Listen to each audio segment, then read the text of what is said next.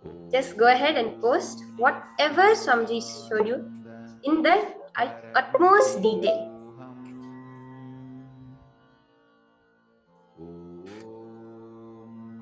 Colors, shapes, anything that you saw. Even if you felt an emotion, some feeling within you, you can go ahead and post it.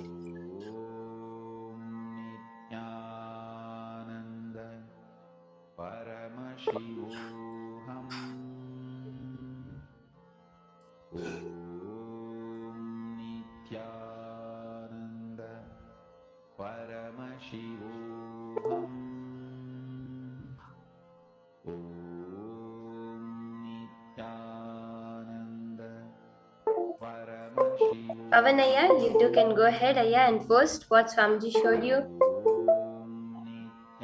Chandrasekhar, Aya.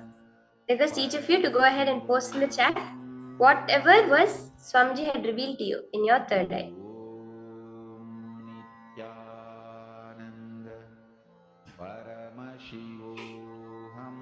Okay, no issues, Aya. Pavanaya saying you joined little late. No issues. We have another round. You can join in that. Yes.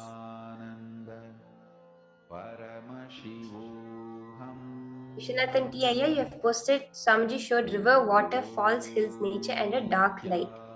Okay.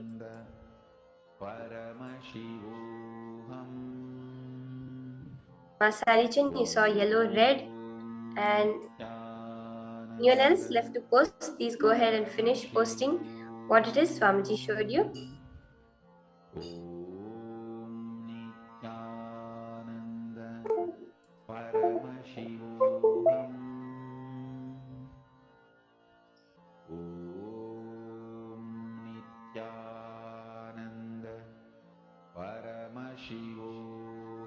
A V, horizontal YAK with long leg, diagonal line with a V like a fish spine, arrows tied by a red arrow going around, going from dark to light, surface, green oval light, whirlpool becoming 6, ocean 3, heart, Om love in purple pink. Okay, very beautiful, Maestak. You've gone into the detail. I really like that, because when we go into the details, that's when we really start to witness our own manifestation. Now I'll show each of you exactly what was that image that I had projected on screen as each of you are doing the third eye.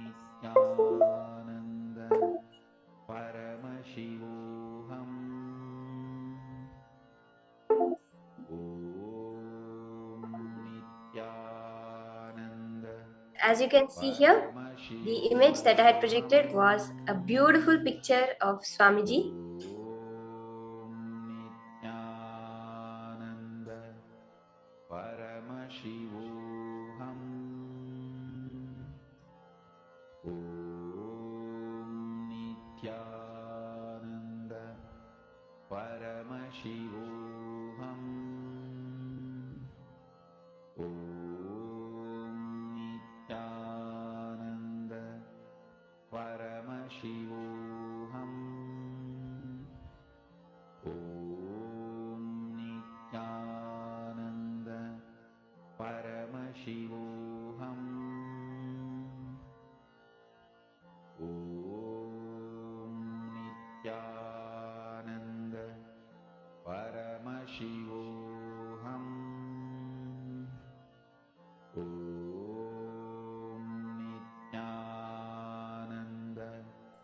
It's a very beautiful picture of Swamiji that I had projected to all of you.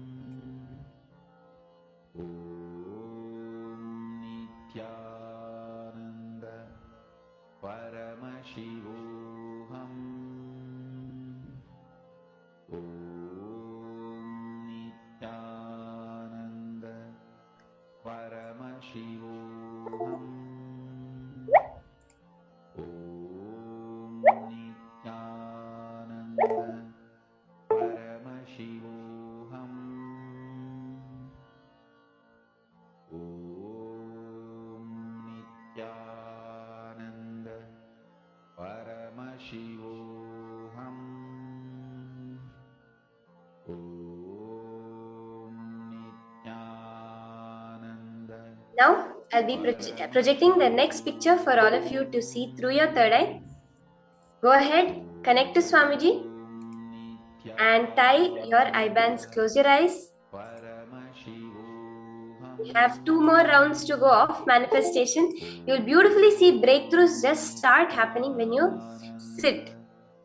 Actually, those of you who saw, the dark to light, the light play for the picture of Swamiji, it's actually very true because the lighting of Swamiji's is not very bright. It's actually like half dark and half light. So that is a very beautiful detail each of you are able to see. Now I request you all, tie your eye bands, close your eyes as we get ready for the next round of manifestation. Yes, Ashokaminaya and Nityanandamaya, I see you have joined us too. Thank you.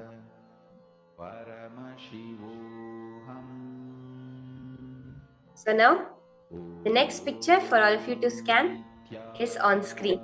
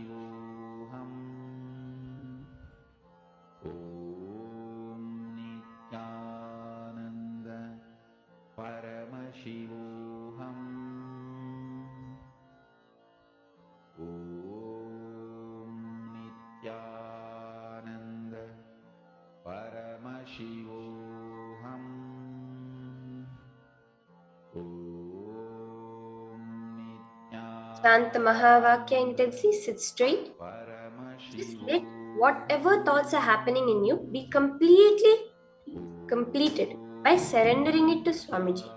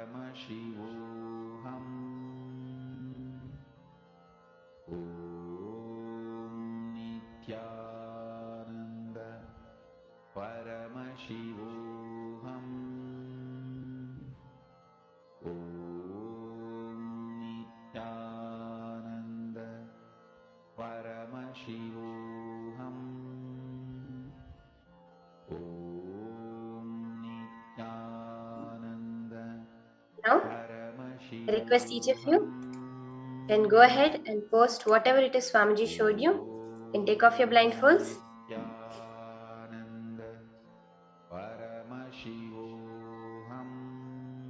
Swamiji says, how do you know whether something is shown in your third eye or not?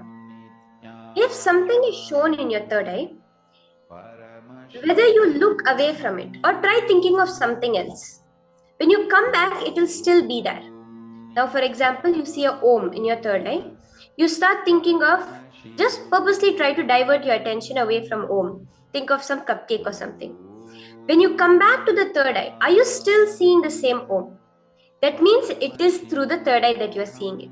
So if at all any of you are having this doubt, any question like, how do I know if it's my mind or if it's my third eye?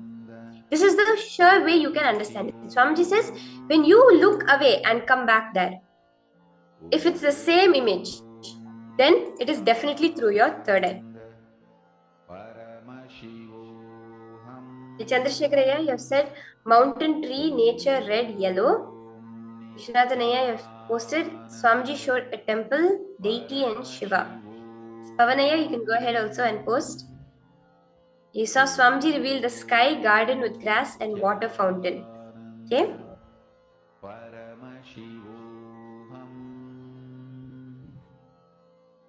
Masalichan, you can go ahead and post what Swamiji showed you.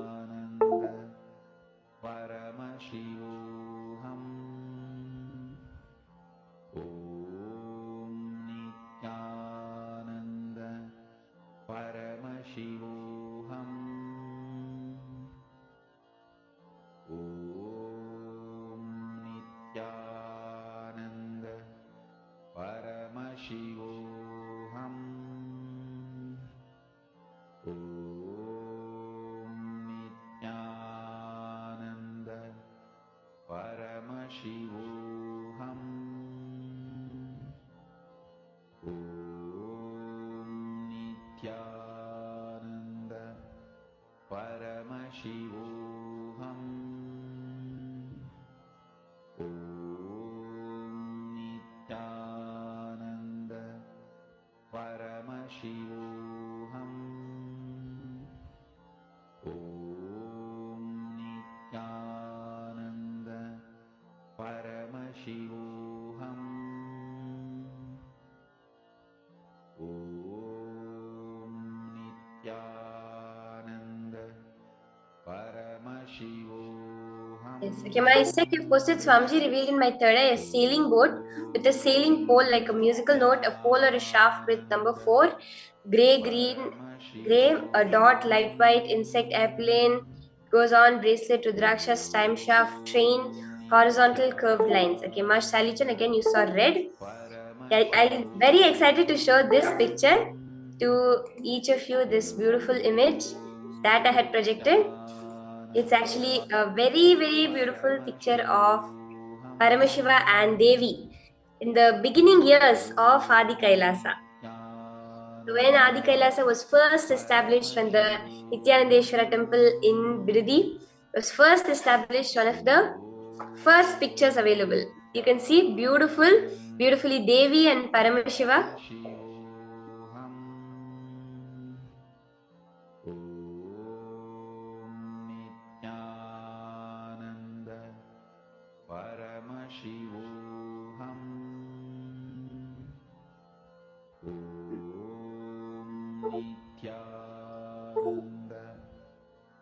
This is the image that I had projected to each and every one of you. Just enjoy the space of being in oneness with Paramashiva, of manifesting powers. You'll see how throughout the day, the further we go, the more powerful cognitions you get. That will result in power manifestation.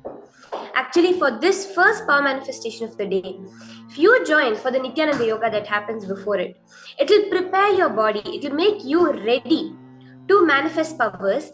And just by doing yoga, you will see how a breakthrough happens in your power manifestation, not just in these 21-minute power manifestation sessions, but even in your whole life, the way you function, because the energy will be so high for you. Today, we are beautifully going to be experiencing the darshan of Bhagavan Somaskandamurti and Bhagavan Shishyad Bhavamurti through the forms of Paramashiva and Swamiji as that. The initiation which we are all going to be experiencing today is that of invincibility. Any problems you may be facing in life, any obstacles you may be having, anywhere you feel that you have too many enemies, this day is definitely for you, because you will learn the secret code, 3 statements that will guarantee you invincibility, which embody the space of Bhagavan Muruga. So today, the first session that we are all now going to be entering into is the session on Loca, the higher dimension of the cosmos called Loca, where every being lives without hunger, without thirst, with only immortality. So to learn the secret of Loca, let us now listen to this session directly from Swamiji himself. Stay tuned and do call your friends and family to experience ultimate invincibility today. Paramashivoham. Om Nityanand.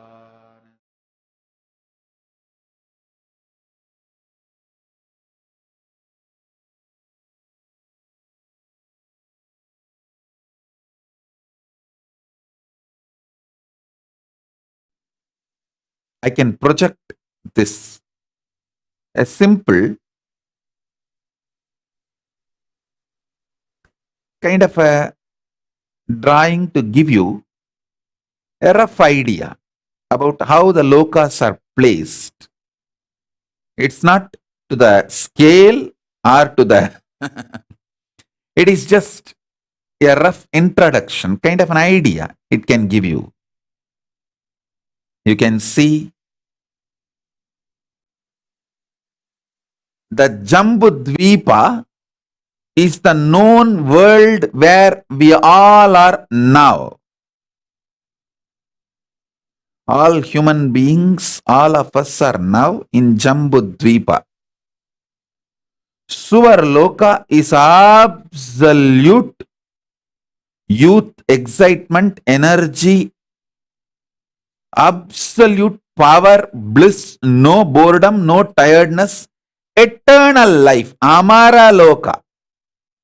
Eternal life. Time does not tire you.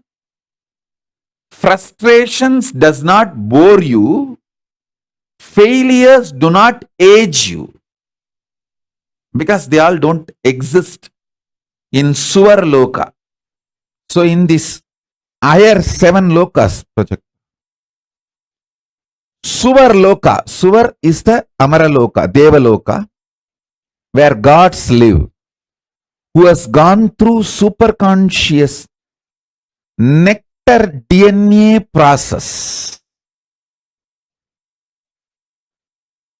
So now you are getting the visa, I can say permanent residency for Amara Loca, Suvar Loca. I am breathing the nectar DNA into you. The nectar DNA breathed into you makes your complications legitimized. The legitimized complications become complements or multi-dimensions of you.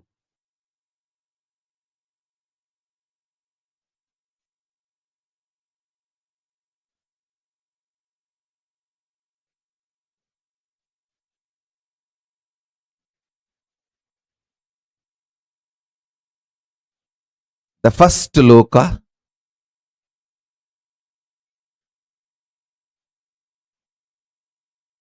see, Jambudvipa is the known world where we all exist now. Everything science knows as the universe, and even what science can imagine as the universe is Jambudvipa. And above this is Loca. A new kind of intelligence will be awakened in you, where your pleasure, making money, making relationships, health, all will be absolutely aligned. They will not be conflicting each other, complicating each other. They will just be complementing each other. You will go to gym and do yoga and gym and have your health and find your girlfriend, boyfriend there and make few millions there. You don't need to do something separately for millions, something separately to find boyfriend, girlfriend, something separately to keep you healthy and active.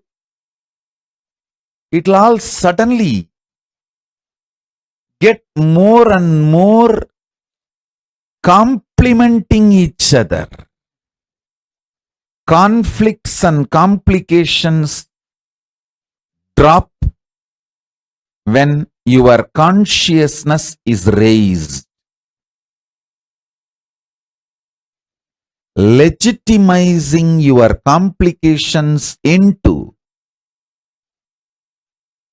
multi-dimensions of you and making them as part of or complements of your very being. You will just seamlessly exist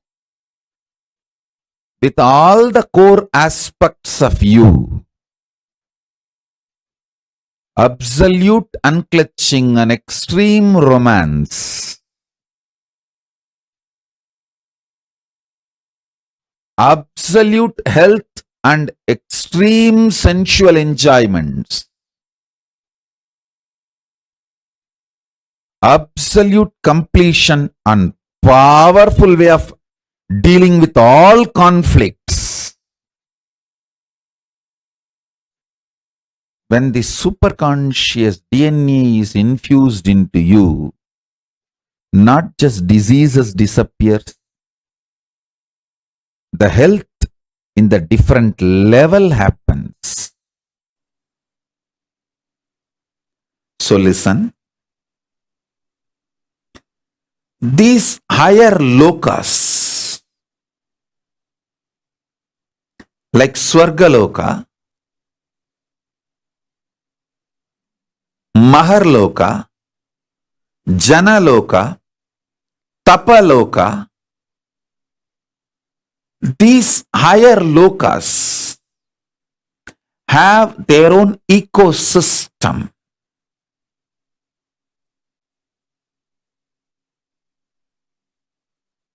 Like New York has its own ecosystem. Las Vegas has its own ecosystem.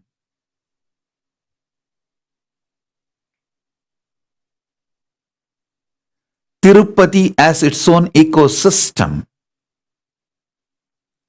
Kashi has its own ecosystem.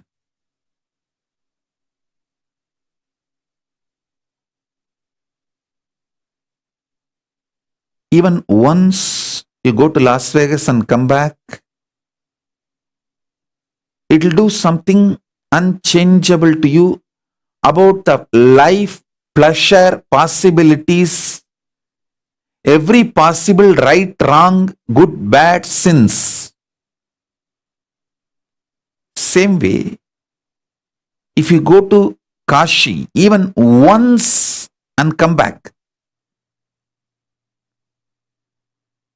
you will see absolute different possibility and different way to exist.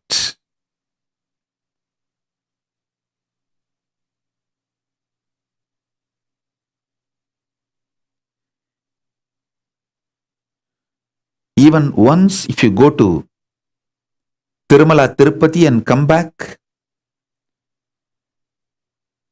the devotion for Venkateshwara can never be erased from your inner space forever.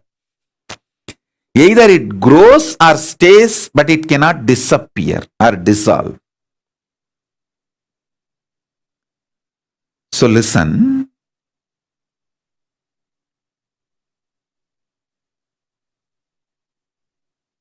Even one glimpse, super realistic glimpse of Svargaloka, Makarloka, Janaloka, Tapoloka, Brahmaloka, these higher planes, upper lokas,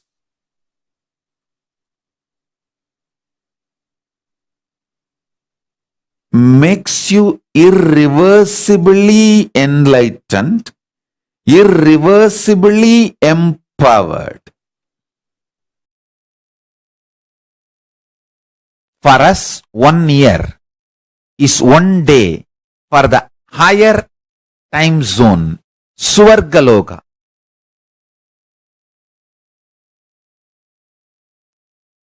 That is why Nataraja, the god of Swargaloka, receives 6 Abhishekam in a year.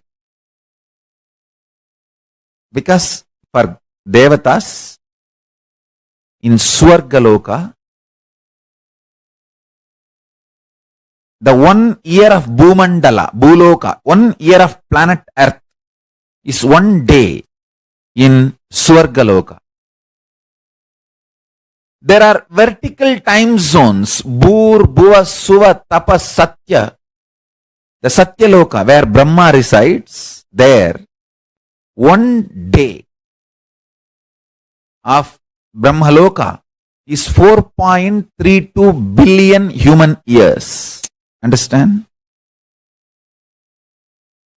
1 day of Swargaloka means the vertical time zone above us.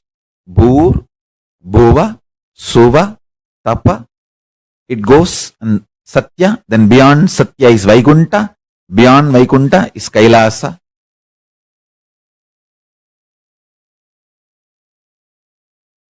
Below Atala, Vitala, Sutala, Talatala, Batala. Understand, I am not giving you some superstitious theories. No. I'll give you precise understanding and experience of these vertical time zones. And understanding about these vertical time zones as a direct utility for your day-to-day life. It can bring tremendous physical health, mental health, psychological wellness, a very powerful way of existing, and above all, life of Paramashivoham. You can exist embodying the space of Paramashiva, state space of Paramashiva, and manifest powers of Paramashiva. Devatas cannot cognize delusion. They do not know the joy of getting pulled out of delusion. If they want liberation, they will have to come to planet Earth. Planet Earth is the only cosmic airport where you can move to liberation. If Devatas, gods want KAILASA Padavi, the space in KAILASA, place in KAILASA, they will have to come to planet Earth. Only from here they can experience Paramashiva in all 5 aspects and reach KAILASA, get liberated. From Intraloka, Devaloka, there is no direct liberation. There is no flight, direct liberation. They will have to come to planet Earth. Only then they can get liberated. That is why you can see all around the Shiva temples where Devendra worshipped, Indrani worshipped, Vayu worshipped, Varuna worshipped.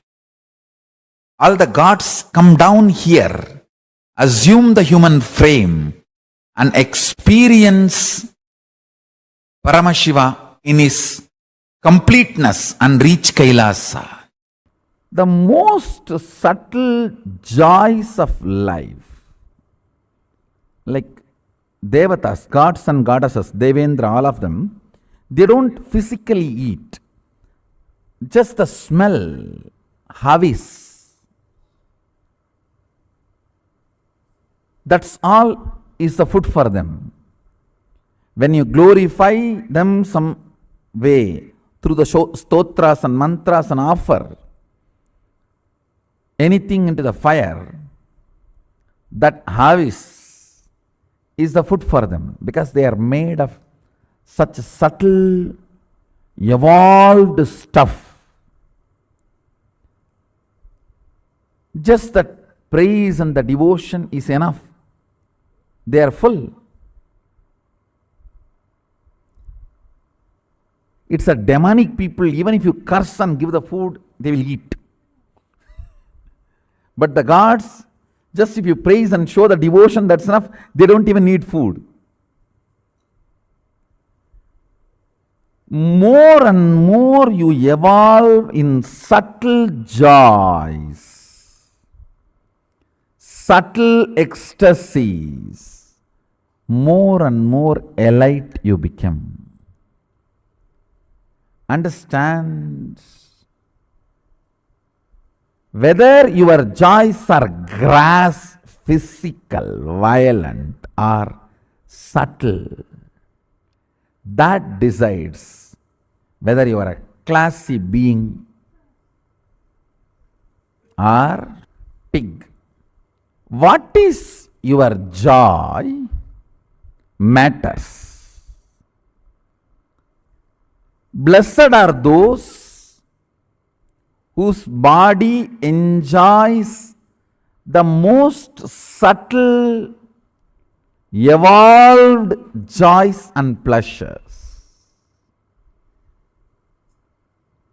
More and more evolved joys, more and more evolved being. Because when your joy is evolved pleasure, your cognitions and activities will be in an evolved, matured way. Understand? What you consider as your joy is your life. That drives you. Gracie or crazy. That drives you, gracie or crazy.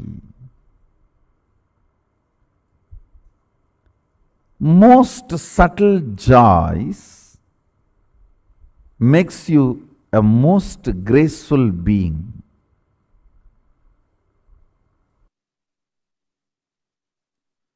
Loca is like absolute peace and joy and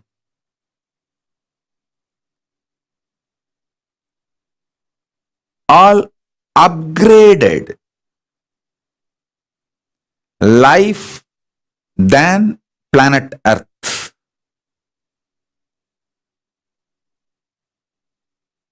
Loca is much higher than Loca. Higher level beings go there. When I utter the word higher level beings, don't have self-doubt, self-hatred, self-denial. Whether you are qualified, are you higher level being? Please be very clear. Let me make it very clear. Even if you have broken only one pattern due to the cognition, Swamiji is Paramashiva. He told me, so I will listen to him and break this pattern with this powerful cognition. Even if you have broken one pattern, it may be dropping non-vegetarian or dropping this obsessive compulsive disorder or dropping the postponing pattern or dropping the laziness in the morning, early morning laziness, or dropping your shyness, dropping your fear to speak in public, even any one pattern, if you have dropped, cognizing my Paramashivatva, because Swamiji is Paramashiva, I should listen to him than to my patterns. With this cognition, even if you broke only one pattern, you are qualified for the initiation. You are qualified to be airlifted, conscious lifted to higher locas. You are qualified to be fueled, empowered with the Tejas, Ojas and Kundalini Shakti to get into the Swarga Loca, Mahar Loca, Jana Loca, Tapa Loca, Brahma Loca, Kailasa itself, Maha Kailasa itself. Above the Brahma Loca is Parandama, Vaikunta. Then above the Vaikunta is the space where the Kailasa and above the Kailasa, Mahakailasa exists. So even if you have broken one pattern, you are already initiated. You have qualification to be fueled, empowered, awakened with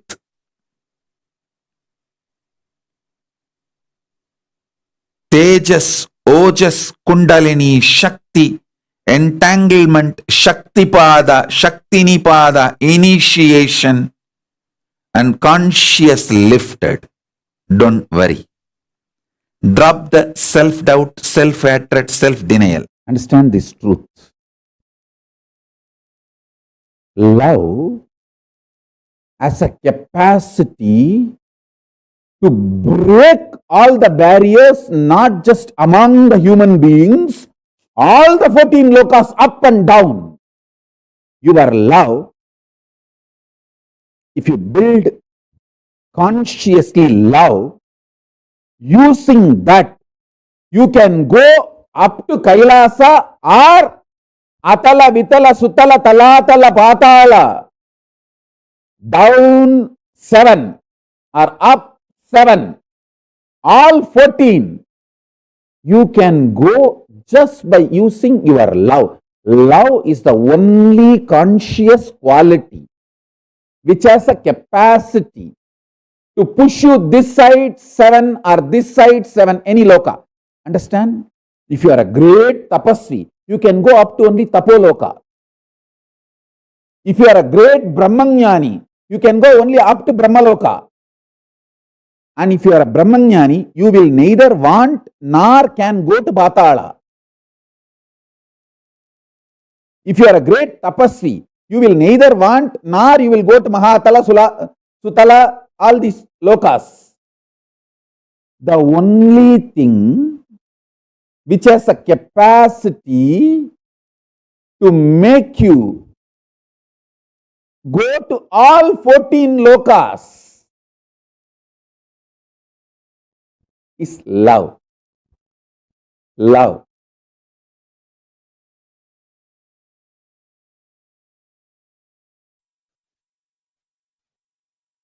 Amrita, nectar, is the superconscious principle with which the mutation, superconscious mutation will be done today. Listen. The first vertical time zone, Swarga Loka, it's called Amara Loka, where people who had superconscious mutation with the nectar lives. I'll define nectar. Listen. Nectar is the conscious energy. Amrita is the conscious energy.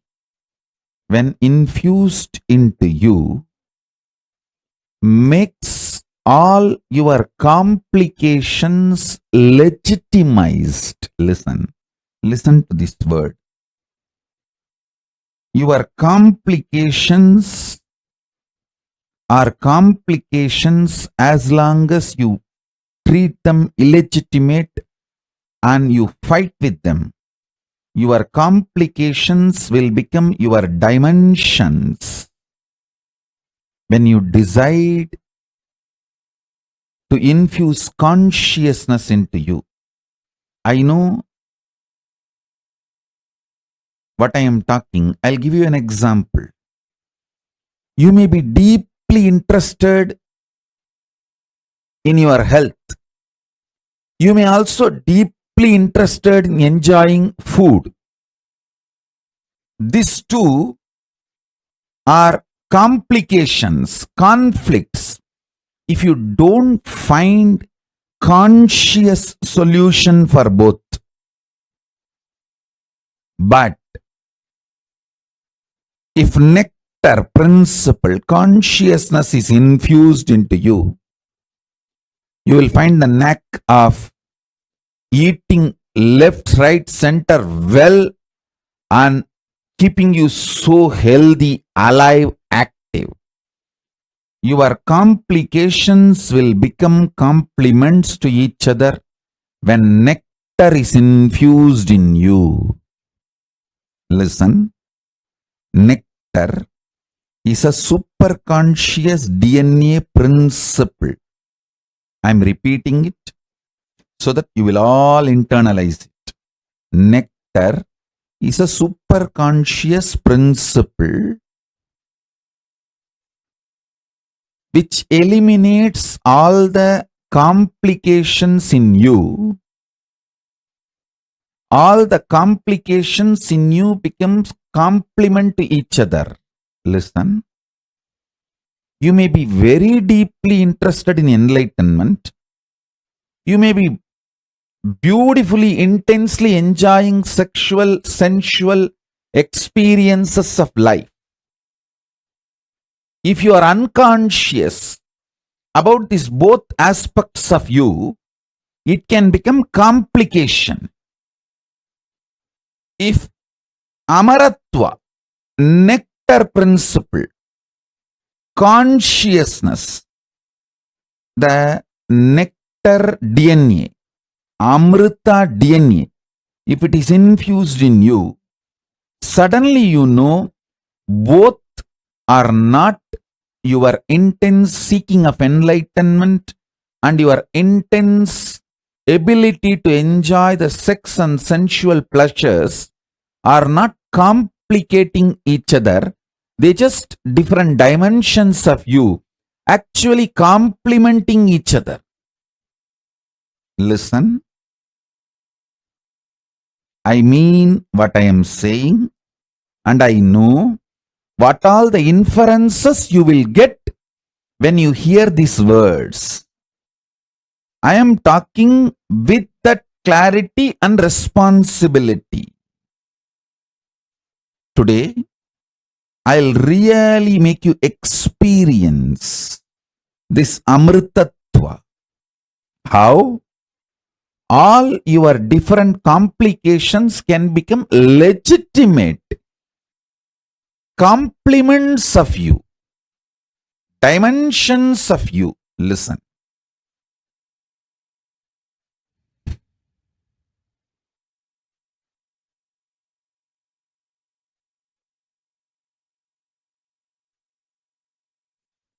None of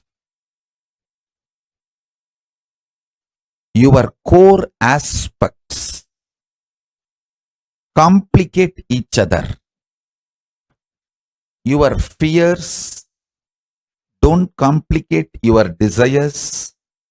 Your desires don't complicate your inspiration. Your inspiration don't complicate your fears. Your fears don't stop your enlightenment. Listen. All your core aspects are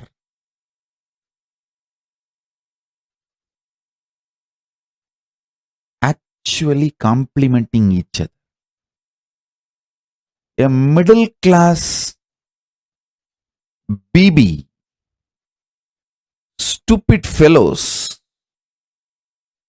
who are not interested in life, the life negative, demonic fellows, devilish fellows, they believe the middle class morals of life. They believe complicating their lives.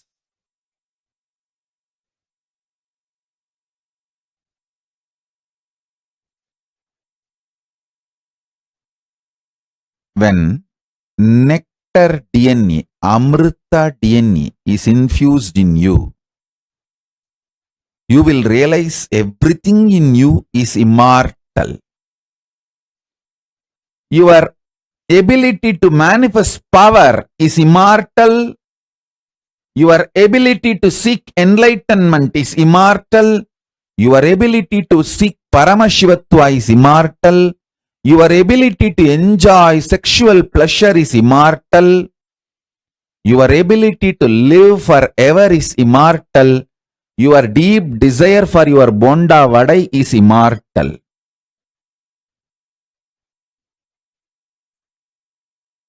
Nothing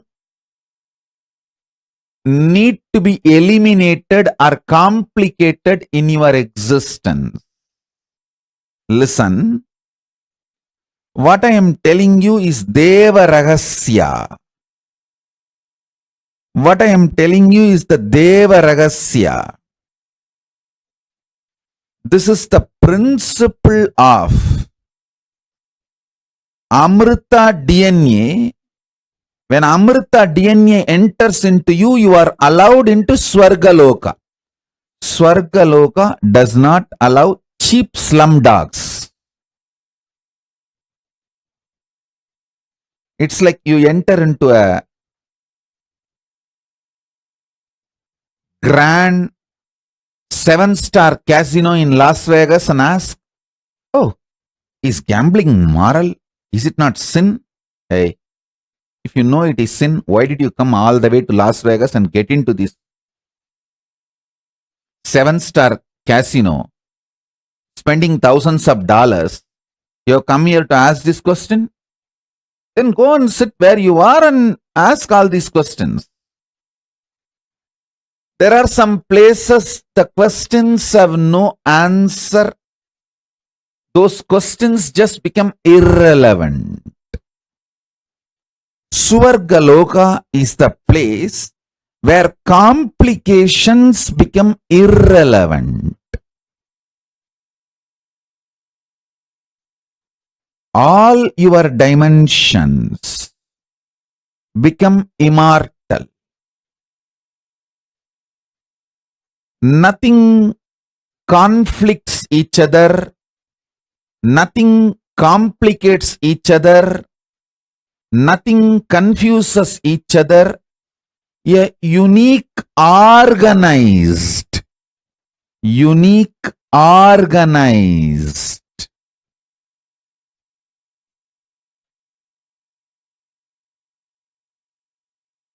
multidimensional being starts opening up in you when the conscious DNA, Amrita DNA, is breathed into you. Listen.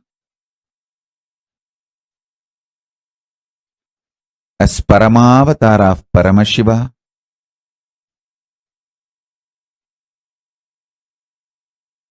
with the grace of Paramashiva, by the grace of Paramashiva, with the blessings of Paramashiva,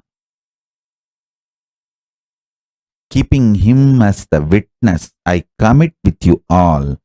Now Paramashiva himself will breathe Amrita DNA in all of you, in all of us. Listen, through this being is going to breathe, infuse this Amrita DNA. I tell you, this Amrita DNA superconscious mutation suddenly will take away a lot of your complications. Don't be afraid of life. Don't be afraid of life. Don't try to hang on to your slum mind. You always feel, if I work for money, I may not be able to work for relationships, pleasures, romance. I may not have time and energy. If I focus on romance and relationships, the time to maintain my health, either I will have time and energy to go for gym and maintain the health, or to go for dance and build friends, romance, love. This is the slum mentality. Amrita DNA suddenly opens up, makes all your aspects complementary to you. All the complications in you will start dropping. You will make money with the energy which you enjoy. You will make money doing what you enjoy. You will make love, romance, friends, developing your health. You will live longer by eating large quantity of the food which you like. This whole complication or the conflicts and confusion gets burnt when the nectar DNA, Amrita DNA is added to you. I'll bow down to Ganapati, then Paramashiva, then Garuda. Garuda is Lord of Amrita. He is the protector of Amrita. Now Garuda will enter into each one of you and add nectar DNA. Amrita DNA in you all. Understand?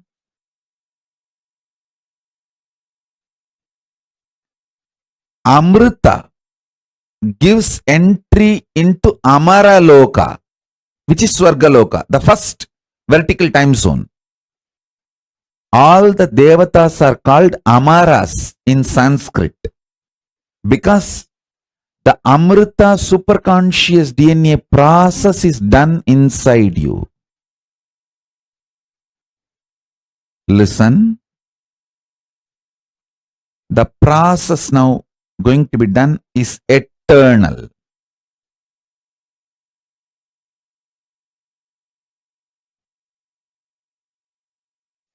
Sonali Gupta is messaging, is this process permanent, eternal? Sonali Gupta, you should know you are sitting with Paramashiva. You are not sitting with any guru or enlightened being who gives you the glimpse. You should know now you are sitting literally with Paramashiva, who always gives the boons for eternity.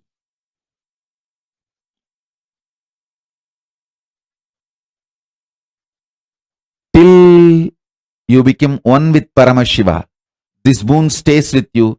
After that, you become the boon. You give boons to others. So listen. This DNA, I tell you, actually, when you see this manifestation of this mutation, superconscious mutation process, you will understand, oh God, just one superconscious mutation process can do so much. Nectar principle, Amrita principle infuses such vast consciousness in you. The inner space goes through such explosive understanding. The right, wrong, good, bad, sin, merit, all this idea gets organized with a larger picture of the cosmos and enormous energy to handle all the complications and manifest it as compliments starts happening.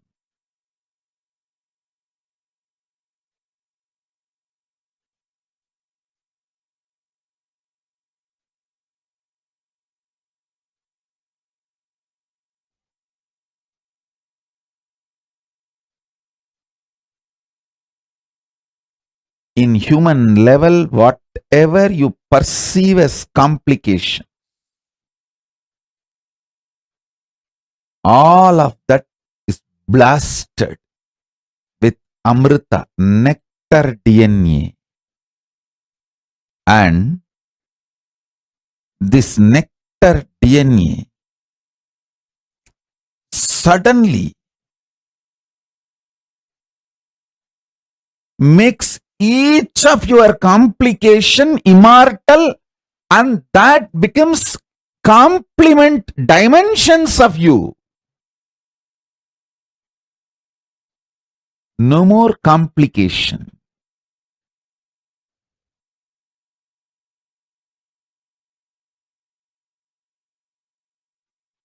What I say, even if you logically understand,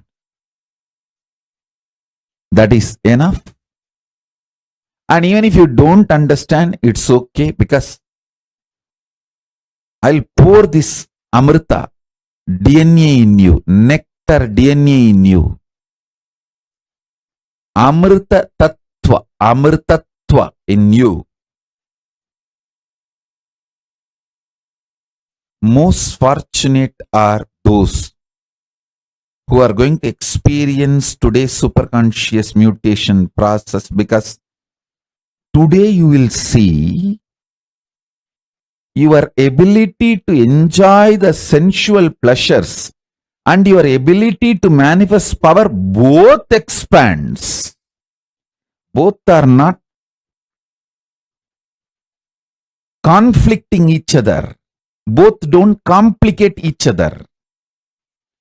Both actually complement each other. Your inner conflicts and complications will get legitimized by your own experience as Amara, nectar DNA. Amaratva, your middle class morals will leave you.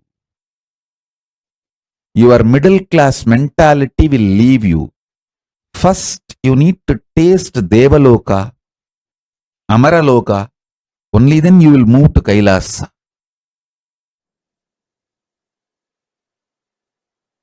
If your stomach is burning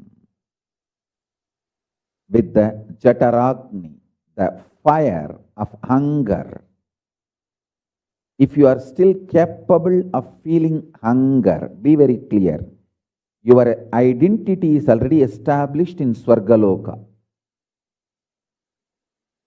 Only if your presence is there in Swargaloka, you can feel hunger. Your capacity to feel hunger and your identity in Swargaloka is one and the same. Maybe weak. That is why you are not experiencing it every day, but you have your presence.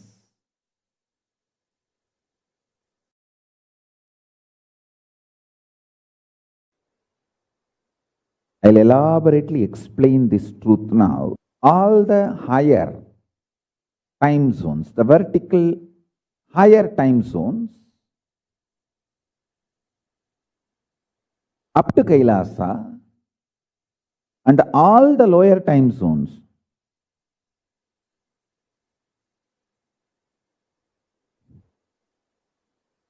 up to Patala,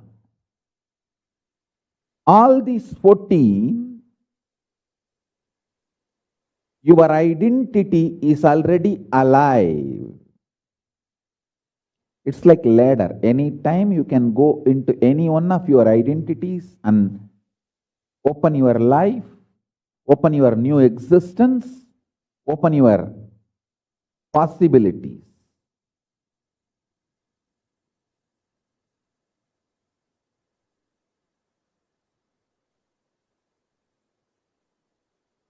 Understand this example. You already have, because you are initiated, you already have your identity as Kailasavasi, even in Kailasa.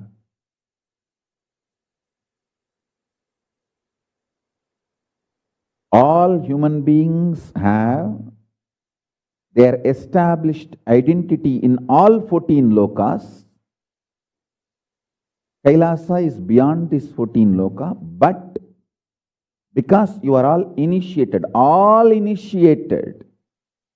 ones have their identity established in Kailasa. I'll give you for example, once again I'll repeat this example. The Patala, where the Asuras live, there is a being, your extension, with your face and Asura body, Asura Sarira. Same way in Swargaloka, already there is a Deva, God, with your face and the God body. Same way in Nagaloka, already there is one Naha, snake, with your face and Naga body, snake body.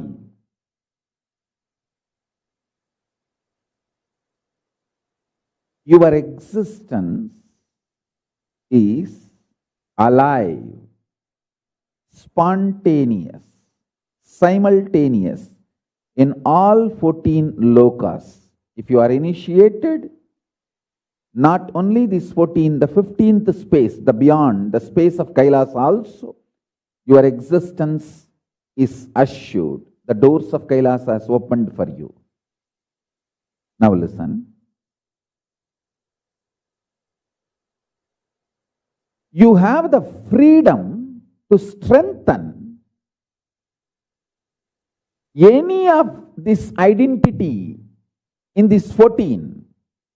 You have a freedom to strengthen or weaken any of these 14 identities. You can be demon if you continuously come to powerful conclusions that demonic qualities are the best to succeed in this world. If you come to this conclusion again and again and start acting on this conclusion, be very clear, you are strengthening your demonic identity and you start planning your future in Patala, the Asura Loka. If you come to the conclusion,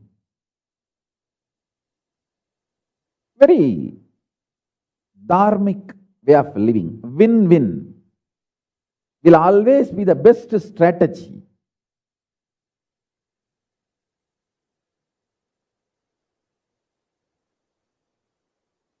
For success in the life, whenever you come to the conclusion, hey, I should also win, he should also win, that is the best strategy to achieve success in the life. And you start executing those strategies, those conclusions, then your personality in Swargaloka gets strengthened, and more your intensity in Swargaloka gets strengthened, and you start manifesting your future time in Swargaloka.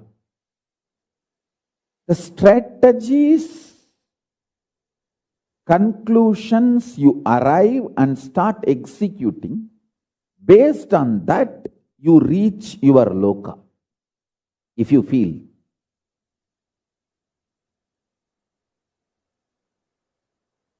Win-win is the best. I should also win, he should also win. That kind of deals are the best for success. Then your Swargaloka identity gets strengthened. You start manifesting Swargaloka in your life. What I am revealing today is the principle of karma.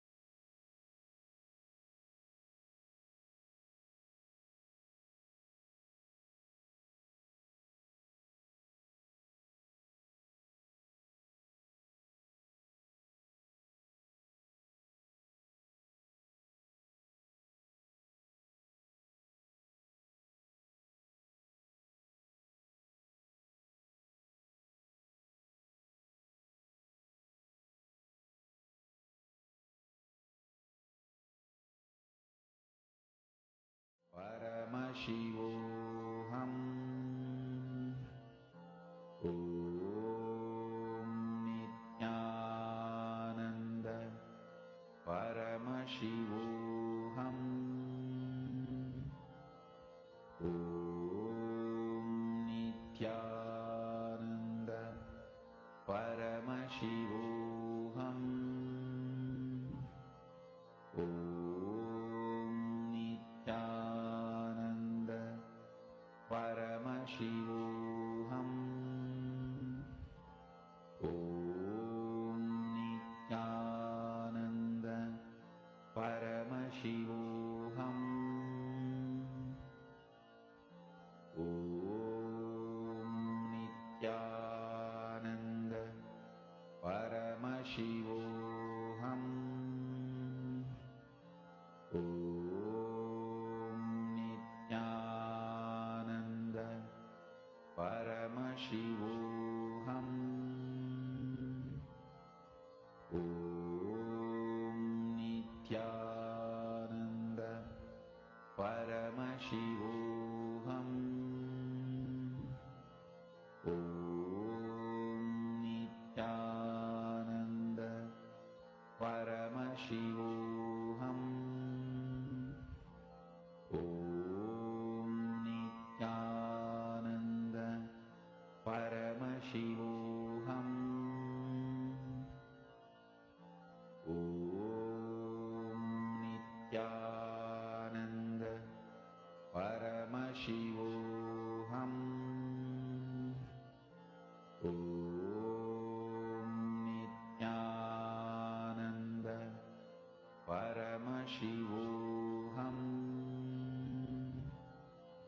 Om Nityananda Paramashivoham. Om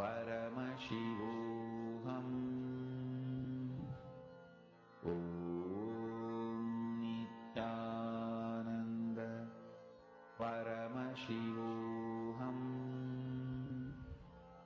Om Nityananda Paramashivoham. Om Nityananda Paramashivoham. Om Nityananda Paramashivoham. Om Nityananda Paramashivoham. Om Nityananda Paramashivoham. Om Nityananda Paramashivoham. Om Nitya Paramashivoham. Om Nityananda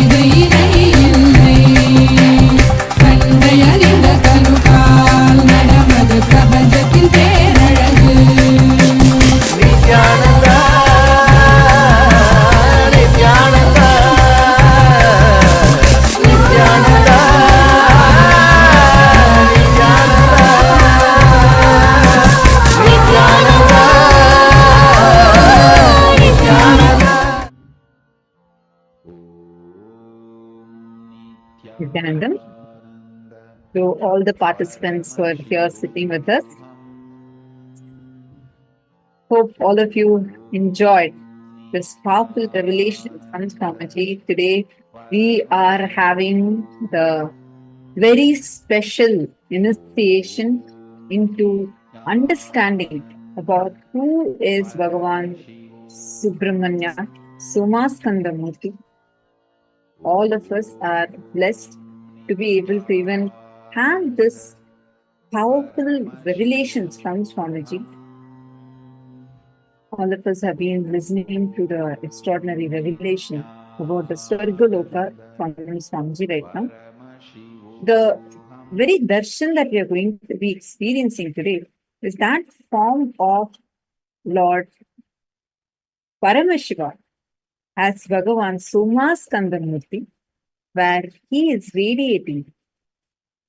This is the exact form which is there even to this day in Tiruvarur as Tyagaraja Swami. And we are going to have his extraordinary darshan today.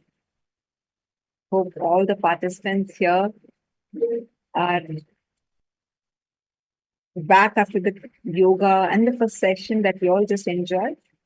I request all of you to post what understandings you have had about the Swarga Loka.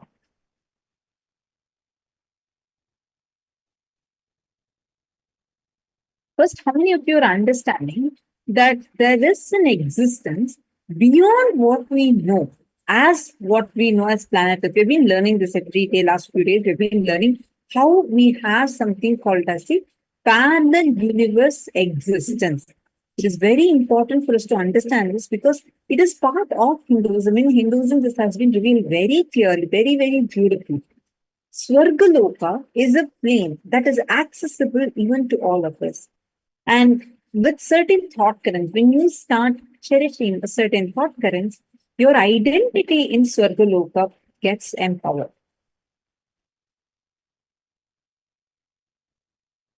What kind of strategy you're using inside of you? What kind of cognitions you're using inside of you? These decide which loka you are empowering inside you.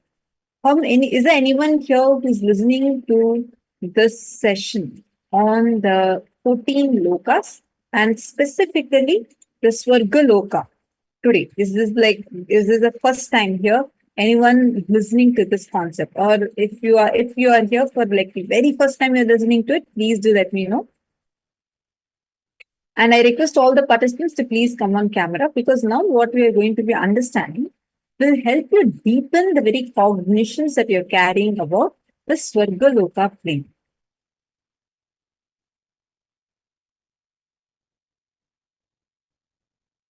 Nityanandam, Vishwanathanaya, Taigzangaya, Sarthak Patil, Pavanaya, Nityanandam, Robert Ramaya, Nityanandam. Nice to see all of you here. Did all of you listen to this beautiful session from Swamiji? Ma Chunyu, Ma Anupama Menon, Ma Cecilia Lee, Nityanandam to all of you. Ma Kalahantrikananda. I'm just calling a few names. You see many participants gathered here. Wonderful to have all of you sitting here.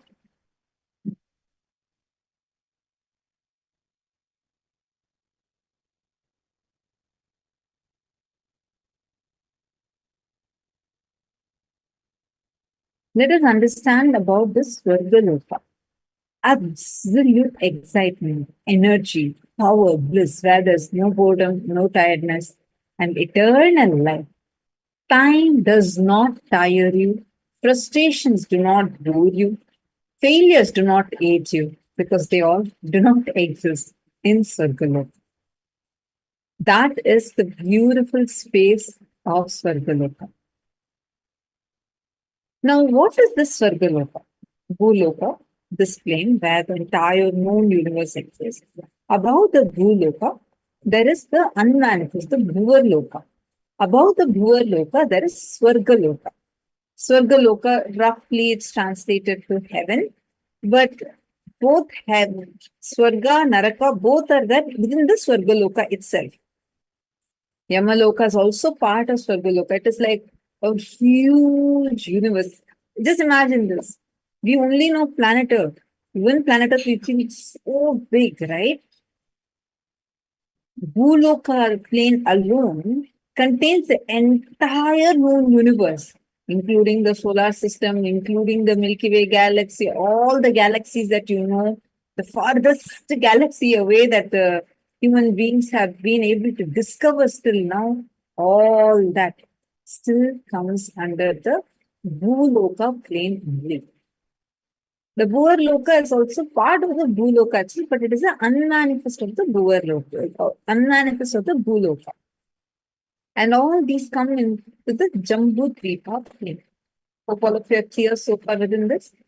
Now, above all that, we have the Swargaloka. So imagine it's something humongous.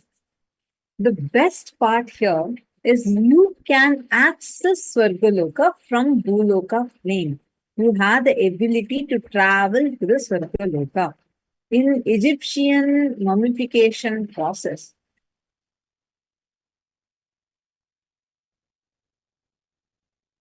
the Egyptian mummification process that is there is like they started trying for immortality and they achieved a state where they were able to travel up to the Swargaloka plane. Now, this Swargaloka plane needs to be understood a little deeply. The part of you which you denied due to your self-doubt, self-hatred, self-denial, where you clearly know, yes, I have a higher possibility. But there is a fear inside of you. You feel like, what if I don't handle myself? What if I fail in that? Like, let's say you really want to have your project and you want to launch your project. But then you feel you are capable of it, but there's like a strong self-doubt inside of you, which makes you fear, what if you don't succeed in this? And what if, you fail in this? And then you just deny that very higher possibility of you due to that self-doubt. That part of you is your part in Swargaloka plane.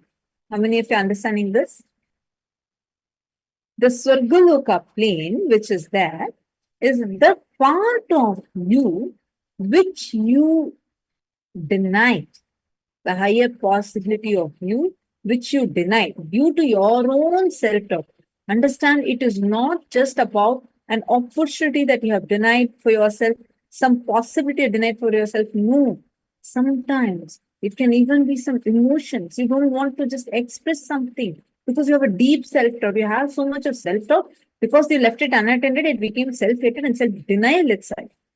That possibility of you that you have denied is the Swargaloka identity of yours. Let's do this quick exercise. I request all the participants just take a few minutes and quickly pen down. Identify which part of you is like that. Please sit down and pen it down now.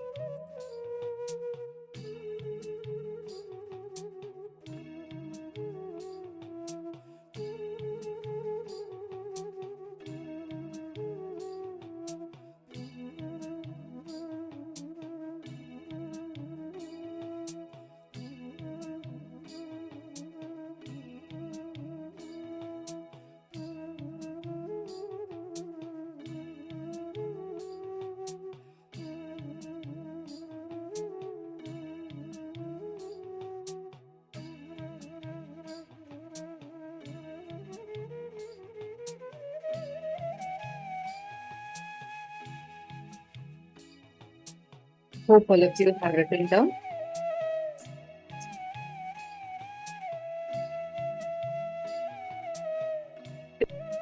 This is that part that you have denied due to your own self-doubt, and that is a part of your identity, which is there in Loca. Let's now do the next step. See, the fear that you may fail, collapse, fall down again and again, that fear, because of that fear, the possibility which you deny is your identity in Loca. Now, in whatever you have written down, have all of you been able to identify that fear of failure because of which you have denied this part? Have you been able to identify that clearly? If yes, can I see a thumbs up from everyone? Today you're going to be learning the secret formula to be how to be successful forever. So it's very, very, very important. Please be in intense listening here.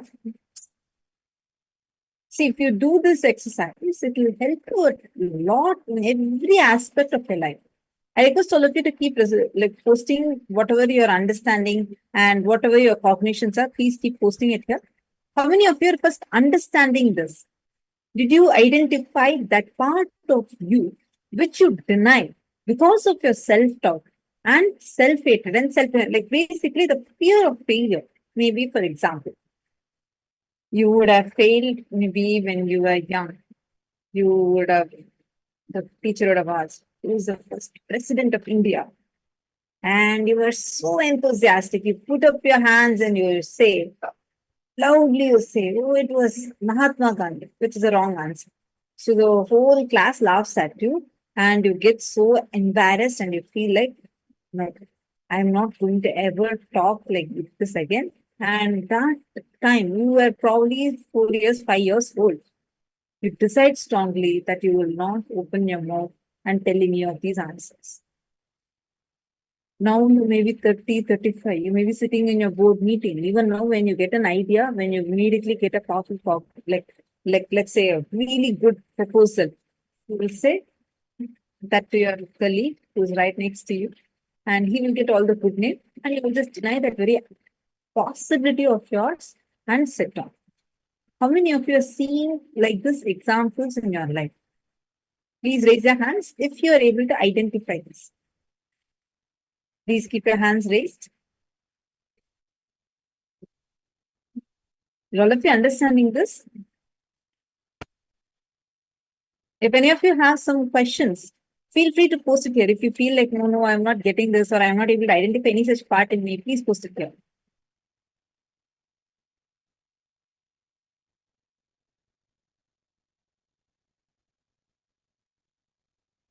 Okay. Listen. Now, this part of you is stopping you not just in this aspect. It's not just about you speaking up in your board meeting.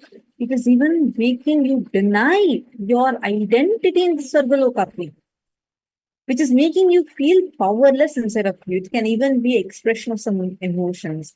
It can even be doing some like having some kind of leadership quality or any aspect. Decide ferociously that you will not give up. Decide ferociously inside of you. So what? Even if you fail, decide to live by ferociousness, by being ferocious with your self-doubt, self-hatred, self-denial. Understand, tell yourself powerfully. Swamiji has told, failing is not wrong, but being in a space without trying is a real crime. Let me jump and fail, nothing wrong. It will only help you strengthen yourself more and more. You have the powerful process. Actually, many people outside, they don't even have this process of completion again. So 2 times they fail, they decide to give up on themselves. But you also have the process of completion. Sit, complete that incident. Decide, ferociously decide. No matter how many times I fail, I am deciding strongly. I will not give up. No question of giving up. No, sorry, Aya is asking, Anand Bansal is asking, can you make me experience enlightenment powers? Of course, Swamiji has initiated you.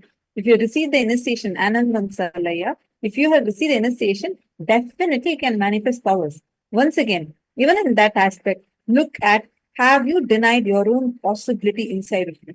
Maybe because you feel like sometimes our own cognitions we might be feeling, I don't think I'm qualified enough. I feel I have done this. I'm not really integrated in this. I'm not integrated in that. We see our qualifications and we decide that the power manifestation is not happening for us. Even that is a denial of your own higher possibility because of your self-doubt that all of us do in our life. So, Anand Bansalaya, I want you to sit today, do the power manifestation practices. We are going to have power manifestation rounds. Sit and do the power manifestation practices. Okay, it's a power manifestation. The more and more you decide to complete, like just be ferocious and drop yourself out, more and more powers will start manifesting to you because it is Swamiji who is manifesting to you. My understanding? The short answer is yes, you can manifest powers with Swamiji's initiation. So you can sit and decide to be ferocious with yourself. Look at what other areas you have denied your own possibility like this. In multiple levels, you would have denied our own possibility because of our self-doubts. In your core, you'll be feeling, I feel I have the capacity to do. But I also have the fear that I may fail. I have the fear I may not be able to do it completely. And that fear is stopping you, blocking you from even having the life that you want to really experience. Are you understanding? So now decide to be ferocious with yourself. Now, we're going to be entering into the power manifestation. I request all the participants to I request all of you before we even enter into that, I request all of you to take this as a strong sankalpa right now. Take this as a strong decision in you right now. If you need help, you still feel, no, ma, but you know what, I understand this intellectually, but I have really had some very strong experiences where I have failed. This is not going to work out. Any such doubts you have, please post it now in the chat. Please feel free to post. There's nothing wrong in how many ever questions. Actually, the more and more questions you ask, you will start understanding more and more.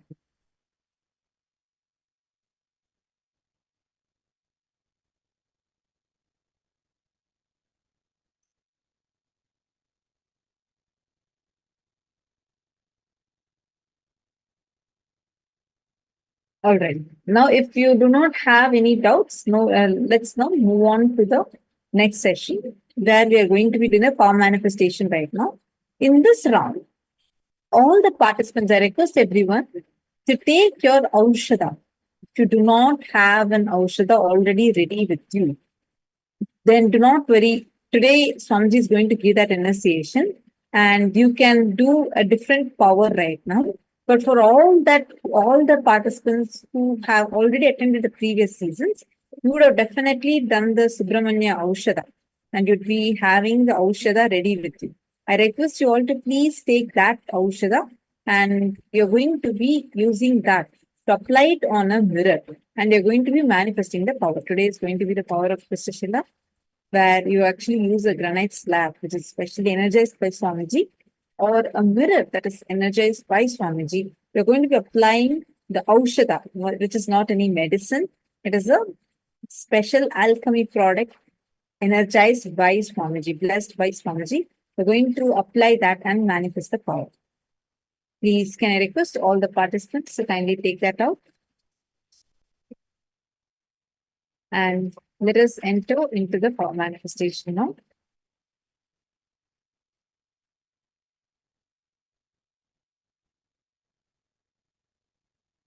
Now, you are going to be having the darshan of Swamiji in the mirror. That is the exact power you're going to be manifesting right now. Please take the mirror.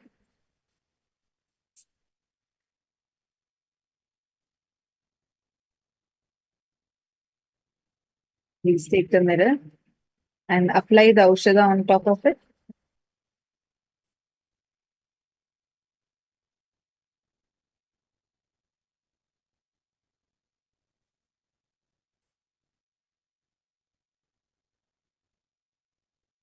See, this mirror, which is energized, is behaves like a spiritual alchemy product. It is no more our normal mirror where you look at your reflection. That it does not function just like that. It will even have the capacity and capability to show you things that are much farther away. Meaning, you might be sitting in Bangalore and you might be able to see what is happening, let's say, in New York. You have that level of a possibility and the power. Alchemy products, these spiritual alchemy products, work on your very neurological system. These spiritual alchemy products does not need a separate maintenance. It'll answer and respond to your questions just like a deity. It's a deity with you, and it percolates your whole system, and that becomes a reality completely. So this mirror that we'll be using is the initial level training to see the Akashic records, to see the cosmic archives. This is an initial level training, and then the granite slab where you can see it permanently. So this is actually the alchemy product. This is how Swamiji would be gifting this. Swamiji has been gifting this throughout the program. So if you had attended our programs like the Sadashivoham, Mahasadashivoham, definitely you would have received this as a part of your power manifestation kit.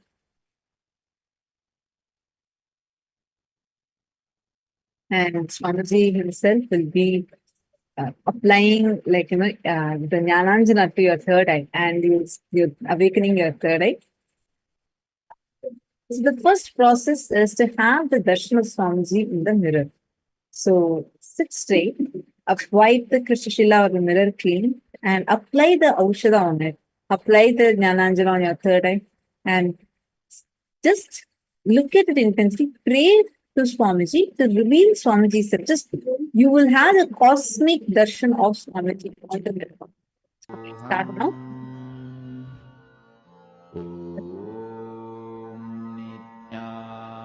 Nityananda Paramashivoham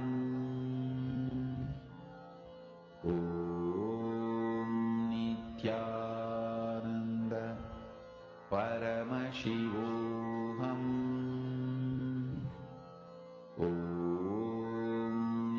Nityananda Paramashivoham Nityananda Paramashivoham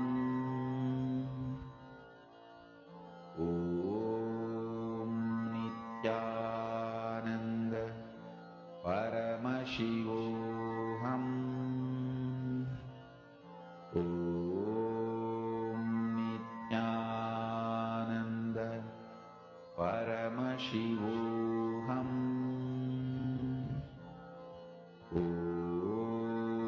Nityananda Paramashivoham Nityananda Paramashivoham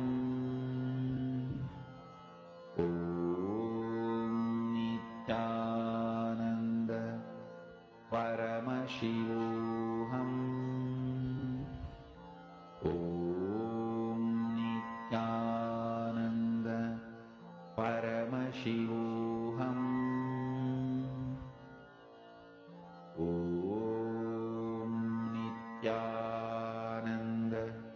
Paramashivoham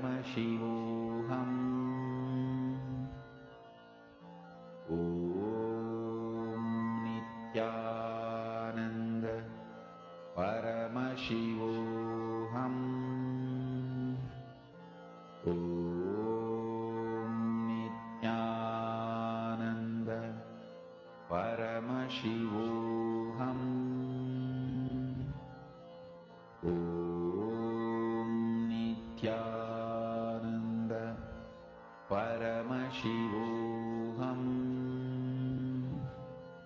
Om Nityananda Paramashivoham Om Nityananda Paramashivoham Om Nityananda Paramashivoham Om Nityananda Paramashivoham Om Nityananda Paramashivoham Om Nityananda Paramashivoham Om Nityananda Paramashivoham Om Nityananda Paramashivoham Om Nityananda Paramashivoham Om Nityananda Paramashivoham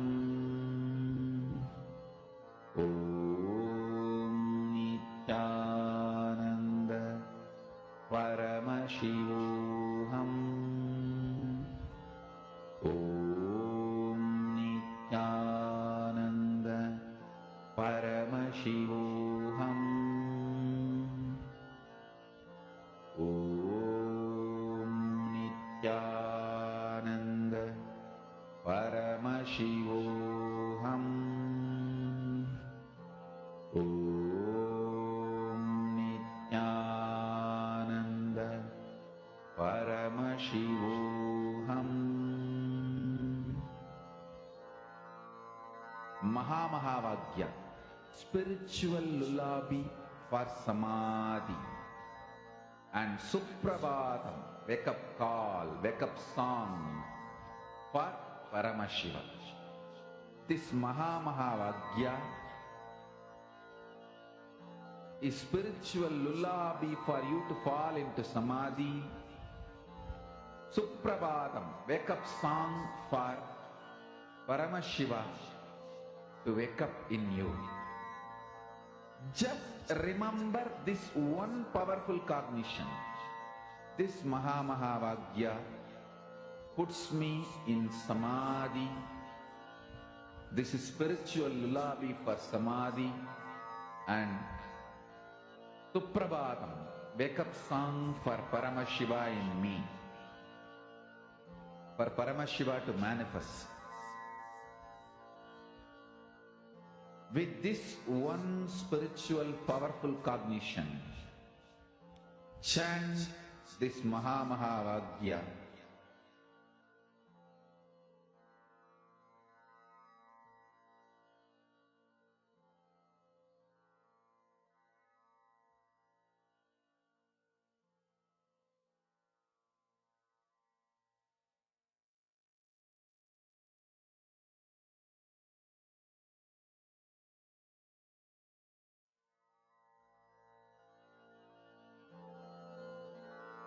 Mahamahavagya, spiritual lullaby for samadhi, and Suprabhatam, wake up call, wake up song for Paramashiva, for Paramashiva to manifest. With this one spiritual powerful cognition, chant this Mahamahavagya. Nityanand. Hope all of you did this round. Now, even if you have not yet seen, continue to just sit and intensely connect with Swamiji. Swamiji himself will give the darshan to you. You will definitely have the darshan of Swamiji. Only after that you can actually start the karmaṇy-evādhikāras itself. Now, all of us are going to be entering into our session. So, before that, I request all the participants to please write down how is life occurring to you? Meaning, how do you feel life is happening to you right now? Are you all understanding this question? How do you feel that life is happening to you right now? Kindly sit and write this down. How do you feel? Like, for example, I feel that too many problems are constantly happening in life. Or do you feel that no, every time life is very, very partial towards me? However, life is occurring to you. You don't even need to write the reason why, nothing. Just how it is occurring to you. Please write it down.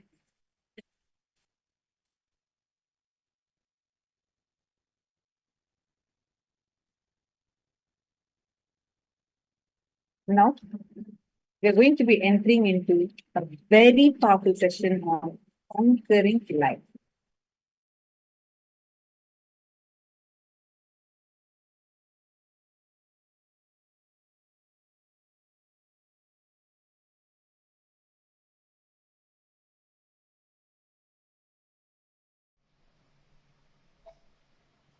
Whatever may be your perception, whatever may be the way life occurs to you, don't try to find reason now. Please understand, I only asked you to pen down how life is occurring to you. I have not asked you to find your reason. No. All your reasons, please understand.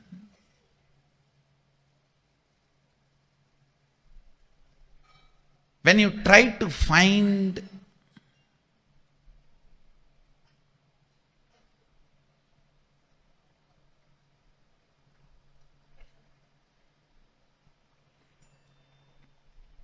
reason, even finding the reason, the way you find the reason itself should lead you towards solution. The why should be attended with the view of the future. Sometimes even the reason you diagnose your problem is such, you come to the conclusion it cannot be solved. I always tell people, your reason should be reasonable. The reasons you find should be reasonable. It should be useful for you. It should be about future. I am giving you an example. Somebody is suffering with depression. If you want him to get healed, the very diagnosis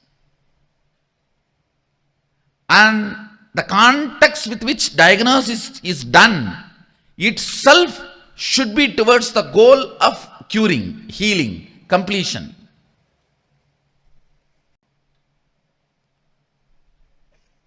The cognition which is put inside you, it cannot be cured forever.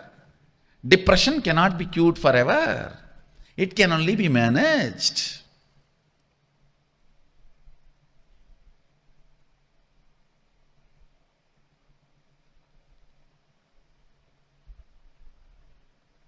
The way you diagnose, the way you discover the reason, that itself should be from the context of solving it. The way life is occurring to you now, please understand, the second secret I want you to know from this program is right method of diagnosing your problems. diagnosis should be done from the angle of future possibility, not from the aspect of how you can dump the responsibility on the past. The why should be attended from future. That is, only then it will become zest, or it will be cut. If you try to deal the why from the past, it will be just cut, crass. Only if you deal it from the future, it can become zest. Listen, always attend the why to make not to dump as crass X.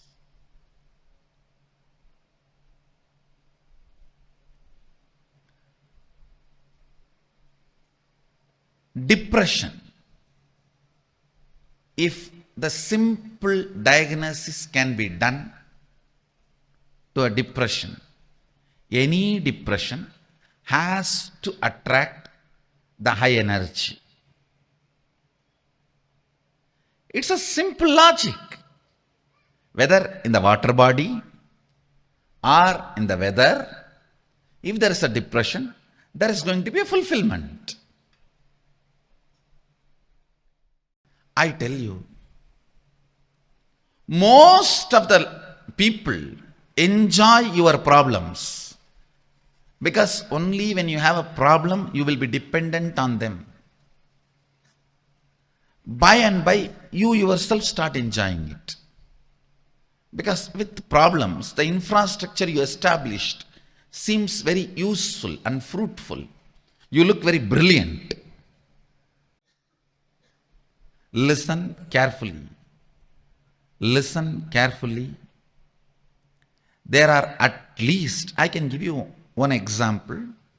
There are at least 100 methods of transportation, more convenient, comfortable methods are already available without using the roads and petrol, diesel, the oil, without using the oil and road. At least 100 methods of transportations are already available. Enough of balloons, methods, just you can race for 200 feet and reach your office, all that is available. Nobody wants to make that popular because all the energy, time we spent on road and oil will become irrelevant. So we will look like fools. I am giving you one example. Whether in the field of health, or whether in the field of communication, whether in the field of transportation, in every field, enough has happened. If you look at the why from the angle of solving it, but the why is not looked from the angle of solving it. Let me give you some more example which you can directly understand and analyze. See, now you have written a lot of lines, thoughts, ideas, how life is occurring to you.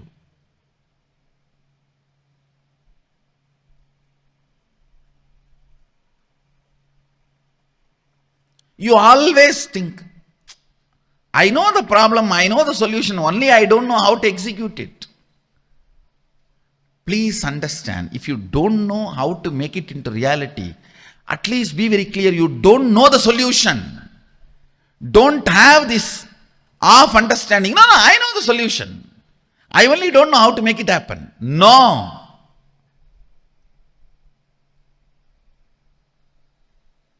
That is what I call consolation out of confusion. Trying to console yourself out of confusion. Understand, till the result happens, effort cannot be called as effort. Till the effect happens, effort cannot be called as effort. Somebody came and told me just few days before, one of my team lead person, I am putting so much of effort, result is not happening, Swamiji. I said, no. Be very clear, till the result happens, what you do cannot be called as effort. Don't have the wrong diagnosis, wrong reasoning. Wrong reasoning is delusion. Wrong reasoning is suicidal. Wrong reasoning makes you feel you are stuck in the life.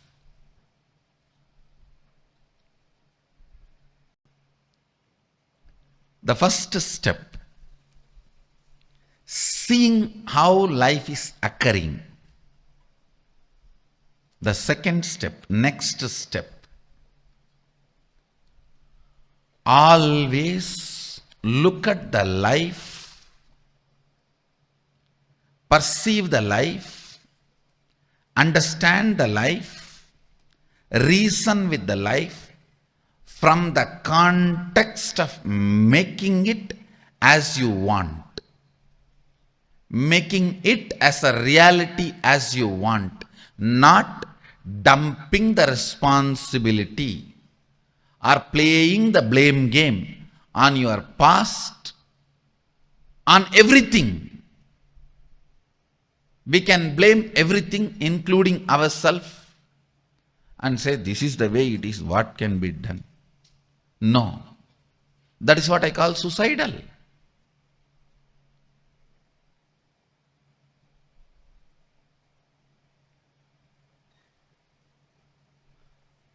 Many times we even start enjoying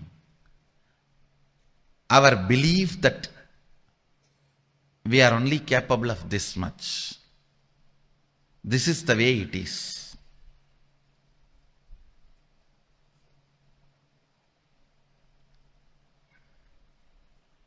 I'll give you an example. You want to be healthy, you want to wake up early morning 4:30 and do yoga every day and healthy. Is there anybody putting you in prison and tying you with chains on your bed at 4:30? No. But you enjoy.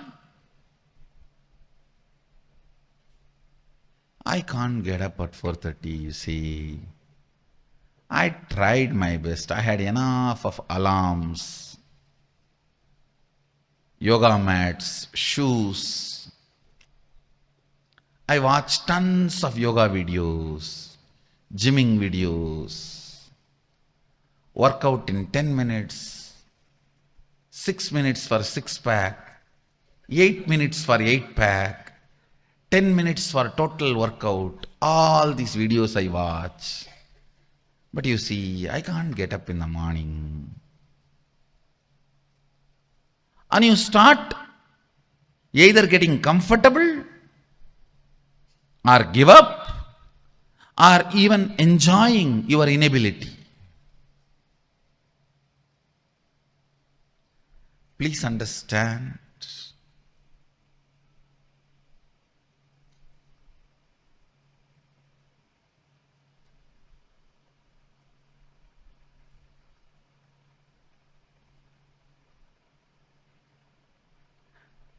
I am not even saying you need to put all your effort. I want to make only this statement as essence of this session. If you can start looking at the whole, analyze each and every situation from the angle of manifesting it as you want. Instead of the blame game of why the way it is. See,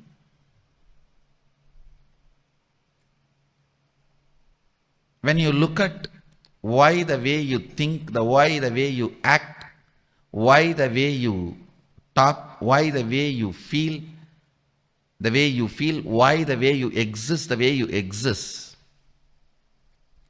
If you feel tremendous pain, inability, you are only enjoying, entertaining blame game, putting the blame on the past.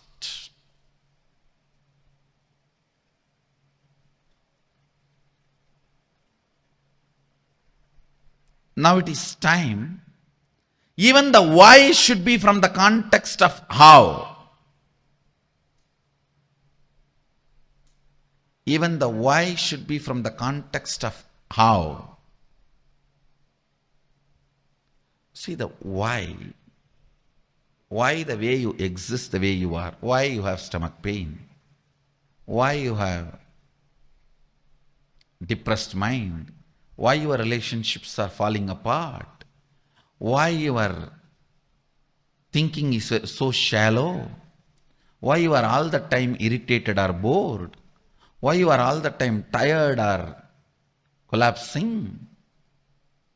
Why your decisions are not becoming fruitful? This why.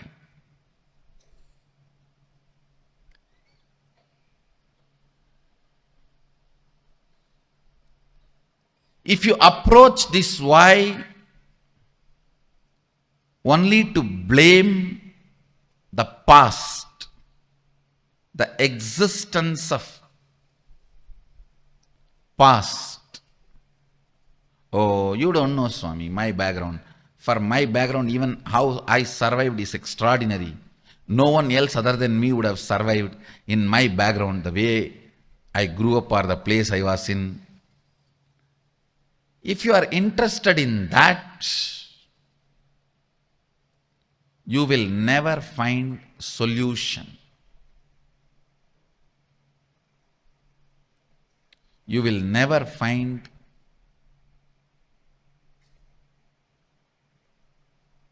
the life as you want. You will never find the reality which you want to manifest. If you want to conquer the life, that's why I use the word conquering life for this program. Actually, you have to conquer it. There is no way you can have agreement with your past. The way as life is happening to you, there is no way you can just paint, do the tinkering, touch up here and there and use it again. No. It is just straight your enemy.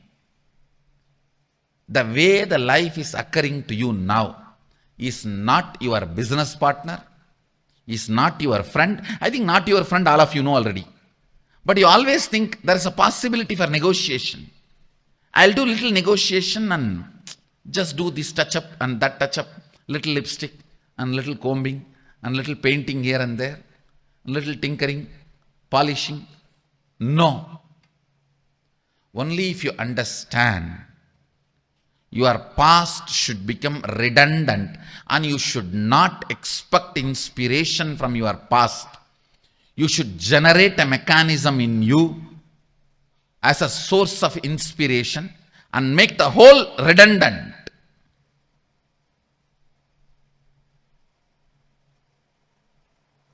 The whole should become irrelevant. Only then conquering can happen to you. Please understand the spirit with which you need to approach whatever way the life is occurring to you is conquering. Not adjusting, not manipulating, not withdrawing. The way the life is occurring to you, you just need to conquer. That's the only solution.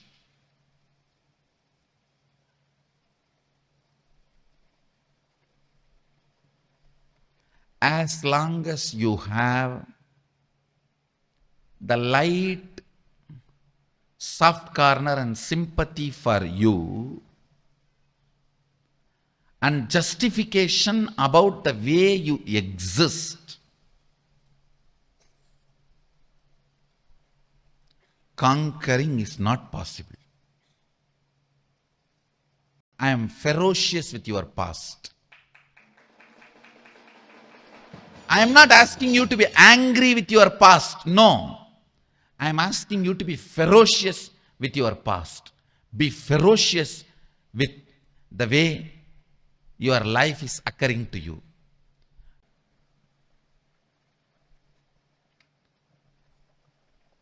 The way you approach your life should be the attitude of conquering. Not angry, but ferocious. Not angry, but ferocious.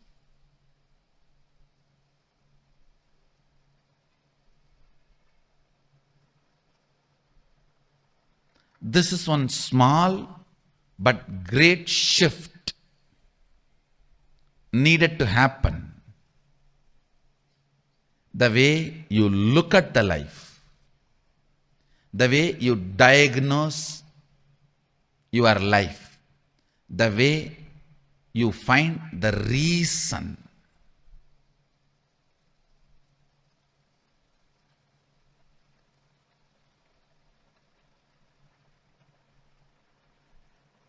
People ask me, if I am successful in my career and earn good money, does it mean I conquered life? I can say, if you feel you are earning good money and you are happy about it, you conquered your life in the field of career.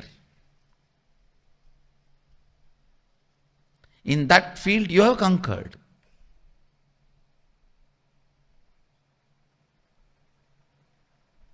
Conquering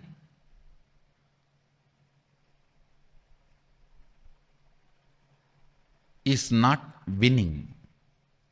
In winning, somebody has to be a loser. In conquering, nobody needs to be a loser. There is a big difference. If the resources are very limited, it has to be winning. Somebody has to win, somebody has to lose.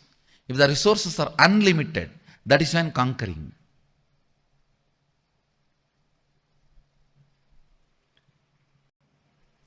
Reasons why you are enjoying this thought current the way you are enjoying, why the diseases are there the way it is there, why the relationship failures are there the way it is there, why the tiredness and boredom, irritation, all this exists in you the way it is existing. Why? Ask all the whys from the angle of solving it, not from the angle of blaming it. Few minutes of contemplation. Please take it up.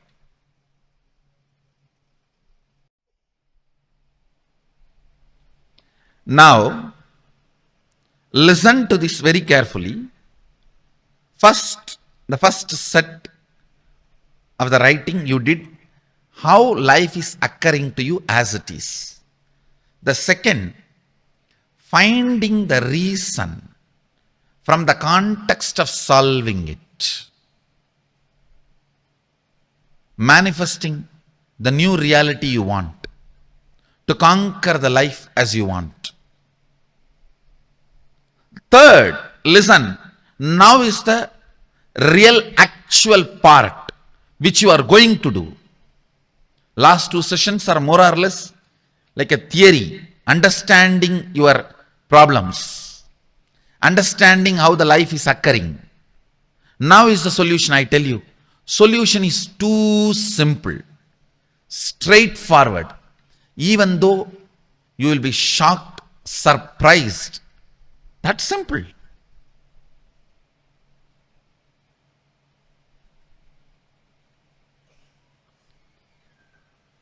Because you don't practice, some solutions look very simple. Please listen. Some solutions look very simple because you don't practice. Some solutions are actually simple even if you practice.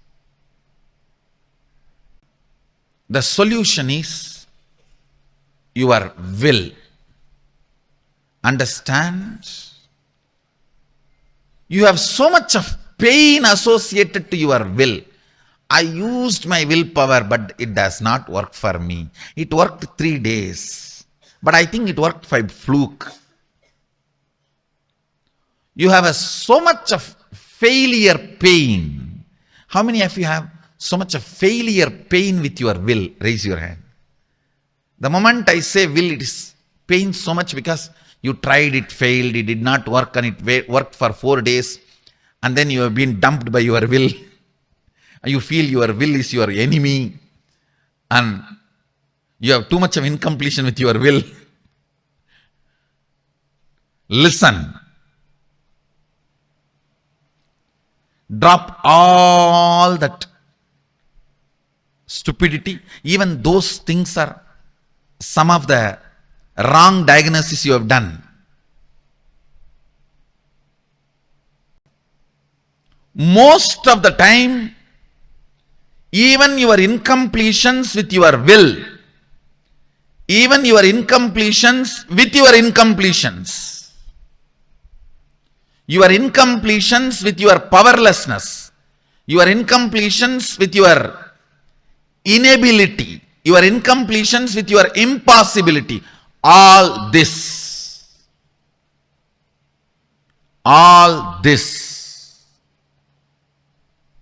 are wrong diagnosis about life. You know the way life is happening. Now you are approaching it from the angle of solving, trying to find reasons from the angle of solving. Now I am giving you the exact precise solution. Listen carefully. All the feeling impossible, all the feeling of suffocation, all the feeling, anger, resentment, failure. For example, if you have a stomach pain consistently, even after trying various medicines, yoga, kriya method, certain kind of anger and incompletion gets developed around stomach pain. If you have a failure in business decisions, even after trying various things you can, certain kind of an incompletion, frustration gets developed around your career and business. Listen carefully. All these impossibilities, powerlessness in your life, you tried your best to bring completion with some relationship in your life, son, brother, father, friend, wife, daughter, daughter-in-law. With some people you try completion, to bring completion with the relationship, it's not working out. Somehow there is some incompletion, tug of war. All this only I call it as powerlessness. Listen, relive all this powerlessness. Even the emotions, thought currents, sickness, which can't be named by you or branded by you. Sometimes the jealousy you feel, you will experience as powerlessness. You will never brand it as a jealousy because that hurts you. You will say, oh, they achieved, why not me? Life is unfair. Life is unjust. Please understand, reliving precisely helps you to diagnose from the right angle. Reliving is nothing but diagnosing it, diagnosing any problem, looking at any why, precisely for the purpose of solving it. Listen carefully. Reliving any thought current, emotional current will bring precise diagnosis of why that problem thought current exists from the angle of solving it. The perfect solution for conquering life is relive the suffocations, powerlessness you carry, and declare with all your will you are going to create the reality you want. Please understand, it may look too simple, but it's a complete package, whether you want to get out of your headache or you want to become enlightened. This package, completion and manifesting your will, is complete enough unto itself. Create the intense will to manifest the life as you want. Tell yourself and the universe your intention, the way you want to exist, the way life should occur to you.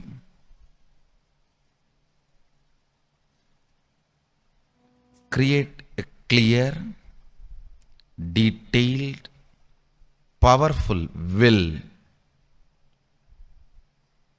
to declare to yourself and to the universe the way you want to exist, the way the life should occur to you in every level. Consciously spend few minutes and declare it to yourself.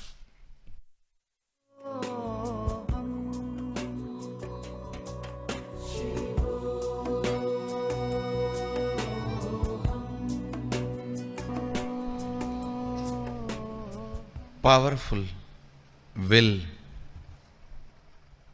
with your declaration to yourself and to the universe.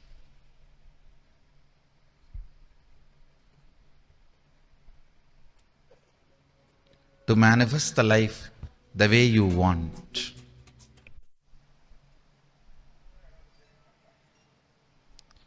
From the space of Sadashiva, I bless you all. Let your intention, will, become reality by bringing complete completion in you.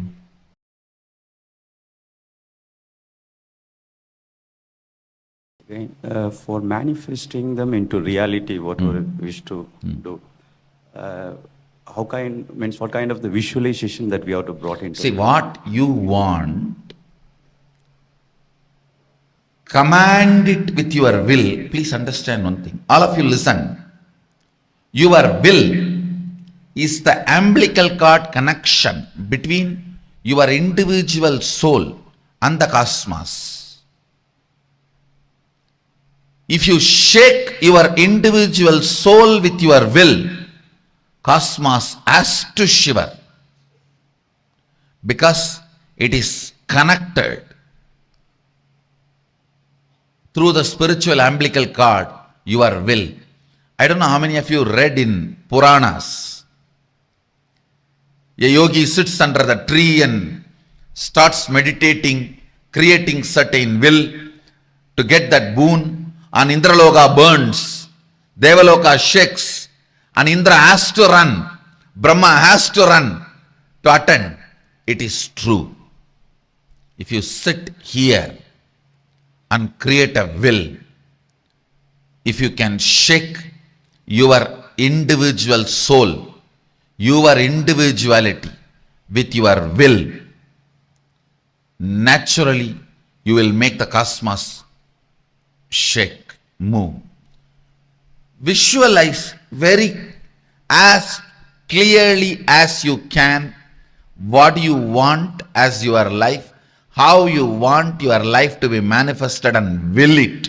Understand, when you will, multiple energies in your biomemory, in your muscle memory, in your system gets integrated to that will. Actually, you have multiple energies inside you. Unfortunately, all of them are in their own direction. Even complete you do not know what you want. Because morning you told yourself you want this. By noon you already changed. By night it is different. By the time your first order reaches from head to toe, there is a second order. By the time that reaches from your head to toe, your desires have changed. Even you as whole do not know what you want. Understand?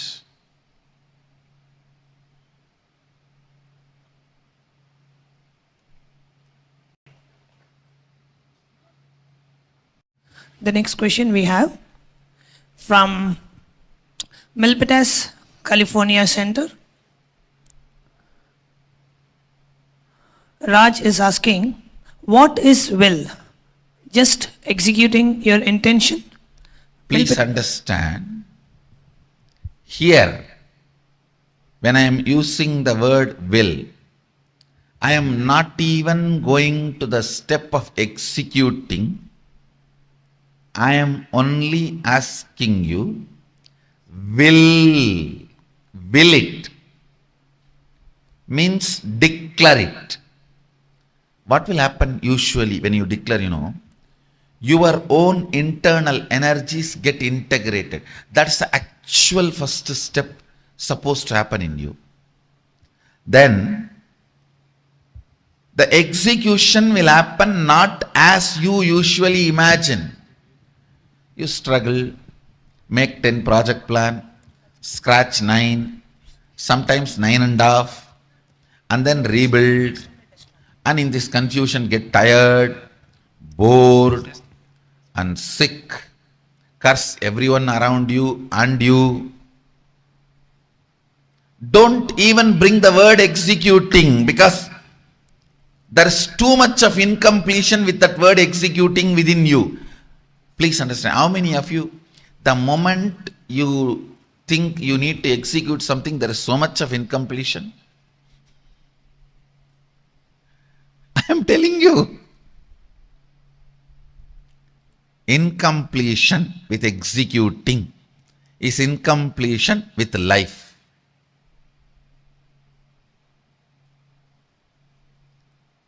I know it is there. I know it is there. That is why I am saying, don't even bring the word executing. Will is powerful enough. Will is powerful enough to integrate. Then it is capable enough to manifest.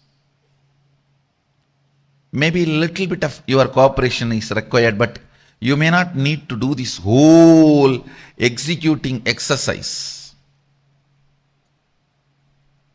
Most of the time your execution exercise is almost like fighting with yourself. Fighting with yourself.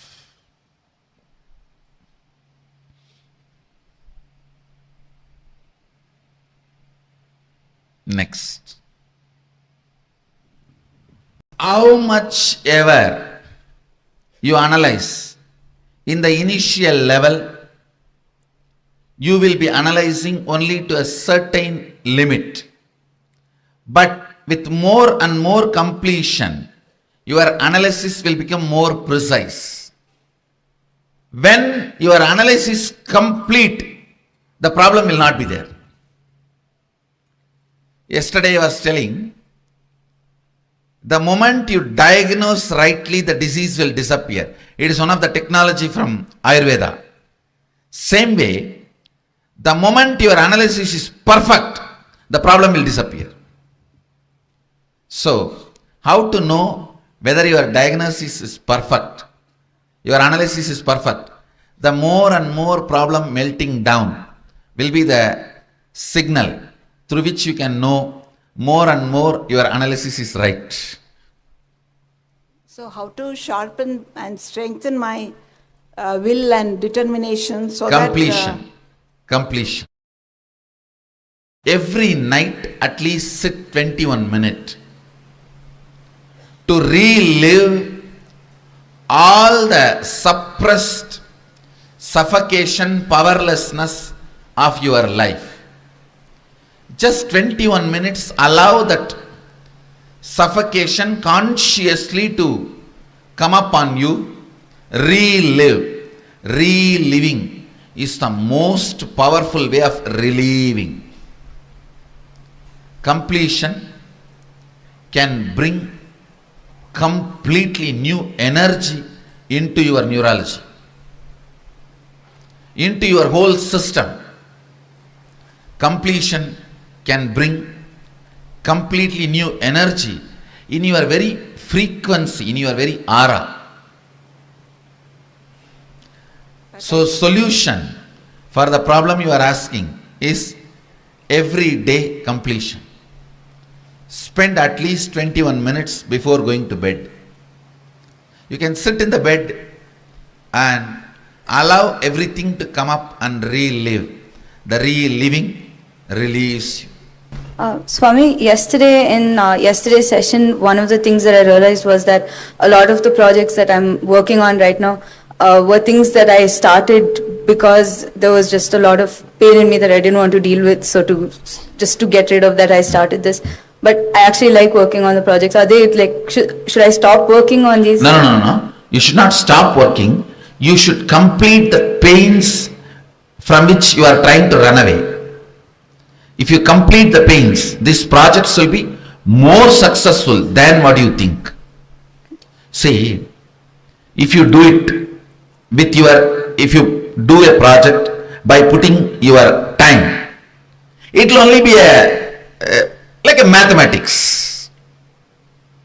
If you do it by putting your energy along with time, it means you need to have energy. Now all your energy is caught in the incompletions and pains. Complete and put your energy into it. Then you will see it will come out as art piece. If you put your life, it will come as your own extension. Please understand, whether your job, relationship, career, anything,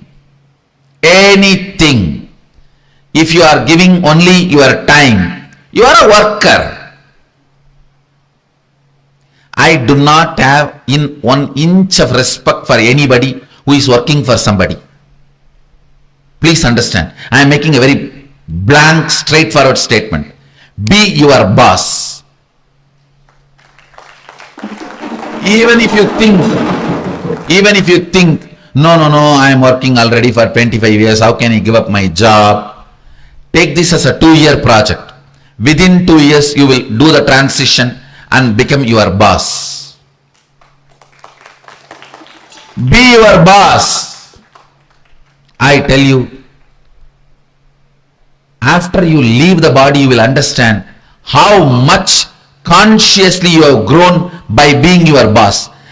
Please understand, only to the people whom you are serving, your clients, your customers, whom you are enriching, should be your boss.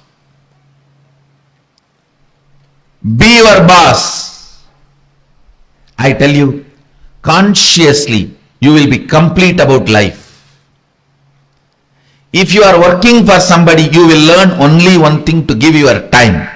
You will never learn the taste and joy of what it is to give your energy along with your time. you will give your energy along with your time only if you are going to be the ultimate beneficiary. If you are going to be the ultimate beneficiary, only then you will put your energy into your time. Otherwise, that's that 9 to 5, especially these government jobs in India. I don't want to talk about it, but you read from my face.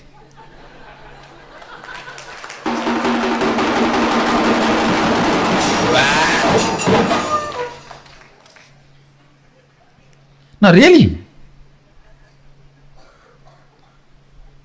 If you want to make some fellow dead, if you want to destroy somebody, if you don't like somebody in your life, want to destroy them, somebody for any reason, just get him a government job in India. For his life is done.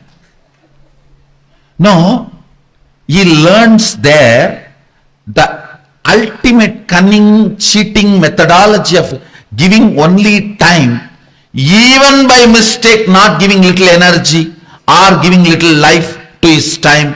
So that is the way he will destroy himself. That is the worst, long, prolonged, painful suicide. Giving your time for something, but not giving your energy or life to it is the most prolonged, most painful suicide possible. Be your boss. You will learn, you will be inspired to give your energy to your time. Anything you do, then you will learn how to give your life to what you are doing, to your time and energy. Understand, if you are in a mechanism where you put your energy and life into your time, you will be fulfilled in your life.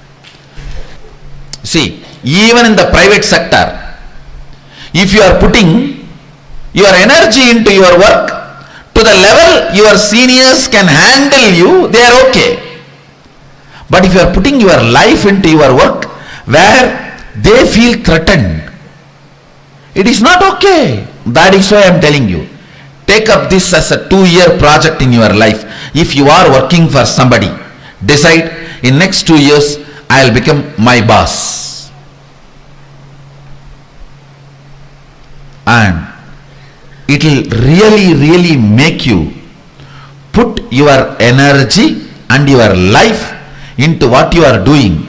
Not only you will have success, you will have completion, you will have fulfillment. Understand? Micromanaging your inner space is enlightenment. Micromanaging your outer space is success.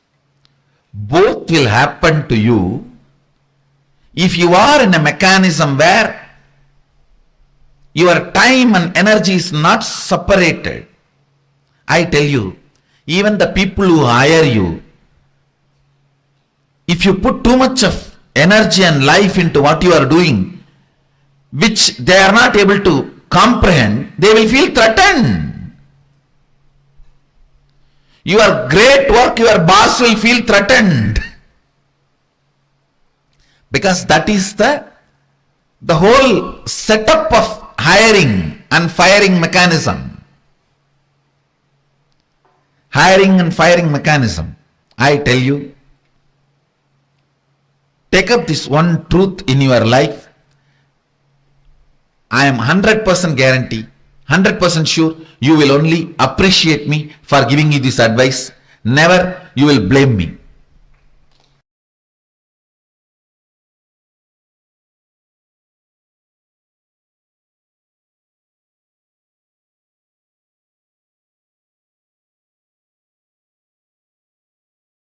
Revelation that Swamiji just gave to all of us. And one, understanding how our life functions, And second, deciding to become our own boss. What a powerful revelation, right? Powerful revelations on what is will, how you can have a very powerful will, and various revelations. I request all of you to first kindly come on camera and settle down. Please kindly come on camera.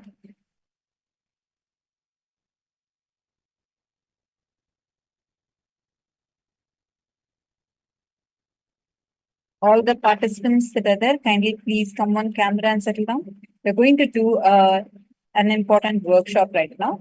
This is going to be the Conquering Life workshop, where you're going to be understanding now whatever Swamiji had revealed to us. We're going to be working exactly on those powerful cognitions and making these cognitions as a part of us. Please sit straight.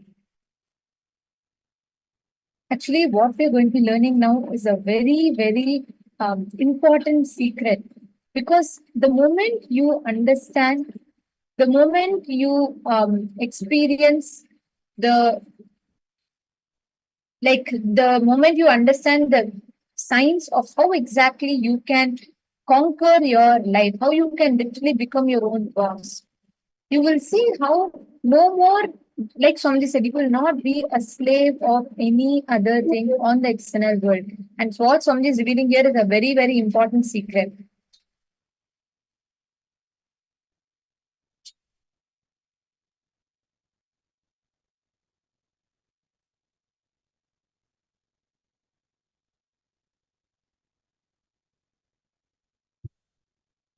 The first thing what we are going to be doing is, we're going to be, see, the first question, how is life occurring to you? Meaning, what do you feel about life when all these situations that are happening in your life, and what you have as a general cognition about your life? Can I request all of you to please pen that down? I had asked this in the beginning of the session itself. I request all of you to please make sure you're penning it down. We always think our past should tell our purpose. No. Like Swamiji said, create your purpose based on the intelligence, the input from your past, but do not base it just on your past. To be your own boss, the first thing you need to see is how you feel about your inner image, how you reveal about your outer image, and how you feel about you, which is your life image. Now, all of you have written down how life is occurring to you.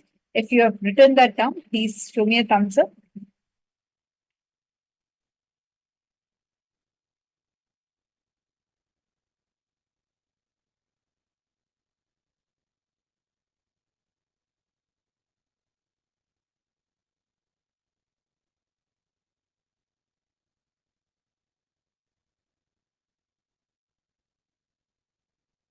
Great.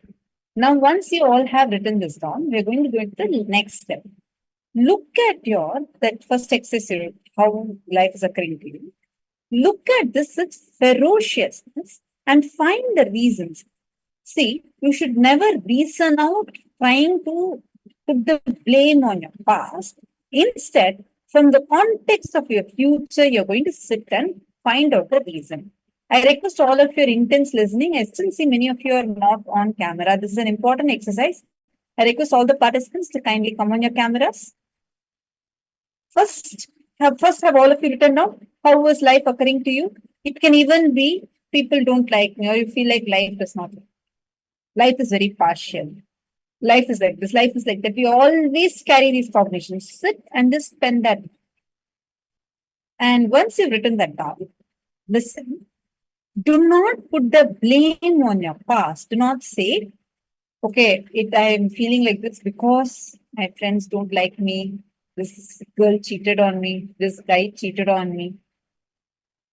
This person is not including me in his work.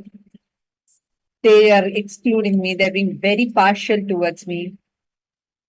There are multiple cognitions like this. We will immediately bring it up. No, now you're not going to bring up all of that.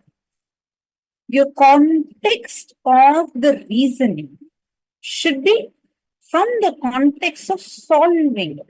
Meaning, for instance, let us say, let me take this example. You feel that life is very partial towards you. Why do you feel that? Because you feel you're very capable, you did so much of work, but your boss favored your other colleague who actually did not put in much work.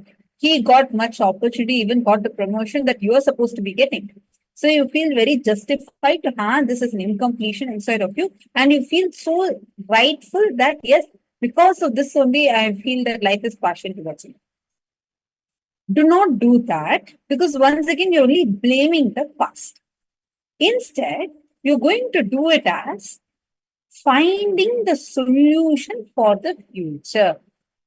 Your reasoning with your life, the cognition of your life. The why should not be based on your past, X. It should not be that. Then your life will only be like this. It should be based on the future. Only then you'll get that zeal, the zeal of life. Your why of life should not be based on the X. It should be based on the Z, the future goal. Are you all understanding this? So now sit down and kindly start writing this reasoning out. For example, this situation, you're going to identify and see, why am I feeling like this? Okay, the boss did like this, did like that, I agree. Is this the first time I'm feeling like this? No. Probably I would have felt the same thing earlier also. Let me trace that down. Or maybe it is the way how I'm approaching the project. Maybe I'm not friendly with the people. Find out what is the actual problem and sit and diagnose it. Please start it now.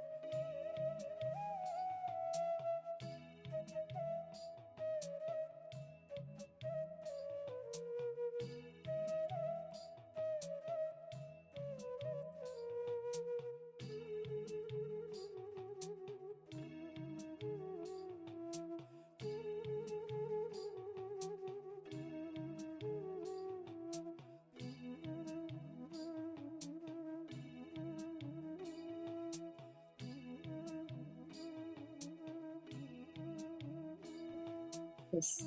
I hope all of you have written this down. See, now we all understood about how we are finding this wrong reasoning for our problem. Now, all these powerlessness, the emotions, the thought currents, the sickness, which can't be named by you or branded by you. There's so much of powerlessness that is there sitting inside of you, which is getting triggered each time. I request all of you to sit for a few minutes now and relive all that powerlessness. Please write down the incidents in detail and relive all that powerlessness. Please start the process.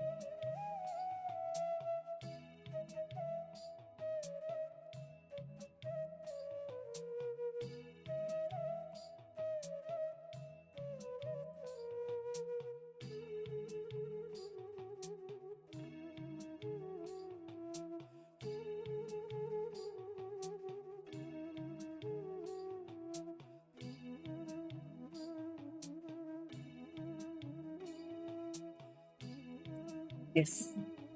Now, I hope all of you have finished. See, sit and intensely do the completion.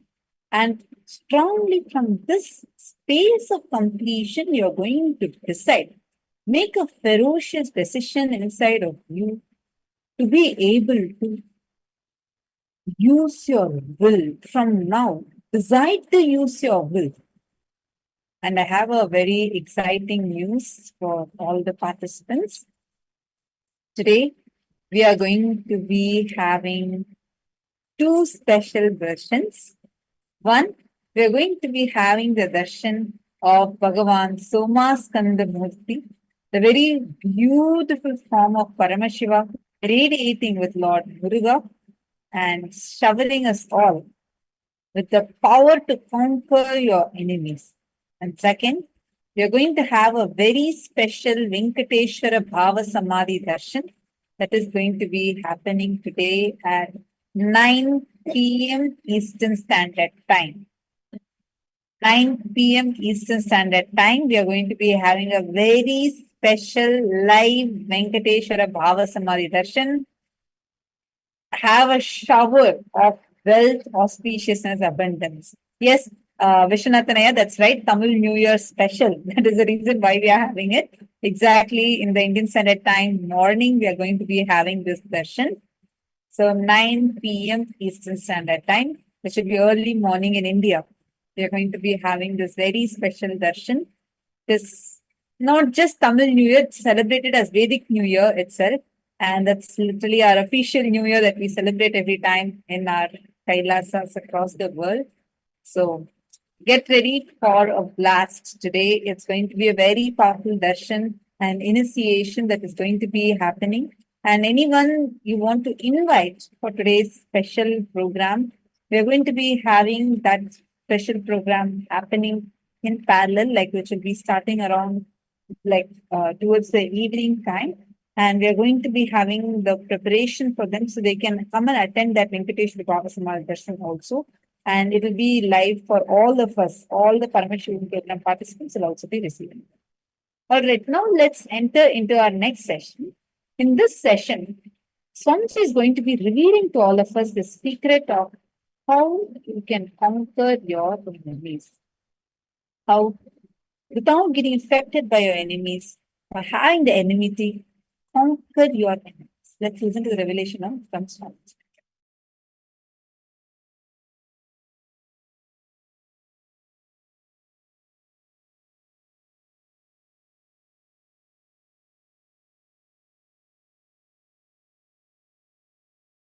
By Kartikeya and Subramanya Skanda, Kartikeya Subramanya Skanda, who is completion of Sadashiva himself. The story is beautiful. Story he destroys those demons and transforms those energies, makes them as his vehicle and victory flag.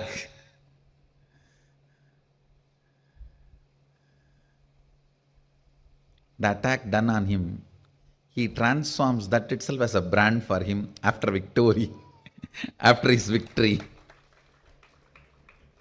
He conquers and converts the attack into a powerful energies to support him. He is today gracing with 12 hands on the Swarnamayura Vahana, the golden peacock vehicle. So he is ready, all for war, going for war, to come back with victory. It is not actually vada, means destruction in a way. He conquers and brings those energies under his control to support him in his mission. It's one of the most beautiful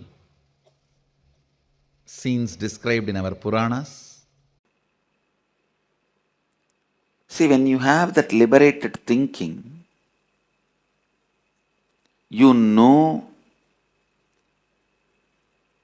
who are you you will become sure about you. You will become very certain about you. And you will become sure about who will be your friends. You will become certain about who will be your enemies. When you become certain about who is your friend and who is your enemy, you will also be certain about what your friends want from you and what your enemy wants from you. And you will also become clear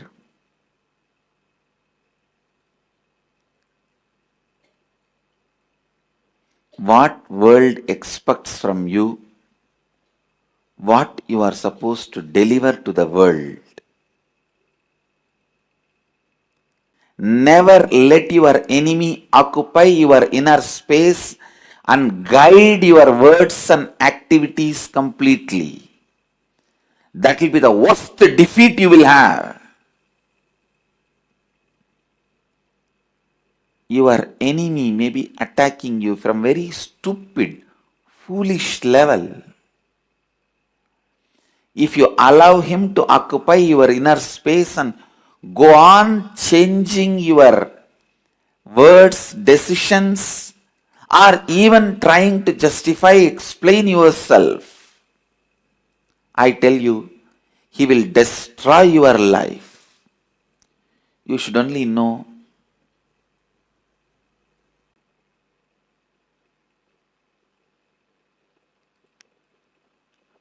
what is the world, the real world, wants from you. What is it you can add to the real world and enrich? See, it's like some floating plants will be floating on the water, small ponds, tanks. Sometimes you will not even know it is a water. It look almost like a land. How the floating plants cover the water and you mistake it for the land. These few stupid fellows who cherish enmity towards you, who harass you, will try to cover your eyes and show that they are the world. The moment you believe those stupid few enemies who harass you, abuse you constantly, they are the world, you lost your life. Because now they will be guiding you continuously. They will be standing in front of your eyes in every statement you make, every word you make, every action you do will be guided by them. That is what they want, then it means they won the game. Understand? You need to know what is the self, what is the world, what is the Ishvara, what is the humanity, and who is your enemy, and what is the world, the real world. I tell you, the more you cherish enmity towards anybody, the more you lose contact with reality. The more you cherish enmity towards anybody, anything, you lose contact with the reality, because the enmity is such. It constantly reminds about your enemy. Enemy looks too bigger than what he is. When he looks too bigger than what he is, you lose your sight on your life and reality, and you go on thinking, talking, working either to escape from your enemy or destroy your enemy. Both are foolishness. Neither you need to escape from him nor you need to destroy him. You just need to ignore him. Because he is not that big as you are imagining.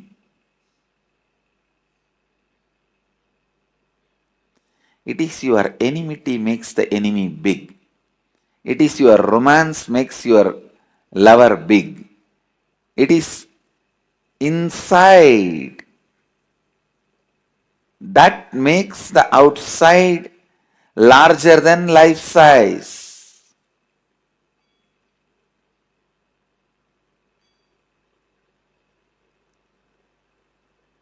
It is that which is inside that makes anything which is outside larger than life size. Understand?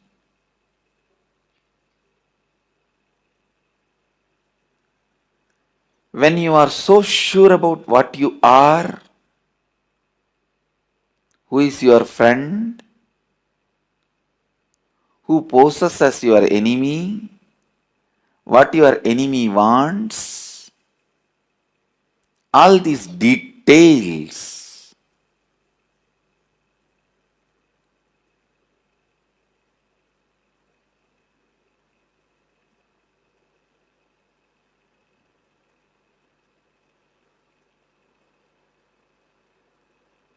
your very thinking will be liberating you.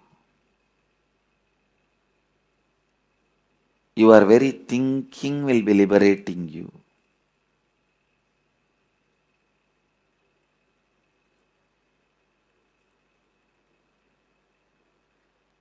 Your thinking can be binding you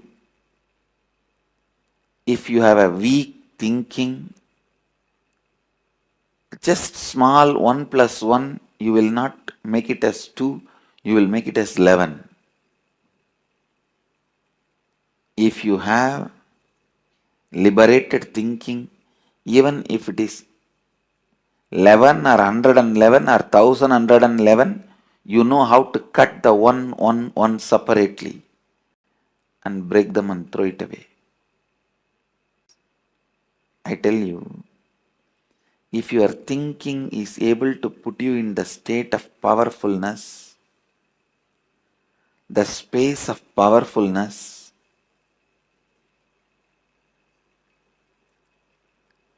if your thinking can keep yourself in the space of strength,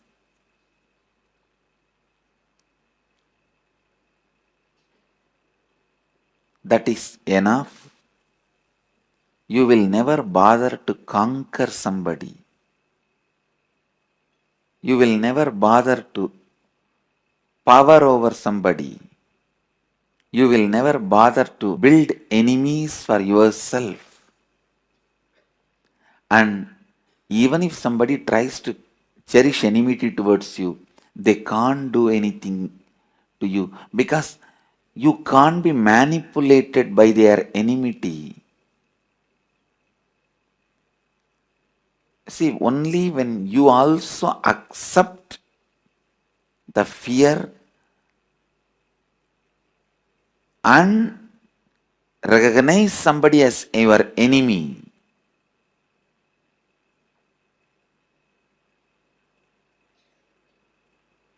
listen,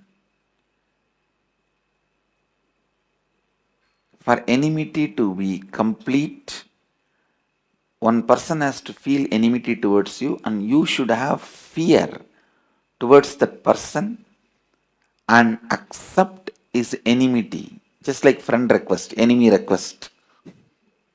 You should accept that. Only then the enmity gets completed. But if you don't have the fear and you don't cherish enmity towards them and you don't accept the enemy request, you can never be weakened. Even if millions of people cherish enmity towards you, millions of people may send friend request to you, but only the request you accepted, they became your friends. Same way, thousands may send enemy requests to you, but only if you accept those requests, they become your enemy.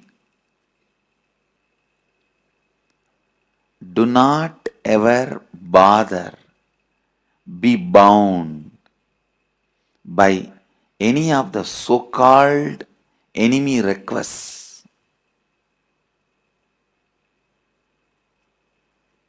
And I tell you, if you don't have fear and if you don't cherish them as enemy, no enemy can do anything to you.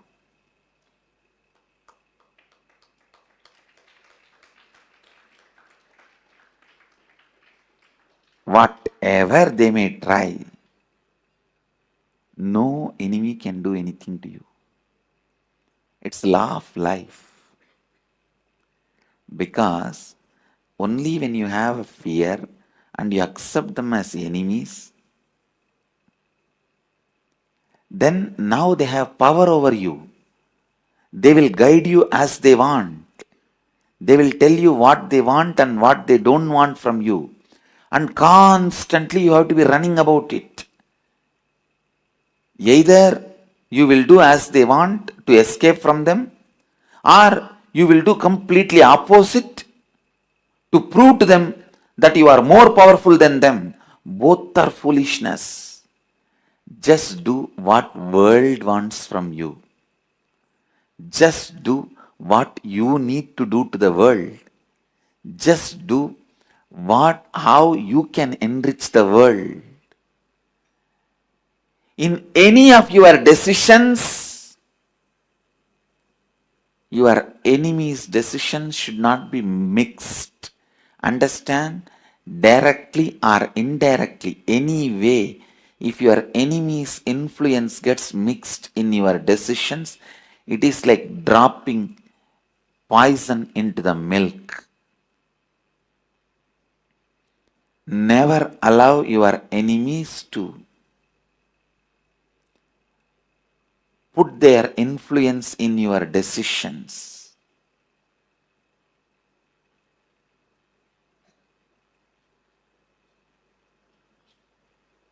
Directly or indirectly, if your enemy's influence is there on your thinking or decision making, it is equivalent to getting poisoned. Understand? It is equivalent to getting poisoned. Don't do just because you want to escape from enemy. Don't avoid doing just because you want to escape from your enemy. Or don't do just because your enemy does not want this. Or don't stop doing something just because your enemy does not want you to do this. Anyway, do not allow the influence of your enemy directly or indirectly into your thinking. Don't do something just to irritate them. Don't do something just because they don't like it. Don't do something just to show you want to do something against them. Positively or negatively, directly or indirectly, your enemies should never be able to influence you. That is liberated thinking. That is liberated thinking.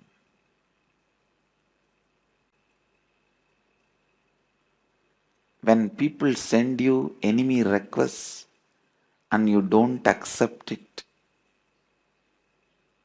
you terrorize the people who cherish enmity towards you. I tell you, you terrorize the people who cherish enmity towards you. Never accept enemy request. You see, after you accept the friend request, whether you like somebody's post or you comment, you give abusive comment or right comment or wrong comment or bad comment, he is your friend. Same way, the moment you accept the enemy request, whether you do as he says or whether you do opposite to what he wants, he is your enemy, you are gone. Just don't accept enemy requests.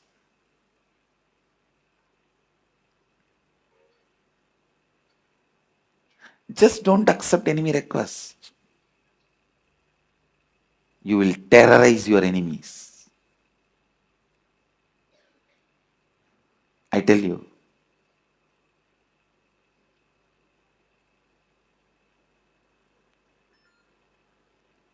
Sankhya teaches you the science of liberated thinking, where no one can have influence over your thinking. No one can have power over your thinking.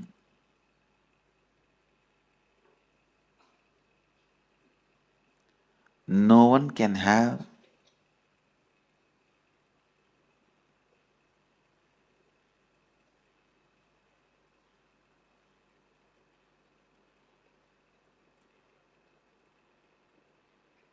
any say over the way you think, act.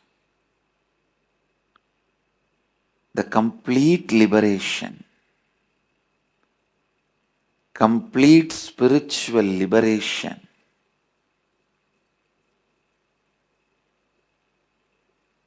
you will experience when you do not cherish, when you do not accept enemy requests.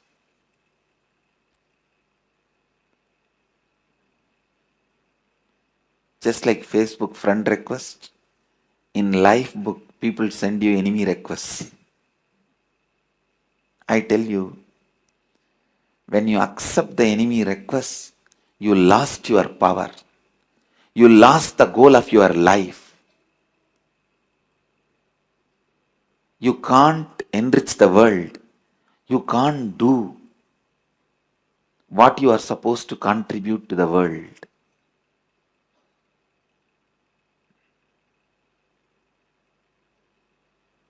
That is why I always tell people, whoever cherishes enmity towards me, I never say my enemies, because I never accepted the enemy request. I never reject any friend request and I never accept any enemy request. I don't reject any friend request anywhere in the world, and I don't accept any enemy requests.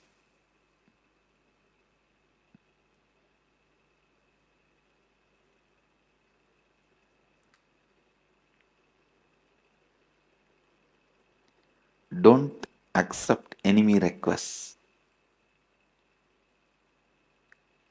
It will distort the way you think. Like vendetta politics takes away the growth of the nation. Where you need to contribute, you will not be able to contribute. Next, one story from my own experience, my own life. When multi-layered attacks from multiple gangs done on me, all I know is I am Paramashiva, I cannot be destroyed. All these attacks which comes like a destruction, I know how to just change them and be in the space of rejuvenation.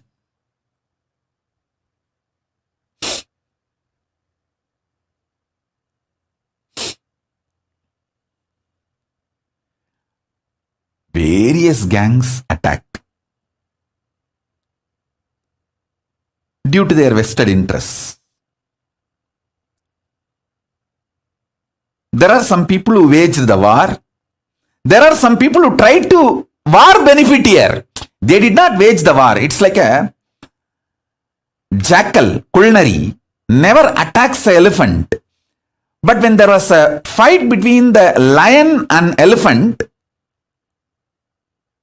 if the elephant is not able to walk and collapses, this jackal goes and, this culinary goes and tries to eat the flesh of the elephant.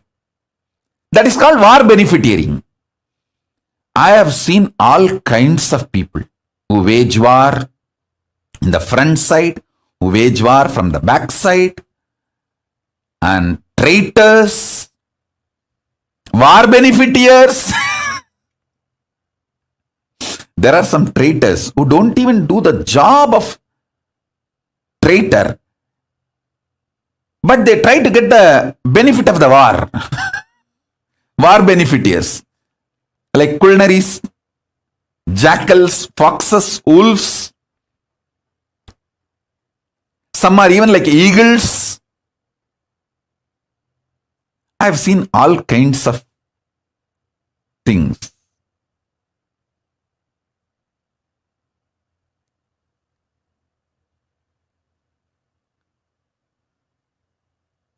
I don't even want to name those gangs, groups which attacked, because listen carefully. This is one of the most beautiful strategy of Krishna. It doesn't name his enemies. Why you know? He says, hey, because many times who try to attack you, they think you are weak, so they attack you. But when you prove you are strong and successful, they change their strategy and they decide not to be your enemy anymore. But if you name them as enemies, because they have to defend themselves, protect themselves, they continue to be in the space of enmity. If you don't name the enemies, many people lose their enmity and carry on with their life, and they are no more in your enemy list. Listen, this is a different plane. Revelation. So a king, a leader should never name enemies. He should only handle the attacks which comes in front of him.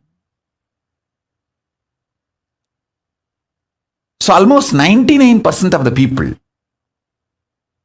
drop their enmity and carry on with their work if they know that enemy is too strong with whom they are trying to fight. Everyone tries to attack only the weak people. But when they see, wow, he's too big, nothing can be done. Come on, carry on with our life. Go. A good leader never names enemies.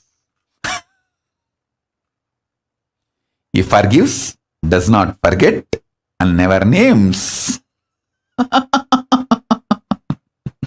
That is what Paramashiva, having alahala, poison in his throat, neither goes inside. Means, see, poison going inside means like he has to react. Neither goes inside, nor he spits out, neither he utters the name. So, neither I allow my enemies to destroy me, nor I name them. They are there just in the throat, in Ganta. That's why Neela Ganta. Mahadeva never allows the poison to kill him, nor he names out. I forgive and I don't allow anyone to destroy me. I don't forget and I don't name. Multi-layered intelligence and understanding needed for any leader. If you want to become a leader, take this same strategy. Do not allow your enemies to destroy you. Forgive them, because if you don't carry the anger, vengeance, you will live your life. You will not be living the life fighting with them or the way they want you to live. Listen, engaging in a war means you are living the life they want you to live. So they become the master of your life. Don't allow. Not responding to the duels of Dvandva is the strategy for success. Whenever your mind tries to internally fight with you, with your self-doubt, self-hatred, self-denial, even inside you, use the same strategy. Understand? The enemy who is attacking you from outside and the enemy who is sitting inside you and attacking you, your self-doubt, self-hatred, self-denial, both are one and the same. Don't try to respond to them. If you start conversation with your SDHD, self-doubt, self-hatred, self-denial, you have started losing argument. You have started losing war.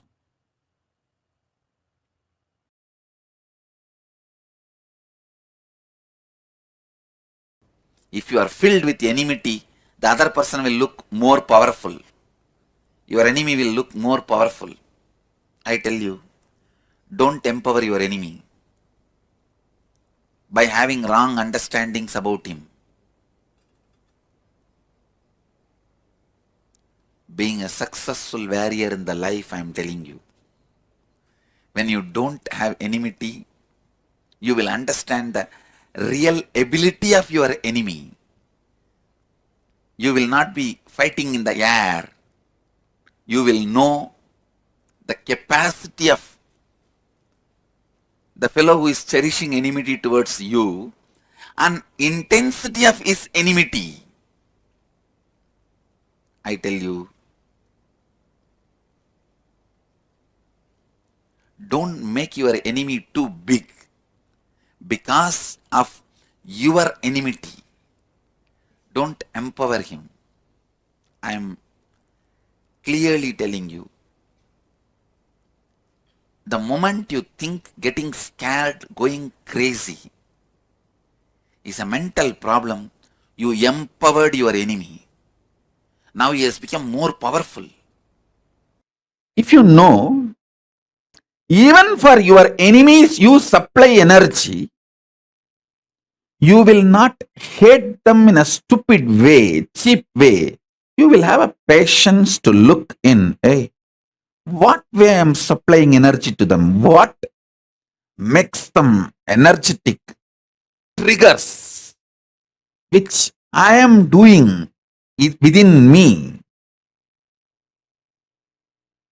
When you look at this very patiently, you will understand you suffering triggers them to attack you more.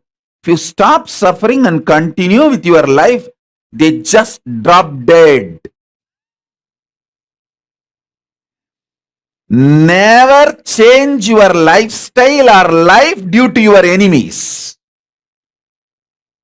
Increase the smile, joy, excitement, intensity. Listen. If you ever change your lifestyle, because your enemies are criticizing you, abusing you, attacking you, gone. You have supplied energy to them. They are going to bully you more and more. When my enemies attack me for wearing gold jewelry, I make a gold throne also for me. Not only I don't bend because they criticize me, I expand. They get frightened expectant to see my expansion and energy supply to them stopped. And if they criticize me more for wearing gold jewels and gold throne, I'll make the dress also in gold fabric. That's the next thing I'm going to do. They know that. That is why they are just keeping quiet. Oh God, now he has announced, by the end of this satsang, I will have 10 people sponsoring me, 10 full set dress made out of gold. I'll read out the messages.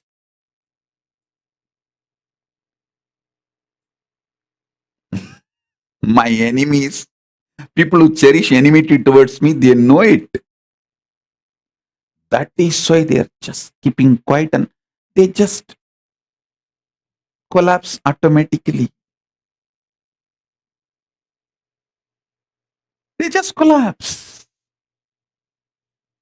I tell you, don't hate your enemies.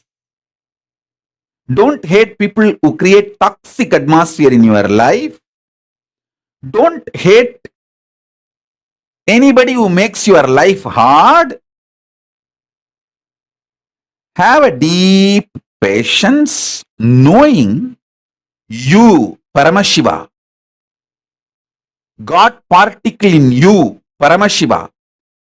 It is you who is supplying material even for your enemies to be energetic, alive, active. Then you will understand how you are supplying energy to them. When they see they are successful in their efforts by depressing you or reducing your expression, your life focus, distracting you or slowing down your speed, when they see all that, they get energetic. The moment you understand that, that clicks with you, you know how to keep yourself excited, energetic, intense, active, without supplying energy to them, without letting their motive get fulfilled. You know how to manifest you. That is enough. The people who cherish enmity towards me will just collapse and they will stop. They will not feel energetic anymore.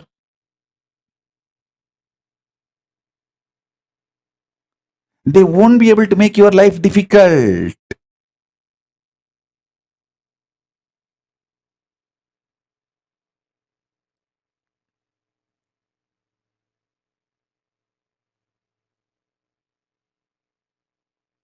Actually, all these gold jewels I wear as a responsibility to demonstrate Hindu traditions. That's all. I am neither attached to it, nor I hate it. I am just untouched by it. People who lived around me will know, the moment satsang is over, public program is over, I will remove everything. I will just be like Ramana Maharshi. My Paramashiva space, on my body only one will be there, that Atmalinga Kandi. That's all. The Atmalinga I always wear on my body. Other than that, nothing else will be there. And one Devi's Prasadam, Shakti, I wear that. Other than that, you won't find anything on me. Listen. But I never allow my enemies to bully me or my lifestyle.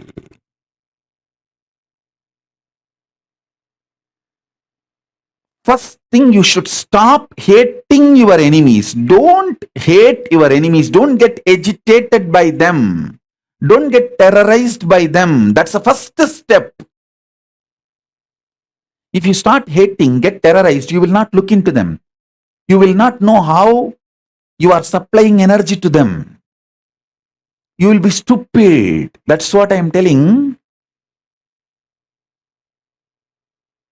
If you are stupid, you won't know the route, the method through which you are supplying energy to them.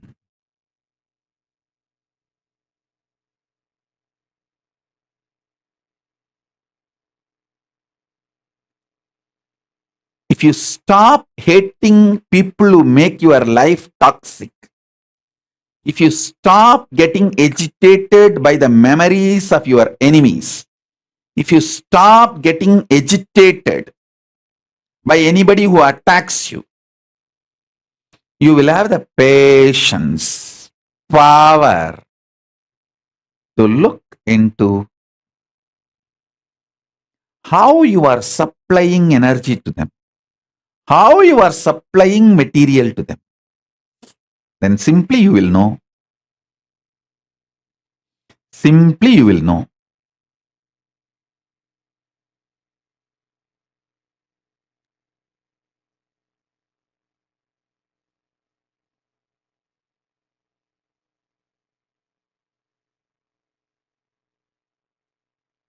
How you are supplying energy and how to stop supplying energy to your enemies, to your delusions.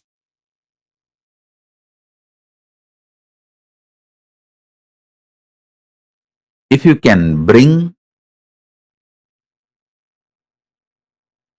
little bit of peace, unclutching, silence, patience, shanta in your inner space working. I want all of you to know, no problem you perceive can be sorted out by thinking. I guarantee. Drop the false idea. You can solve your life problems by thinking. No! You can solve all the problems of your life by bringing silence in your inner space and making the problems redundant. Hey, listen. Whether inside you or in your life, if you win your enemy, that is not the ultimate victory, because some other enemy is going to come. Some other enemy is going to come. Somebody else is going to come up with weapons. If you make your enemies redundant, that is the ultimate victory. That is the ultimate victory. Life is the Navarasa Nataka, Navarasa Natya, between what you believe as you, inner image, what you project yourself as you to others, outer image, what others actually believe you, others' image, what your enemies are trying to project about you.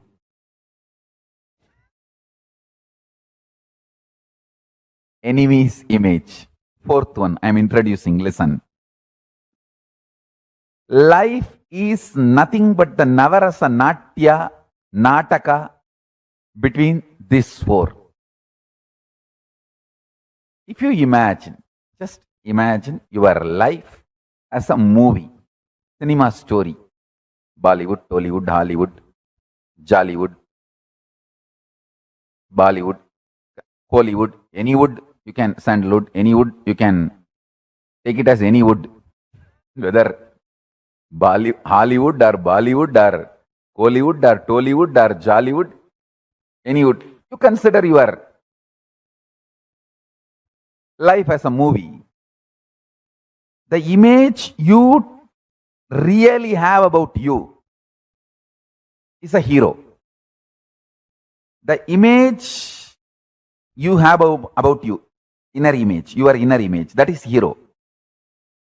The image you project about you to others, outer image, that is heroine. The image your enemies want to project about you, build about you, that is a villain. The image actually others believe is an audience. Understand?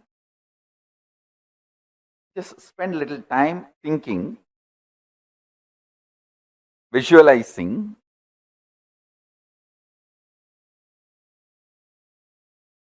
This example.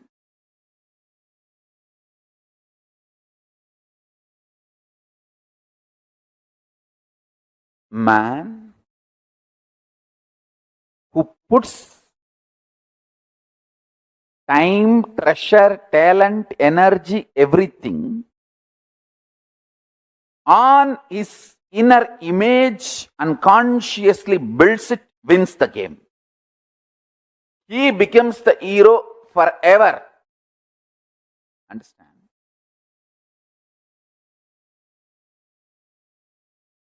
Movies' climaxes are not conclusions.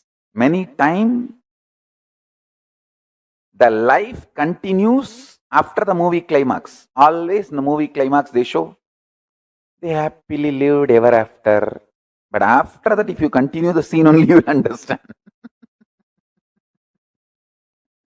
Understand? Climaxes are not conclusions. Anybody wants heroic conclusion about your life, put your time, treasure, talent, energy, everything on working on your inner image. Understand? Your inner image is the conscious blueprint of you. Even if it takes 6 months, 1 year, 2 years, spend time on it and make it happen. I tell you. I really tell you. Simplest thing. If you can just conquer your junk hungry pattern, not even your hunger for real food, your hunger for junk food. If you can conquer even 1 or 2 patterns, like stop this stupid non-veg, stop this destructive plastic food, food-like products, not the real food. I can list many things. Food-like products, but not real food. But it can create a strong pattern of addiction in you. It can send a strong signals inside your system demanding those same food to be supplied to you. Understand? The visual and the taste and the way it shakes your whole nervous system and decision making system.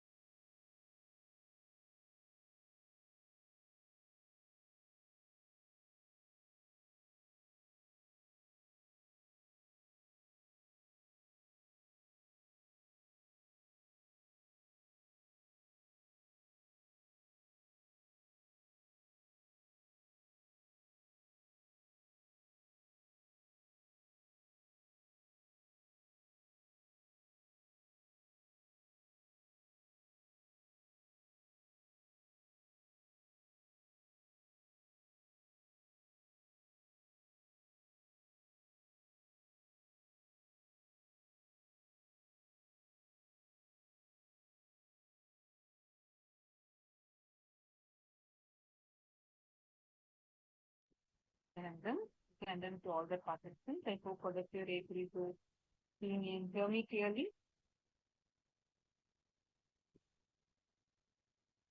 If you're able to see me and hear me clearly, request all of you to please post it in the chat.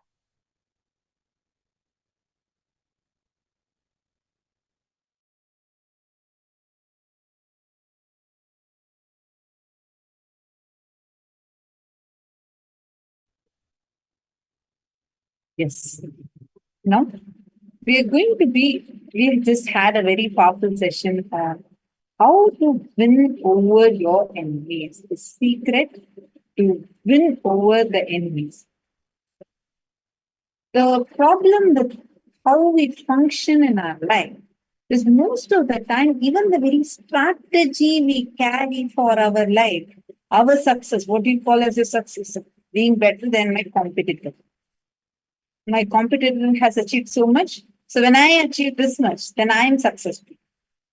Come on, you all think like this, am I right? How many of you are able to relate with this? This kind of a thinking that we all generally carry. See, man who puts time, treasure, talent, energy, everything on his inner image and consciously builds his inner image, he becomes the hero forever.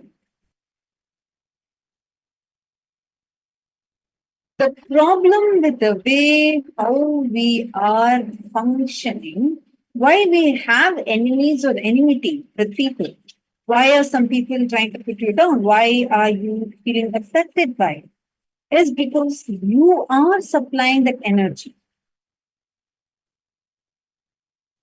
When you are taking some time and when you look at this very patient, you will understand your suffering triggers people to attack you more and more. If you stop suffering and continue with life, they just drop dead. Never change your lifestyle or life because of your enemies. Increase the smile, joy, and that ecstasy that you carry, the excitement that you carry in your life. Listen to this very, very, very carefully. How many of you have this problem about having enemies around you? Enemies where they are having some kind of control over you, or you have competitors. It can be in any level.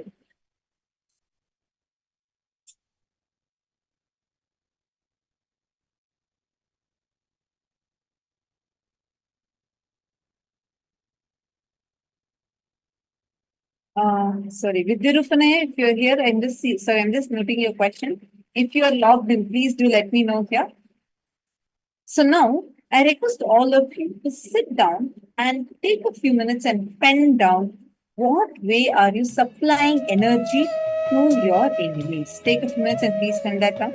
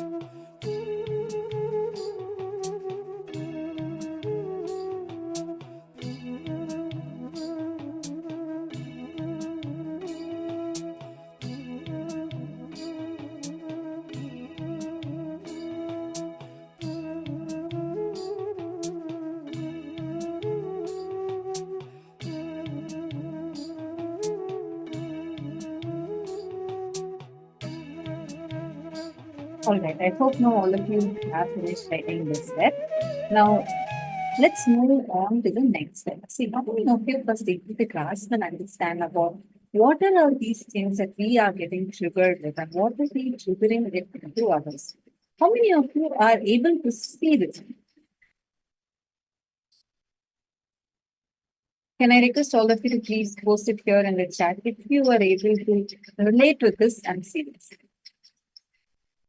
And all the participants that are sitting here with us, take a few minutes and please post each understanding that clicks as you're getting it.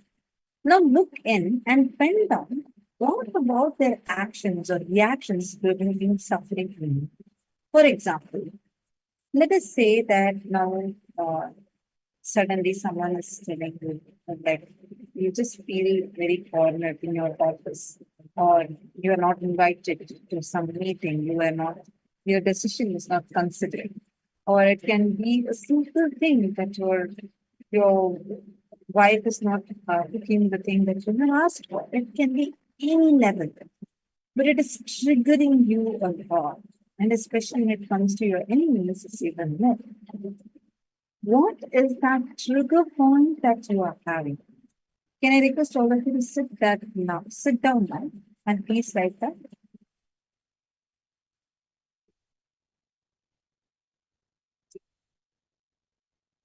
Kindly please write that down.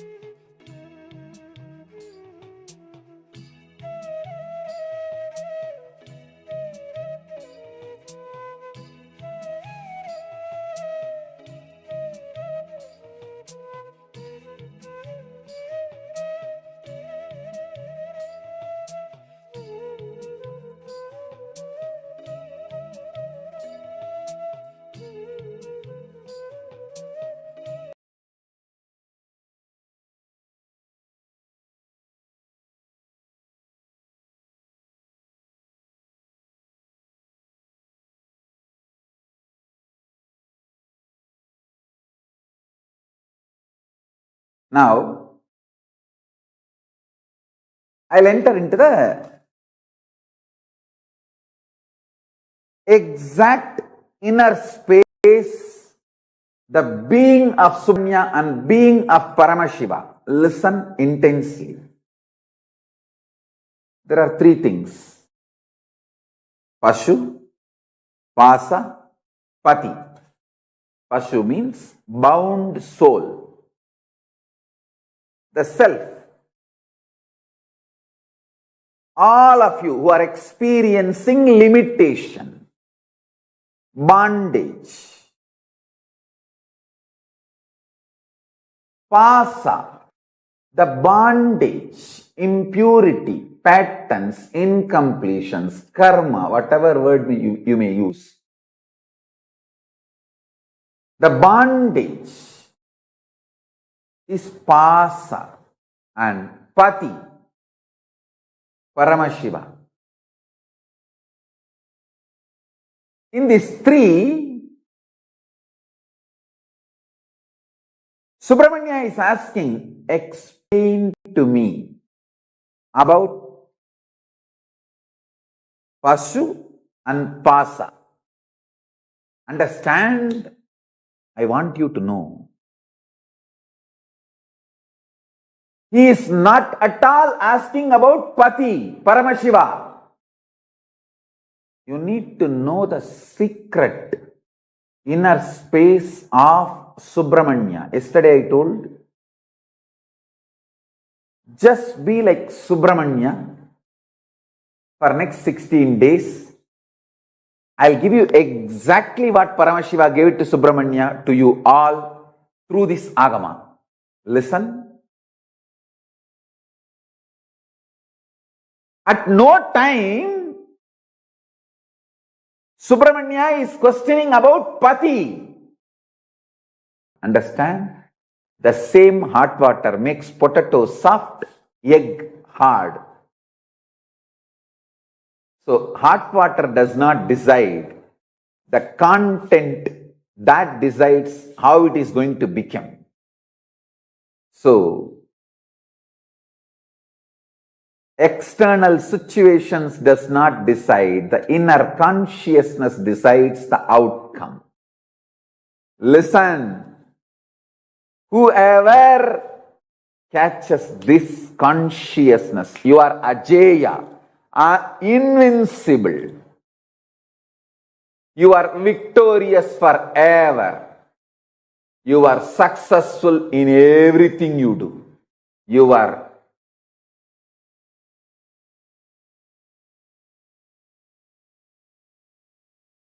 invincible. Listen. Just this one lesson. Learn from Subramanya.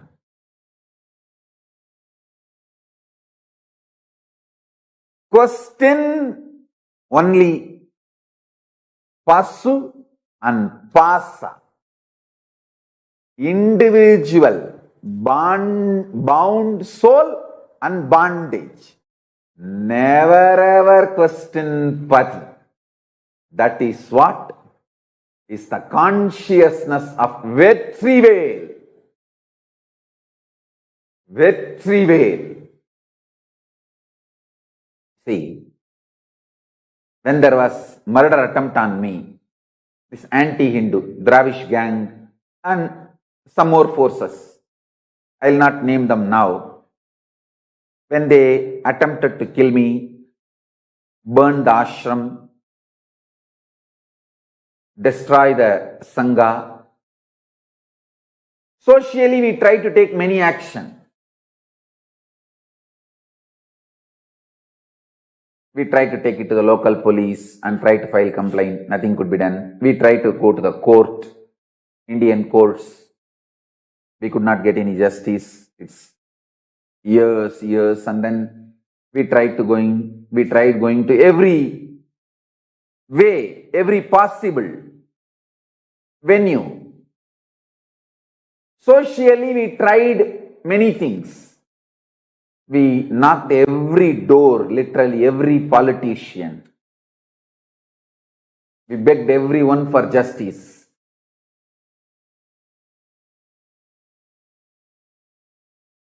Socially, how we try is one.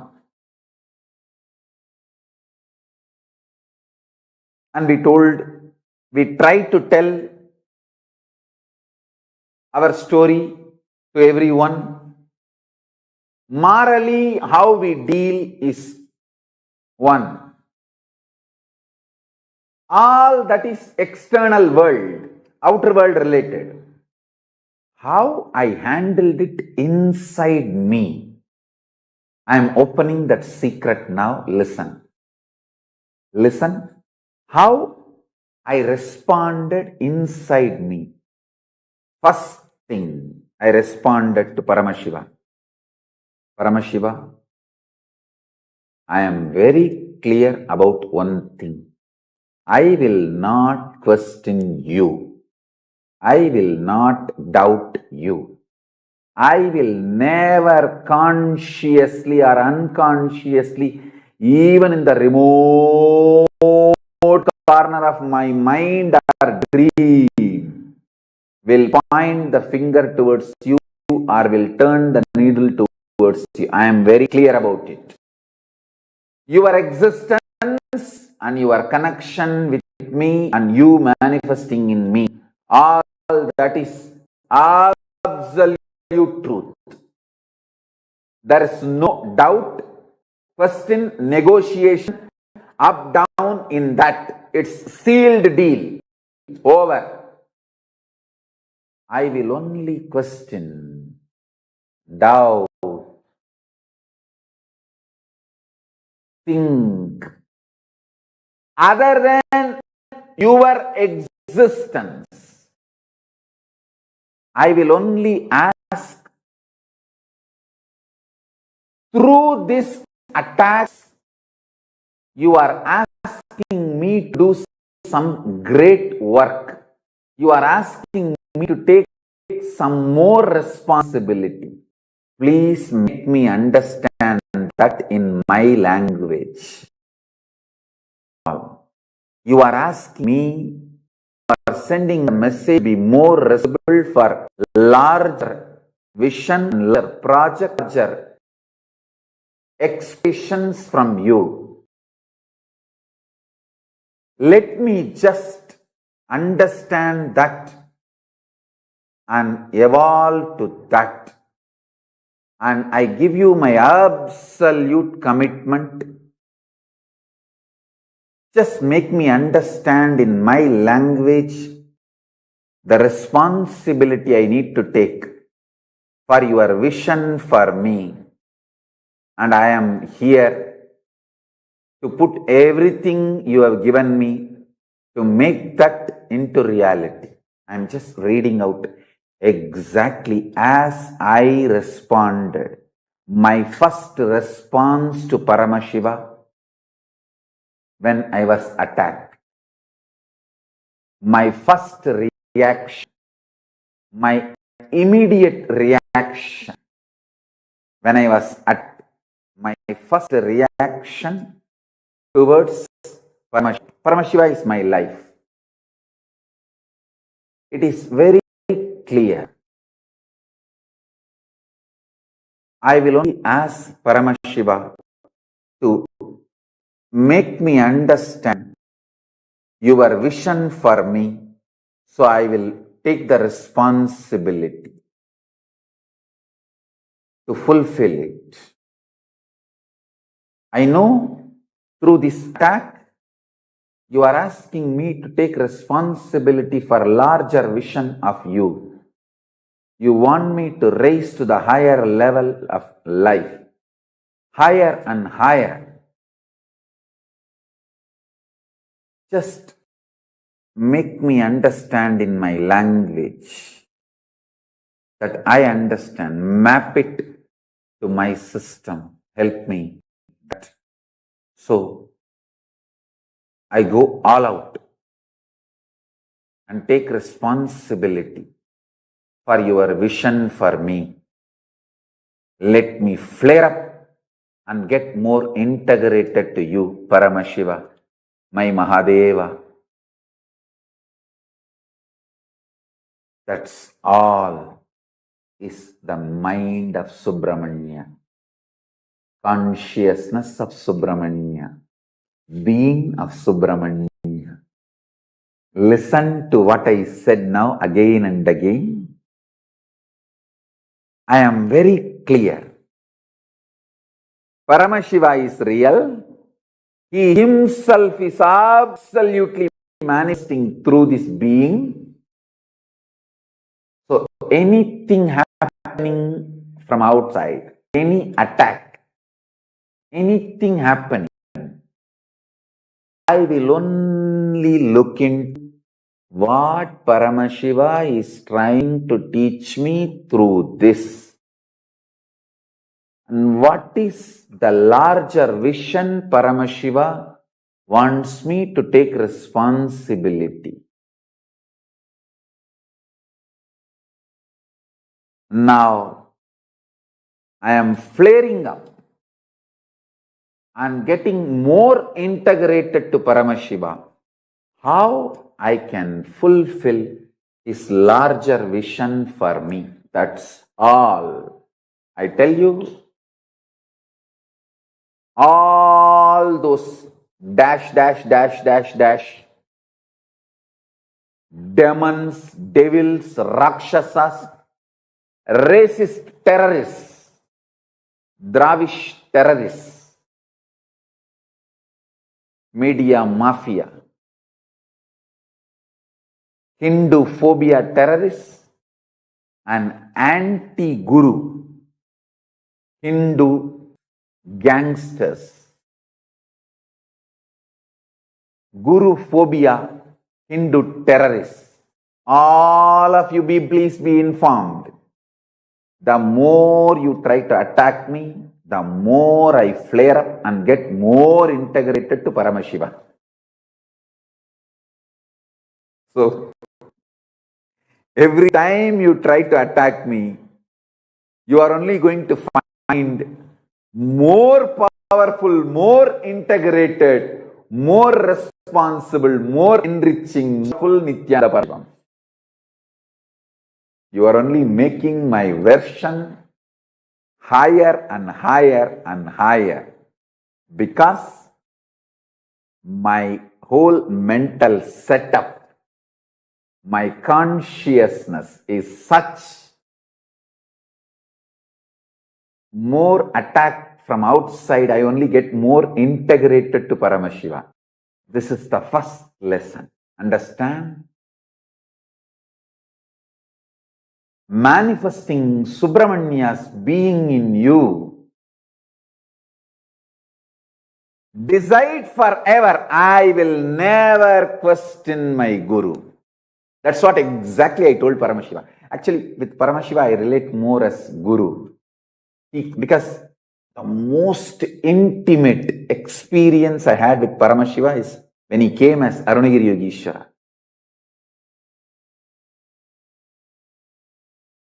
That's the ultimate intimate experience I had. So even now when I remember Paramashiva, I remember only as Arunagiri Yogishwara.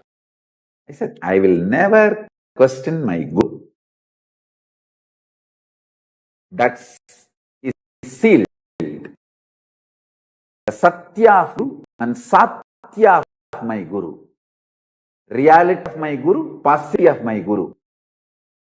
No question about it. I will only question the Pasu and Pasa. What way I am supposed to become more responsible to tune myself to your vision for me? How can I manifest your vision more? Be more responsible, be more integrated to you, be more authentic to you. That's it. Make me understand in my language. I am here all out 100% with ferocious tyaga to burn myself,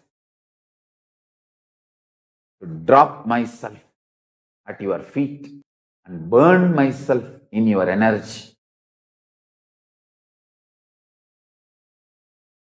And with this ferocious tyaga, I am here to become part of your larger vision. That's it. That's it. I am here only to question phaleṣhu and pasa about bondage and bound soul. Over. Nothing else. Nothing else. Will never ever question Pati's reality and possibility.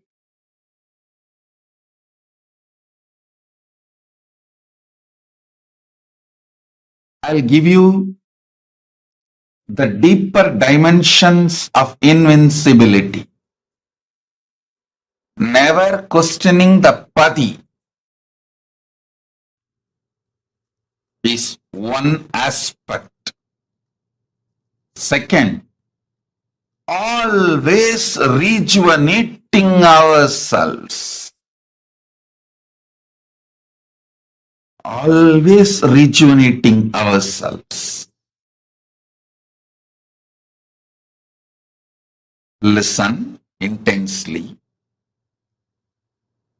Third, you should understand deeply. Winning or success is a habit. Be very clear. If you break early morning laziness, wake up in Brahma Muhurta and start doing yoga, I guarantee you will break all your boredom patterns, non-involvement in your business and career. You will have a big breakthrough. It may not look logical superficially. If you practice, you will understand.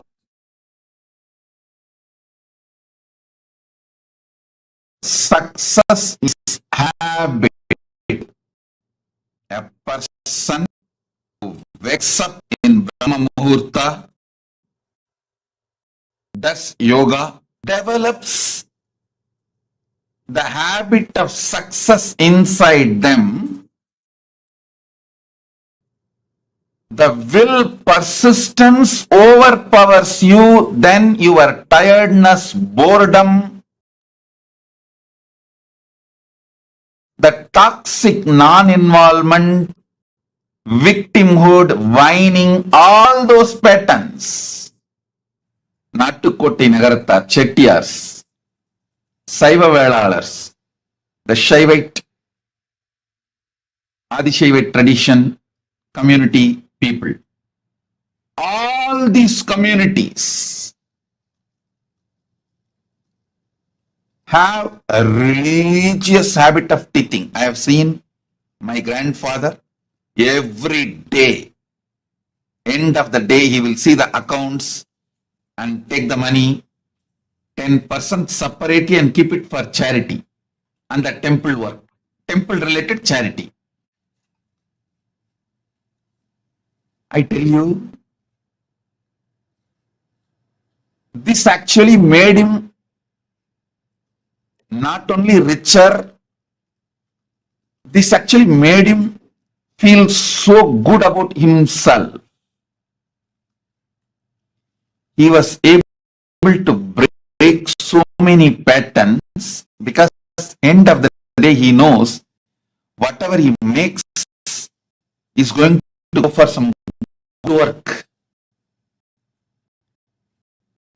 Listen, feeling good about yourself, your purpose, your existence brings healing, strength, power inside you. That is what source of invincibility.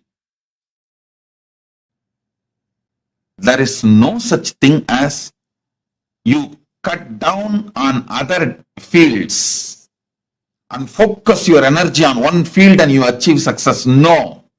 Many times people try to tell, Swamiji, I wanted to focus on my business and achieve success. So I stopped doing yoga, puja, stopped going even to our temple. I'm focusing myself on my business. Nothing will happen, I am telling you. I am telling you, nothing will happen. Success is habit. It has no other shortcuts. If you are breaking the pattern of morning laziness, tiredness, and start doing yoga, you will break all patterns of non-involvement and you will develop your relationships in a best way. You will develop your business in a great way. You will have enough time for your spiritual practices, visiting temple, volunteering, doing seva, everything. Listen.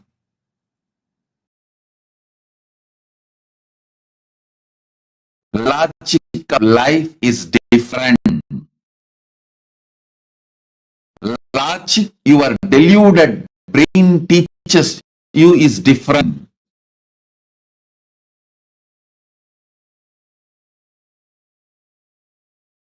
I have always seen when you break your laziness and start doing yoga, the time you spend with your family becomes a quality time. You precisely know how to engage with each one and how to inspire each one. Understand? Once you allow toxicity to settle in you in any form, tiredness, frustration, boredom, anger, that why should I do so much, all that, what am I going to gain by doing it, that bargaining tendency, or whining, victim card, anything, any of this toxicity patterns you get into, you will destroy your body, your mind, your family, your career, everything. If you break one pattern and decide to be active with temple, any one health, you will see that you are breaking all the other patterns. So, success is not lottery. Winning is not lottery. Success or winning is habit. If you understand that, you will do naturally the morning yoga. You will have enough quality time to connect with your family and strengthen the relationships. You will have a quality time. Build your family. You will know. See, when you enrich people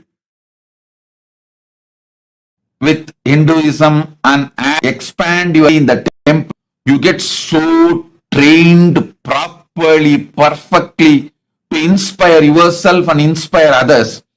You will simply build a team for yourself and you will become a leader. You will become a natural leader. I tell you, our Sangha, KAILASA temples are training grounds for all of you. I have put all the investments and giving you free training. What 10 MBA cannot give, 100 training courses cannot give, I can give you if you just go to our temple and enrich 10 people. Start talking to 10 people and enrich them, bring them to PSM or temple and connect, expanding the temple activities. I'll give you experience of more than 10 any training workshops. Because what I do is a hands-on training. When you start talking to others, enriching others, answering their questions, you will have clarity and you will suddenly feel inspired You will have so much of energy. That energy of invincibility will start oozing in you. Understand, success is habit. If you are successful in morning yoga, you will be successful in building Sangha, successful in building your family, you will be successful in building your career, you will be successful in building your spiritual practice, everything. Success is habit. I have seen in our Sangha, the active heads make everything successful around them. Health, family, wealth, career, everything they make it successful. People who try to bargain, negotiate, bring all toxicity, whining, victimhood, whims, all the stupidity. Not only they fail in their temple responsibility, they fail in family, health, career, everything.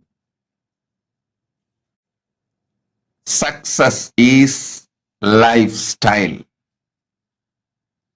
Success is habit. Either you expand or you shrink.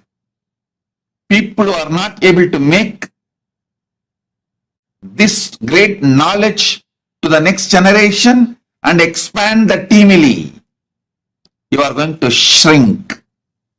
It is not that like you will be stable, stagnant. Oh, let the kids do what they want, I will do what I want. No, that doesn't work in the life. Slowly, you will also start losing trust on these great principles. Either you get inspired, start taking this Hinduism to everyone, so you will teach for your kids also. You will also be more and more enriched, active, strong, feel that energy of invincibility. If you don't teach for the friends, family, your family, with your colleagues, your office, people whom you meet in your everyday life, if you are not going to teach them, enrich them, you will not enrich successfully your kids, next generation, and same way you will not even enrich yourself.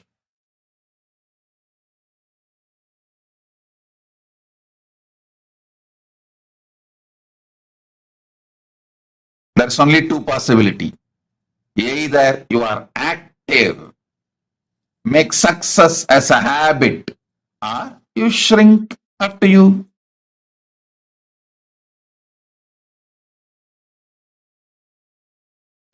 So understand the three important component of Ajeyatva is first, never question the pati. Next, make sure you understand this great principle of success is habit. Success is habit. It is not just like a lottery, one-time incident in one thing.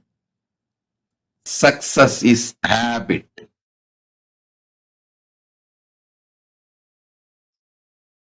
Life is all about the strengths you build inside, the powers you build inside, the identity build inside, the consciousness you build inside. So outer life is just expression of the strengths you build inside.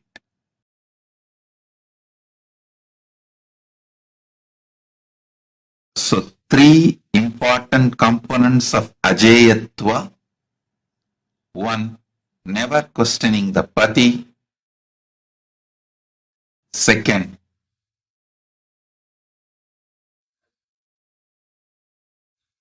making success as a habit. in every field, in every level, in every action, in every aspect, in every dimension of your life.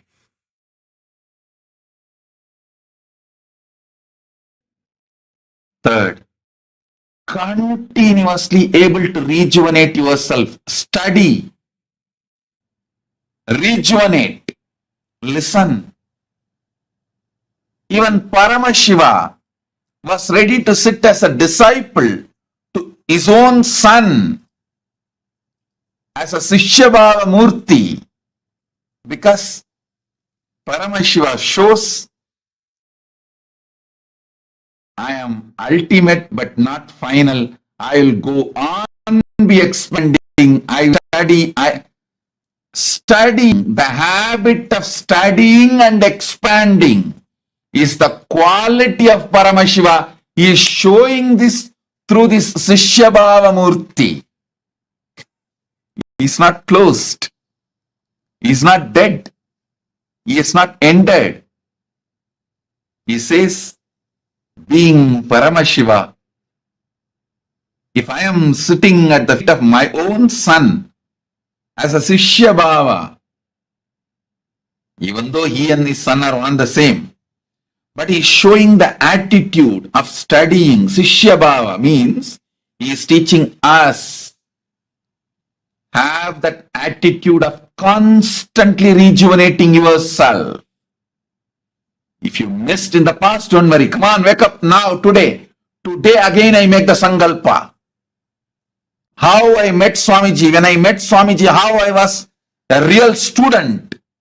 The beginner's mind I had. Let me restart with that beginner's mind. Teaching the great truth of the beginner's mind, Paramashiva manifested Sishyabhava Murti. Sishyabhava Murti is the symbol of beginner's mind. If you are choosing beginner's mind today, raise your hand. I am here to bless you with Ajeyatva.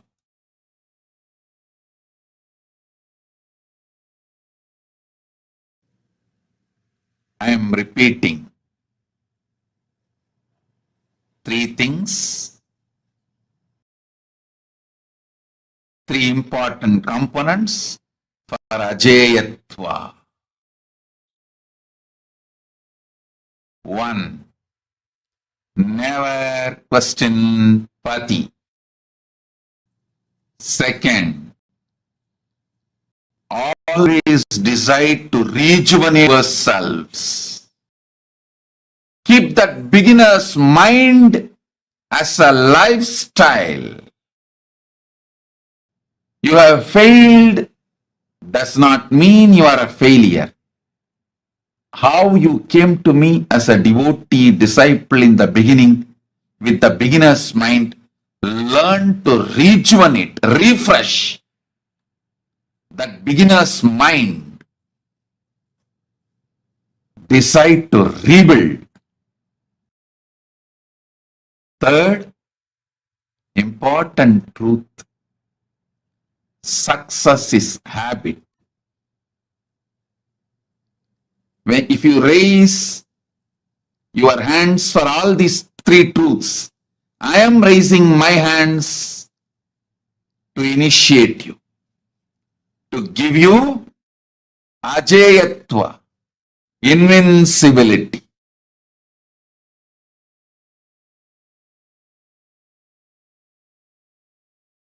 Invincibility is achieved through absolute non-violence. Invincibility is achieved through extreme powerfulness, love, tyaga.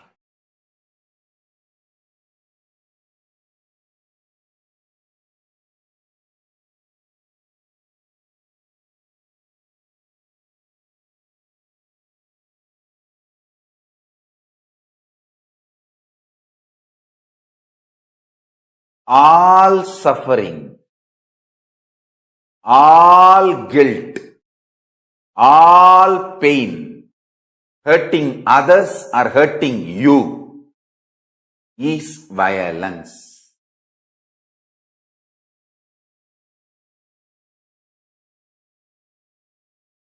The more you renounce violence, the more you establish in love, the more you manifest Tyaga. Paramashiva gains confidence on you. When he gains confidence on you, he showers all the best things on your life.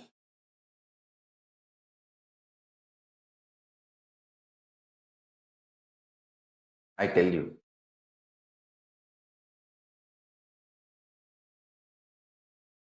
Just clean up all the cobwebs you have inside you. The stupid cobwebs you have is you have been exploited. So much injustice is done to you.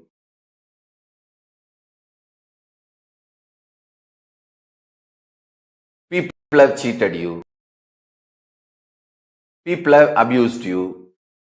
World has exploited you. I tell you.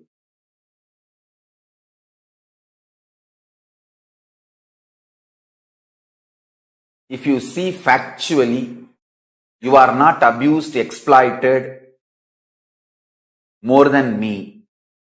How much I have been abused, how much of injustice has been done to me, how much of attacks have been done to me, you have not suffered more than that, anybody.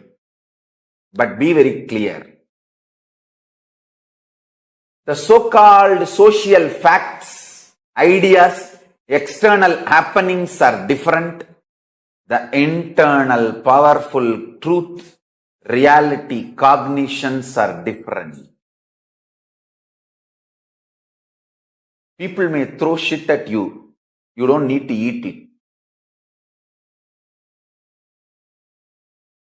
You don't need to eat it.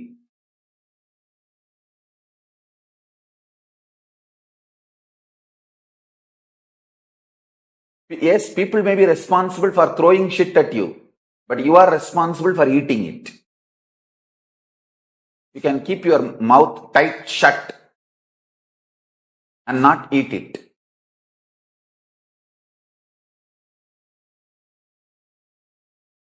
I am telling you, from the smallest level of not getting violent reactionary assumptions to your day-to-day issues, like a word from your family or team or others, or even not just word, your idea, hey, this fellow has anger, violence on me, he is destroying my career, she is destroying my life, she is destroying my income, he is destroying my family. Constantly presuming, assuming,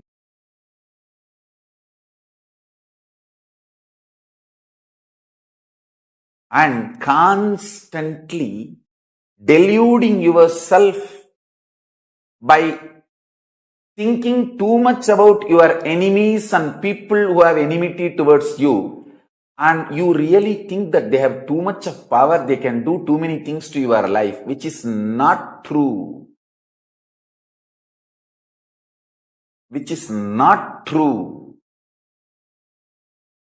You really need one drop water from AC machine, not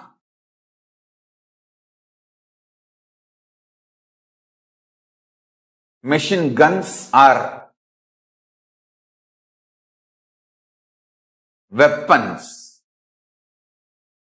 to kill your enemy. You don't need machines and weapons to kill your enemy. You just need one drop water from leaking AC machine to wake up from your stupid dream, delusion. Understand? this great blessing and stability comes from intense feeling connection with the Guru. The sincerity to Guru makes you absolutely sincere to life positivity. See what I am? I am just extreme life positivity. In every situation, how can be life positive? How can be life positive?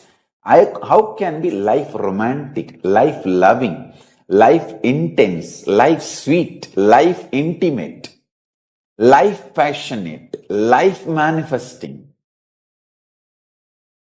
In every moment, I will only look in that direction.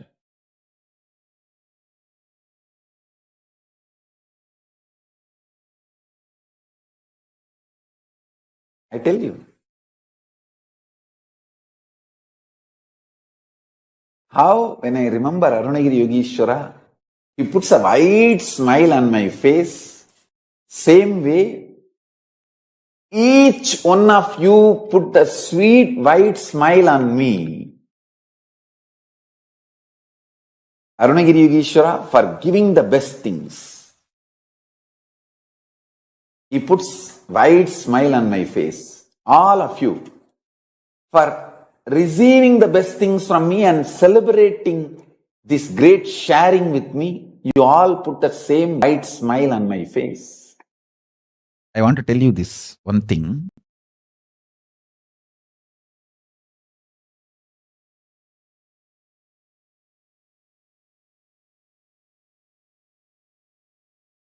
Raghupati Yogi is a great yogi.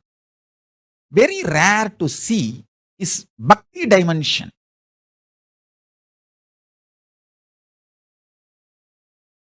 He is very secretive about his devotion, bhakti dimension.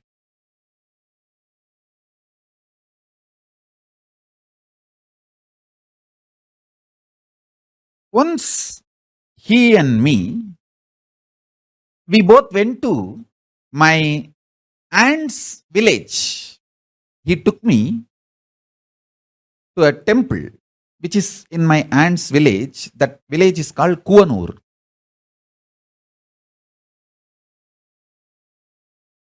We went to one Vishnu temple. It's called Adi Thiruvarangam. And then another one Shiva temple which is in that village Kuvanur. We went to both the temples and we stayed 1 or 2 days with my aunt, pre-monastic aunt. And he used to stay in the temple and I'll stay in the house and go also to temple to be with him. And few days, one of my aunt's relative, of course my pre-monastic relative also, his name is Paramashivoham. He had 2 wives. One wife is from Tiruvannamalai. First wife did not have a child, so they did a second marriage. In those days, it's a tradition. When first wife doesn't have a child, they will have a second marriage done. But after the second wife came and second wife gave birth to a child, first wife also gave birth to a child. So they both lived happily. That's not a big problem. Maybe small little, some problems will be there, usual, the household issues, but there is no big issue. They both lived in the same house. But the second wife is a very sweet person. She will always keep herself very happy and very matured and such a welcoming way, not only for her husband, for the whole family.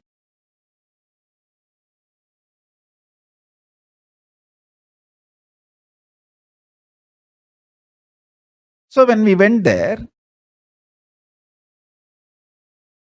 he came to that second wife's house.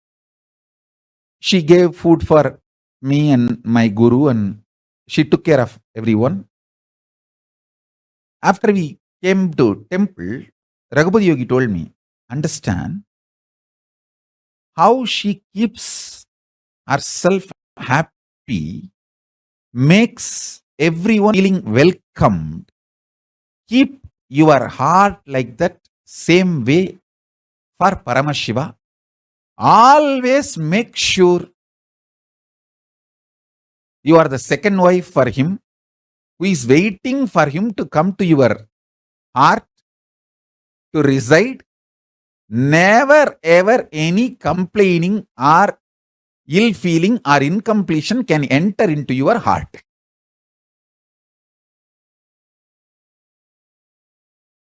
He gave a very beautiful example. It's very rare Raghupati Yogi talks about bhakti because he is a great yogi. I have heard only the teachings of yoga from him. Very rarely I heard the teachings related to bhakti.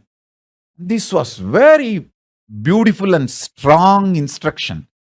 From that time, I always keep myself, my heart, as a space for Paramashiva. When he comes, no questions asked. It's a place where he enjoys. I am in absolute peace, bliss, joy, just to make Paramashiva feel welcomed in my heart. The saucha of the body means cleanliness of the body, hygiene of the body, santosha of the heart, both to invite Paramashiva, welcome Paramashiva, and for him to be happy, blissful. Listen, I'll give you the precise technology now. Sit and pen down 25 incidents in your life when you flared up, you questioned Shiva, Guru, you questioned the pen down those incidents. Decide ferociously never to question Guru, but to question the soul, bound soul, and the patterns, bondages. With this powerful cognition, complete all the 25 incidents. And if you question the bound soul and the patterns, how the solutions will flower, start manifesting that. Today's homework is this only. Make Subramanya consciousness to receive Sarvajnanotrahama.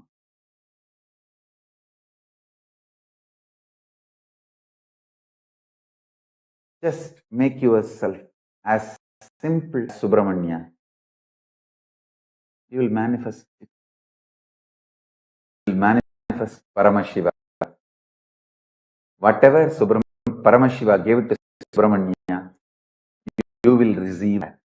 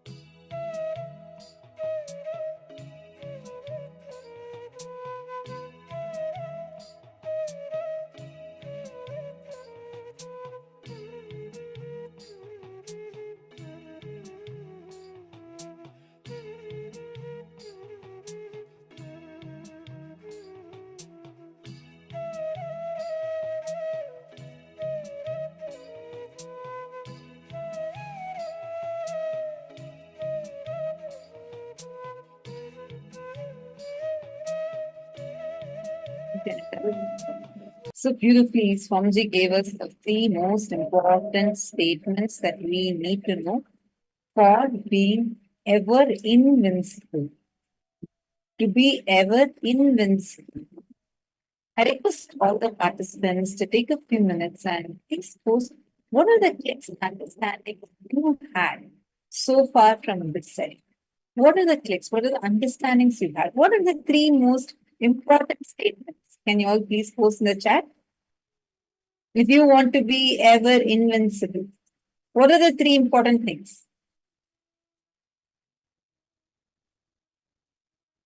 Come on, all the participants, please come in front of the camera and settle down. What are the three most important things? Actually, Swamiji will say how even when the most crucial, like very unimaginable things, the most crucial situations where there were no options, like there's like literally no solutions, even at that time, never once Swamiji ever questioned his heart. Never questioning Paramashiva, never questioning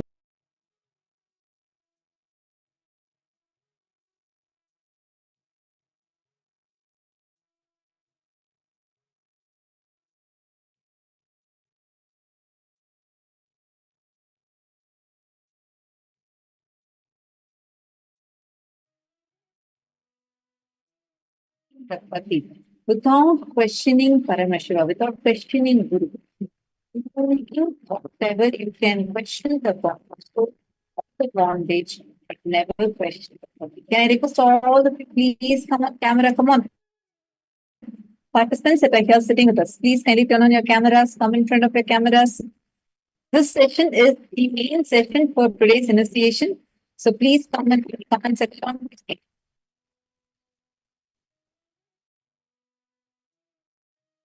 Very ending preparation today. We are going to be handing out energizing everything.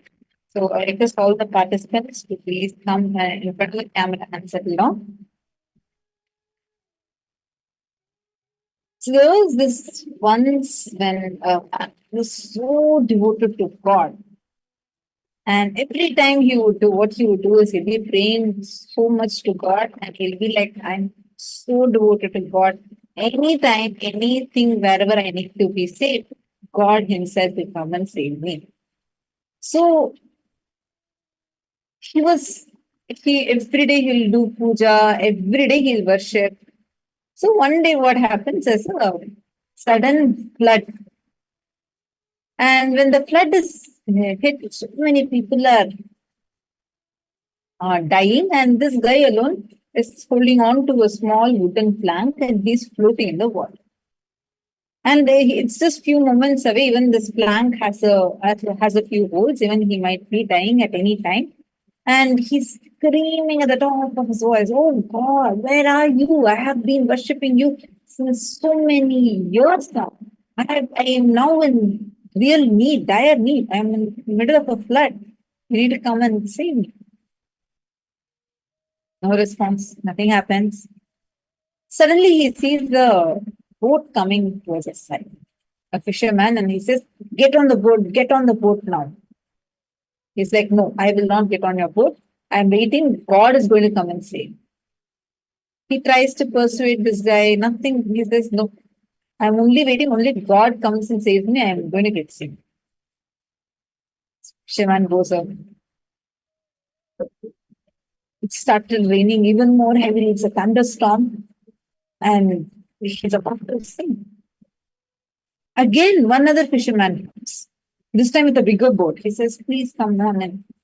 I am here waiting for you. Just come." He says, "No, I'm very clear. I'm not going to come into any of your boats. And for me, God has to appear." This goes on, and 4-5 times, and at finally, the plank gives away. He drowns in the flood water and dies. And he reaches God. God asks, and the woman just first he does else, and he's like, why did you not Why did you let me down? I prayed for you so much. Why did you let me down? Why you did not come to save me? I waited for you to save. What Bible says, who told you did not come? I was the one who came for you 4 times. And each time I came to you, you tried to understand. We never how the divine is actually manifesting for you. What is the exact plan Paramashiva was having for you? What is the plan Swami is having for you? You may not know. We only understand the limited understandings that we have. Each time the boat came, it was God. But because we are like, okay, I'm only going to see like this. I want God with coming with strength. If I had 50 hands, only then I'm going to agree that it will happen like many times in life. It's not just how you look that God has to appear, even the situation. You think, oh, why is it happening this way? I don't want this. But when you start questioning God, when you start questioning Guru, you miss out on your very life. You miss out on the gift that Guru wants to give to you. Male side participants, can I request all of you to please come on the camera and settle down? How many of you are understanding this? Ma Amrita Vandini and Ma Mahasada Shivananda, Ma Joanna Selina, Ma Pushpanathan. How many of you are catching this? Please post it here in the chat.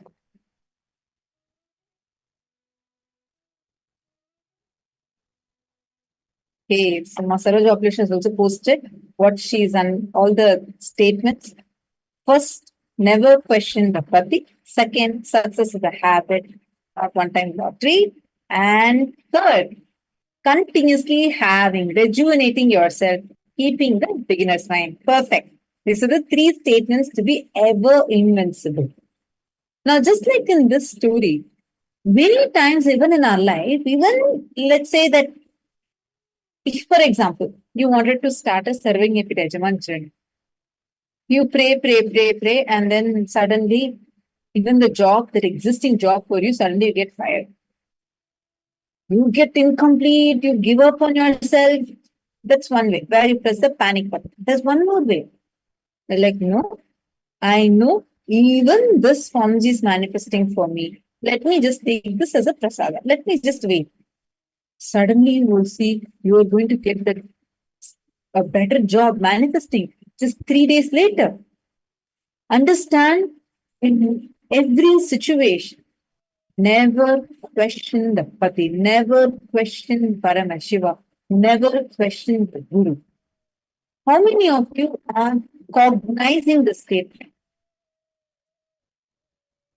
In so many situations, if something is not going right for you, the first thing sometimes we start doing is we turn our questioning towards Paramashiva. We turn it towards Swamiji.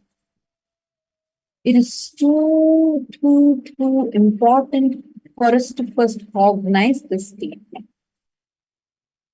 Now, I request all the participants that are sitting. Mehdi is supposed to have had this experience. Yes. So now, do you understand from that, Mehdi, how because of that questioning, you messed up your own self and life?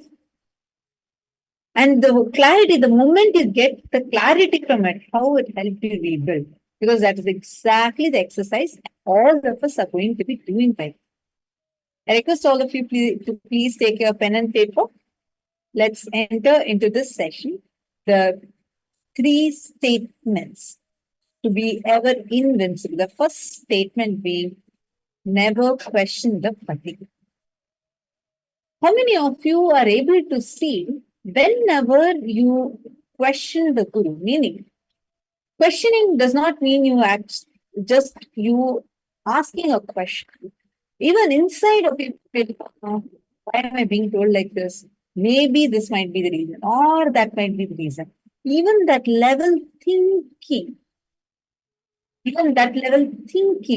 will only destroy your life. How many of you are catching this? I request you all to please raise your hands if you're understanding this.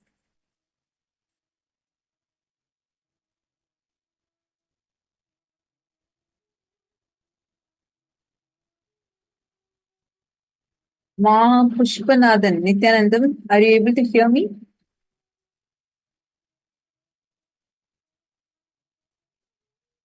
It's like your video is frozen. Ma Chunyu, are you understanding? Ma Stephanie Lally, Nityanandam, are you also catching this? See, this is a two important statement. That's why I'm just asking and making sure all of you are understanding this. Many times, because of even sometimes you have a small doubt in the corner of your mind. Why, maybe this is the reason why Swamiji is telling me like this. I know. So I don't need to do this. You will miss out on such a big thing. I want to share with all of you a very complicated witness. Once there was this kid. Swamiji was one of the kids. He was there assisting Swamiji in the Aushadha process. And all of a sudden, like all of us are there around Swamiji. Swamiji is doing Aushadha process. There is like Swamiji be mixing some herbs and doing the Aushadha and energizing them. And then there will be a Homakunda, like the fire, the sacred fire ritual that will be happening. And you're supposed to maintain that fire continuously by adding the firewood. It's not just firewood, it's energized firewood that will be putting it. So that particular day, Swamiji called this kid and told him, hey, take this and put it in, go to the fire and keep it inside. This kid also went, he took the fire stick, he took that stick and he went. And it was a big fire. And he actually put his hand into the fire and was about to keep it. And the moment he saw the fire becoming bigger, he got scared. He removed his hand and he just threw the stick like that. That time Swamiji said, hey, I actually energized it and gave it to you. If you would have just listened and kept the stick as you were keeping first itself, just when you let your hand inside, you would have manifested the power of your body going beyond the ability to be burned itself. Actually, he started manifesting that power initially. But the moment that doubt stepped in and he took his hand out and just threw it, he just missed it. Many, many times. See, Swamiji is not just a guru, but an avatar. Every statement, every single word is far too powerful. Too powerful. Even much more than what you know. We are going to be having one initiation that's going to be happening in this season, where you're going to be blessed with any couple that is wanting to conceive a child. You'll be specially blessed with the child. We need to get apple or a pineapple, and then you'll be energized them. Swamiji will bless you, and you'll be able to conceive a child. Actually, how this started, how this whole trend started. There was once a couple. See, now I shared with you what will happen if we, even in our corner of the mind, that questioning the guru, what happens, what level of gift you might even miss. Now I'm going to share with you. So there's this one couple who had come and they were trying to have a baby for many years, but they were never able to conceive a child. And at that time, then like multiple times, so many times it was tested as false pregnancy. So they were very, very depressed about it. Then they came to Swamiji. And Swamiji said, all right, give me a I'll energize and I'll give it to you. Usually, if a person wants to conceive, they should now not eat pineapple. But then that day, the only fruit this lady had in her house was a pineapple. And like at that time, that's what she got for blessings to Swamiji. And the moment she got, Swamiji will just energize the pineapple. And Swamiji said, both of you have this pineapple, you'll have a baby. They both were in intense bliss and logic did not step in and say, oh my God, if I eat pineapple, how will I conceive? It's supposed to not let me conceive. Instead of cherishing any such question, Swamiji said, let me do it. They just took the pineapple and had, and within a few months, they delivered a child. Understand, and that too, the child was born with a chin mudra in his hand. Understand the way how the avatar is manifesting, who Swamiji is manifesting for us. It's far too beyond what you can even understand it as. Far too beyond your logic. All you need to do is, you just need to have simple listening, simple integrity, simple obedience, simple attachment to Swamiji. That's all. You don't need to have anything else. Because even sometimes you may not even understand what Swamiji is saying. Do it. You will see the results. Today we were watching a clipping, right? Where Swamiji is saying in next 2 years, decide all of you become your own boss. I remember one of the people who were sharing, he was having a very high paying job at that time. And he was very good in his office, very good at his company, everything.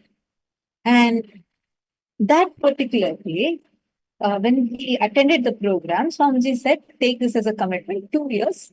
Within 2 years, decide you will become your own boss. Because Swamiji told that, he went and he resigned his well-paying job. The whole office was shocked. They didn't accept that he will resign in such a well-paying job when everything was good. And he said, Swamiji has told me, so I'm going to do my own job. Let me become my own boss. Within 1 week, not just he was able to start his own company, he suddenly started making millions. What he would earn in 1 year, he started earning that as within 2 months. He had a huge breakthrough. Like this, I have tons and tons of stories I can keep saying. Understand, never ever question the Pati. No question of questioning the Guru. Let us all take a few minutes. And I request all of you, we are going to do this very, very, very important exercise right now. Sit and pen down 25 incidents in your life where you question the Guru, Pati, Paramashivoham, Swamiji, and where you flared up and questioned, like, oh my God, why is it happening like this? I did not ask for this. I did not ask for that. Or I asked for this. Why this did not happen? Sit and pen down 25 such incidents. I request all of you to please start doing this now. Any questions? Feel free to post it in the chat.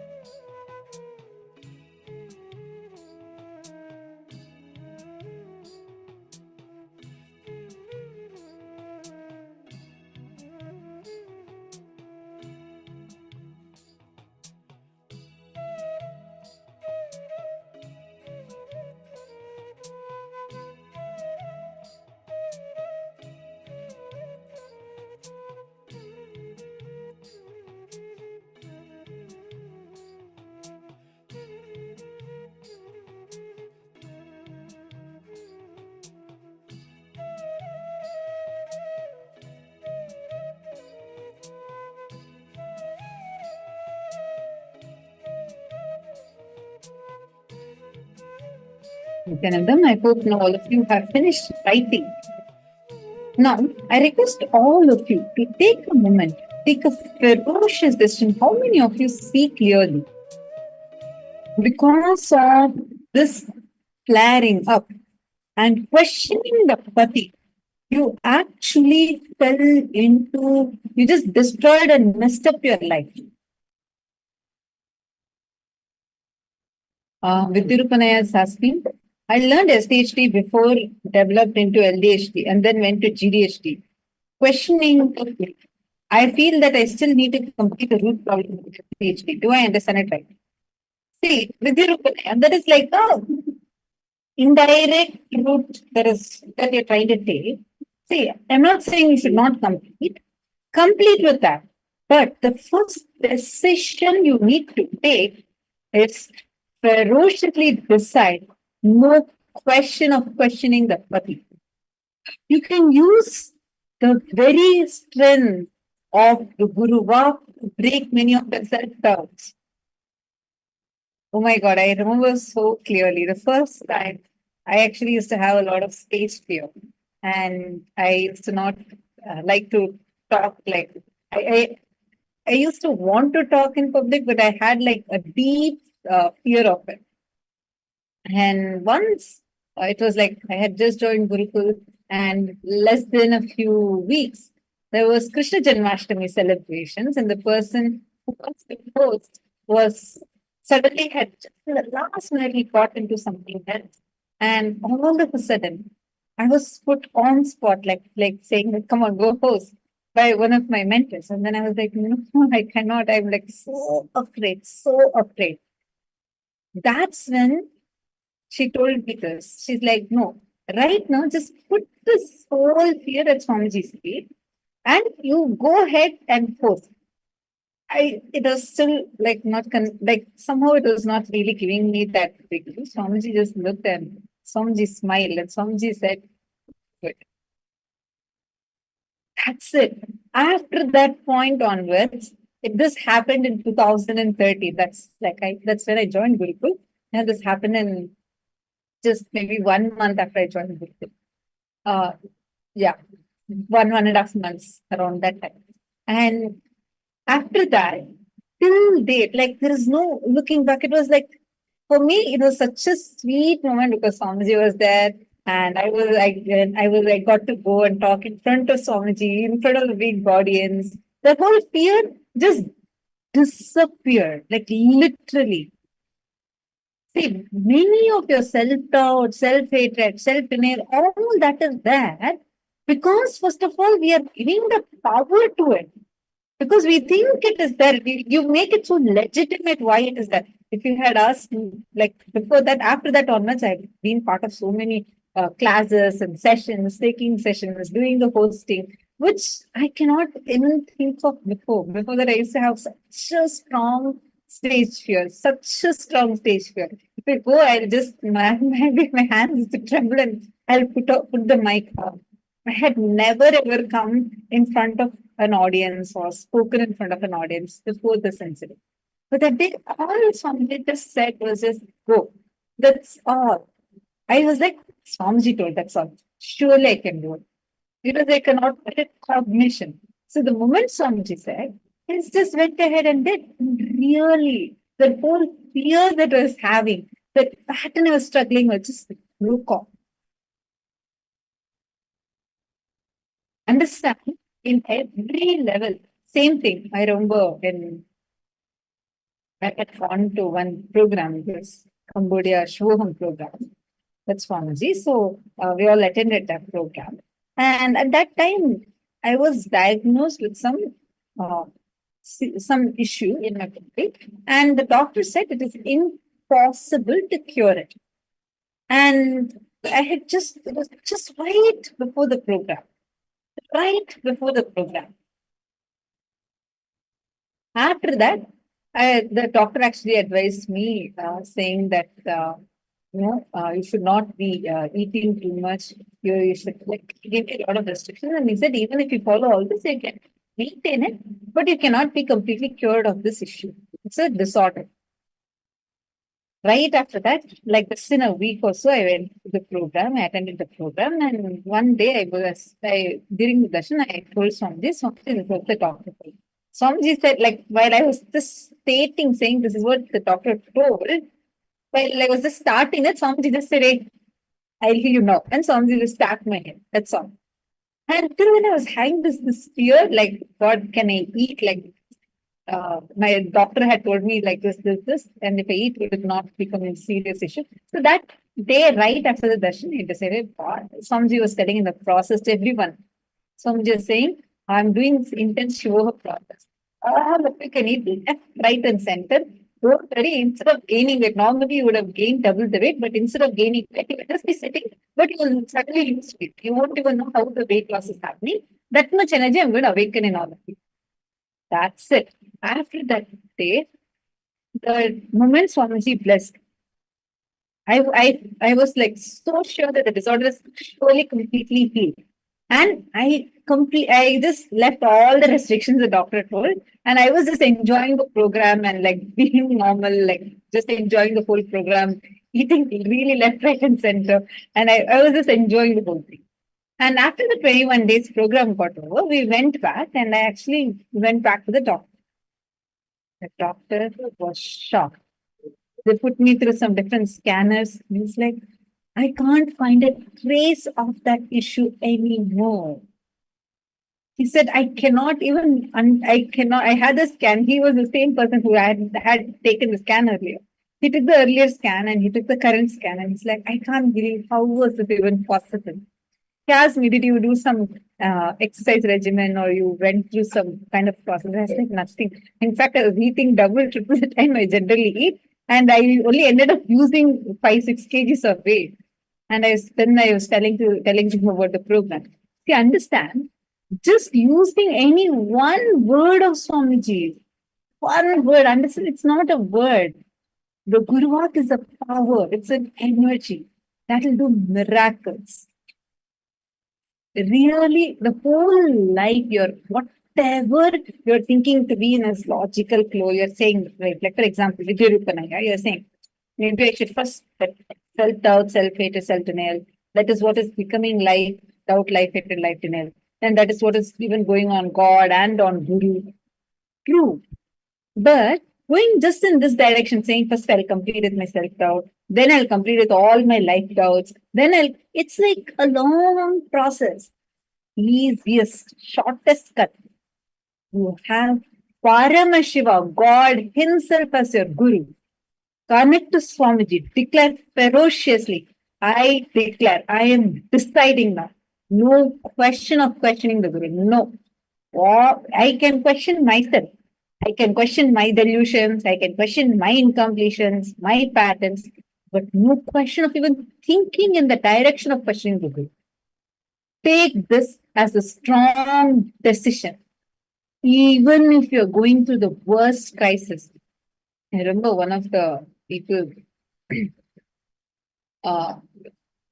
very earlier devotee of Swamiji, he had some chronic issues and he had very serious diabetes. And the doctor had told him he can't eat more than a set of foods. He can't eat any other food, especially anything that has sweets and all. It's completely banned for him. The doctors had advised him, saying that if you eat it, it'll increase in a fatal level. It might even lead to death. So you should not eat any of these foods. So this person had come to meet Swamiji. Then he met Swamiji, he took the blessings from Swamiji. And Swamiji invited him for a lunch. So he is also going and sitting for the lunch. Banana leaf is spread. So many items. Almost 50% of it is sweets. And it's Indian, the Hindu dishes. Hindu dishes, like if you see, it's like all sweets and all kinds of flavors of it. Swamiji is sitting and Swamiji is saying that eat this food and I'll take care, you'll be healed. Look at Swamiji. This guy had not touched a single sweet for almost 20 plus years. He cannot eat any of those foods. And he looks at Swamiji. Swamiji says, eat, don't worry, I'll take it. And Swamiji just blessed him and Swamiji went. That day, he just decided, I am just going to listen to Swamiji. He said, I had the most fulfilling meal ever. He ate every single sweet, every single thing. And he went back to the doctor. The doctors were shocked. Diabetes disappeared. Diabetes just disappeared. And that's when he told them, I didn't take medicine. I didn't take anything else. I just had more sweets that were blessed by my guru and diabetes just disappeared. Understand, whenever you follow any guru, wow, it will just you don't even know why Swamiji is telling you what he's telling you. Even whatever we can think, we can say, oh, Swamiji is telling me to do yoga every day because I have to be healthy, because I need to have a yogic body. It is not just what you think it to be alone. The context from which Swamiji is telling is far more advanced than what you can think of. Perfect. So take this as a strong decision. Now, the other two statements that Swamiji said. Success is a lifestyle. Success is a habit. It's not a lottery. It's not like one day you'll be working, and suddenly one day you'll decide, saying that let me decide, and now I'm going to become a successful person. No. It is that lifestyle that decides whether you are going to be successful or not. Now, how many of you want to make this as your declaration?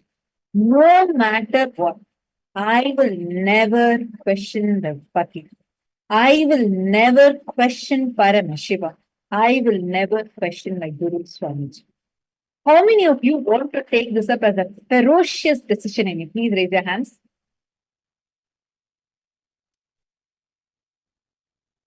Very good. I request all of you right now, post it as a declaration. Right, Vishwanathan, you're raising it just slowly. You should jump up and raise your hand. Okay, come on. All of you post this as a declaration right now in the chat. Make it as a strong declaration.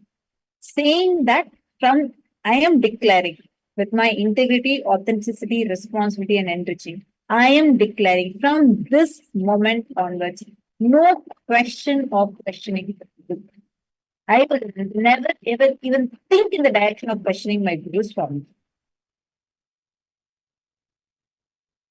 Oh, wow. Ma Mihri has posted. I had the exact same experience in Sadashivoham. Swamiji gave me the rice, which I usually don't like. And I took it and I got completely healed. Wow. So beautiful. I remember actually in Inner Awakening program, we have this as a special process. There's a lot of people who have allergens, right? Like you have allergies for foods. So there are people like allergies are to such an extent, like there are people who have peanut allergies. Even a little bit of peanut, if they take, it will react so much. And you sometimes even people may die because of that allergy. But it's so in some countries it's a very strict law. All these participants have come for a session. And whatever they're allergic of, there are people who had allergies of milk, allergy of peanut, like this nut allergies or rice allergies, like this specific allergies, right? So they'll all come and stand in a big queue and they'll be holding the exact food that they're allergic to. And Swamiji will be blessing each one of them. And like each of those foods, they'll be exactly consuming that. And that's a very healed that allergy forever. It's like, it's beyond your logic. So declare this, make this as a strong declaration. I request all of you to post your declaration right now in the chat. All right. Ma Stephanie posting regarding the sound. Are all of you able to hear me clearly? Nityanand, is my audio very clear? If you all can hear me clearly, can I see yes in the chat, please?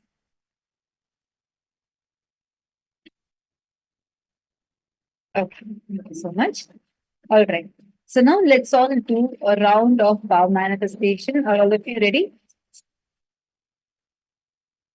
We're going to be doing a round of vow manifestation.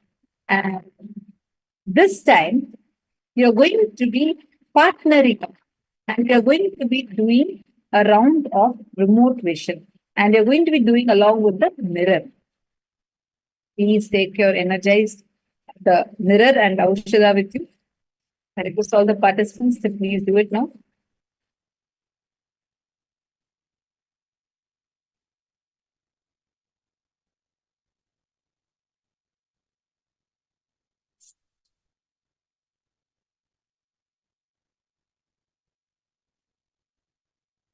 Please kindly take the energized Aushadha with you and apply it as a thick base on the mirror.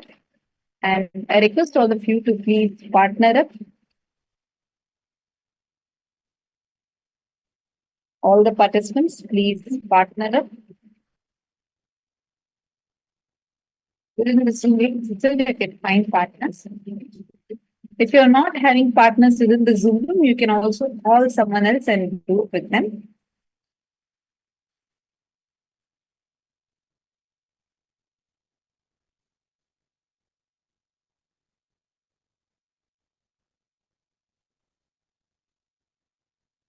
You're now going to be scanning each other's places. Each of you can give one place to each other, and you're going to be doing the power of remote vision. But this time, instead of just seeing through your third eye, you're going to be seeing it on the mirror. Can I request all of you to please take your mirrors?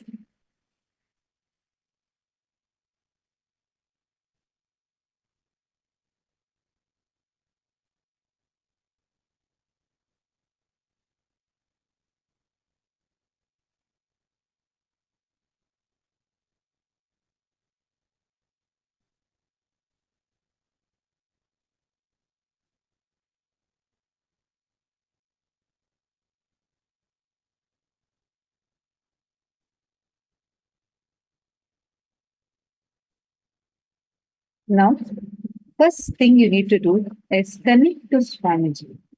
First, invoke Swamiji, pray to Swamiji. You should first be having the darshan of Swamiji in that particular Krishna or the mirror that you are talking. Please do that right now.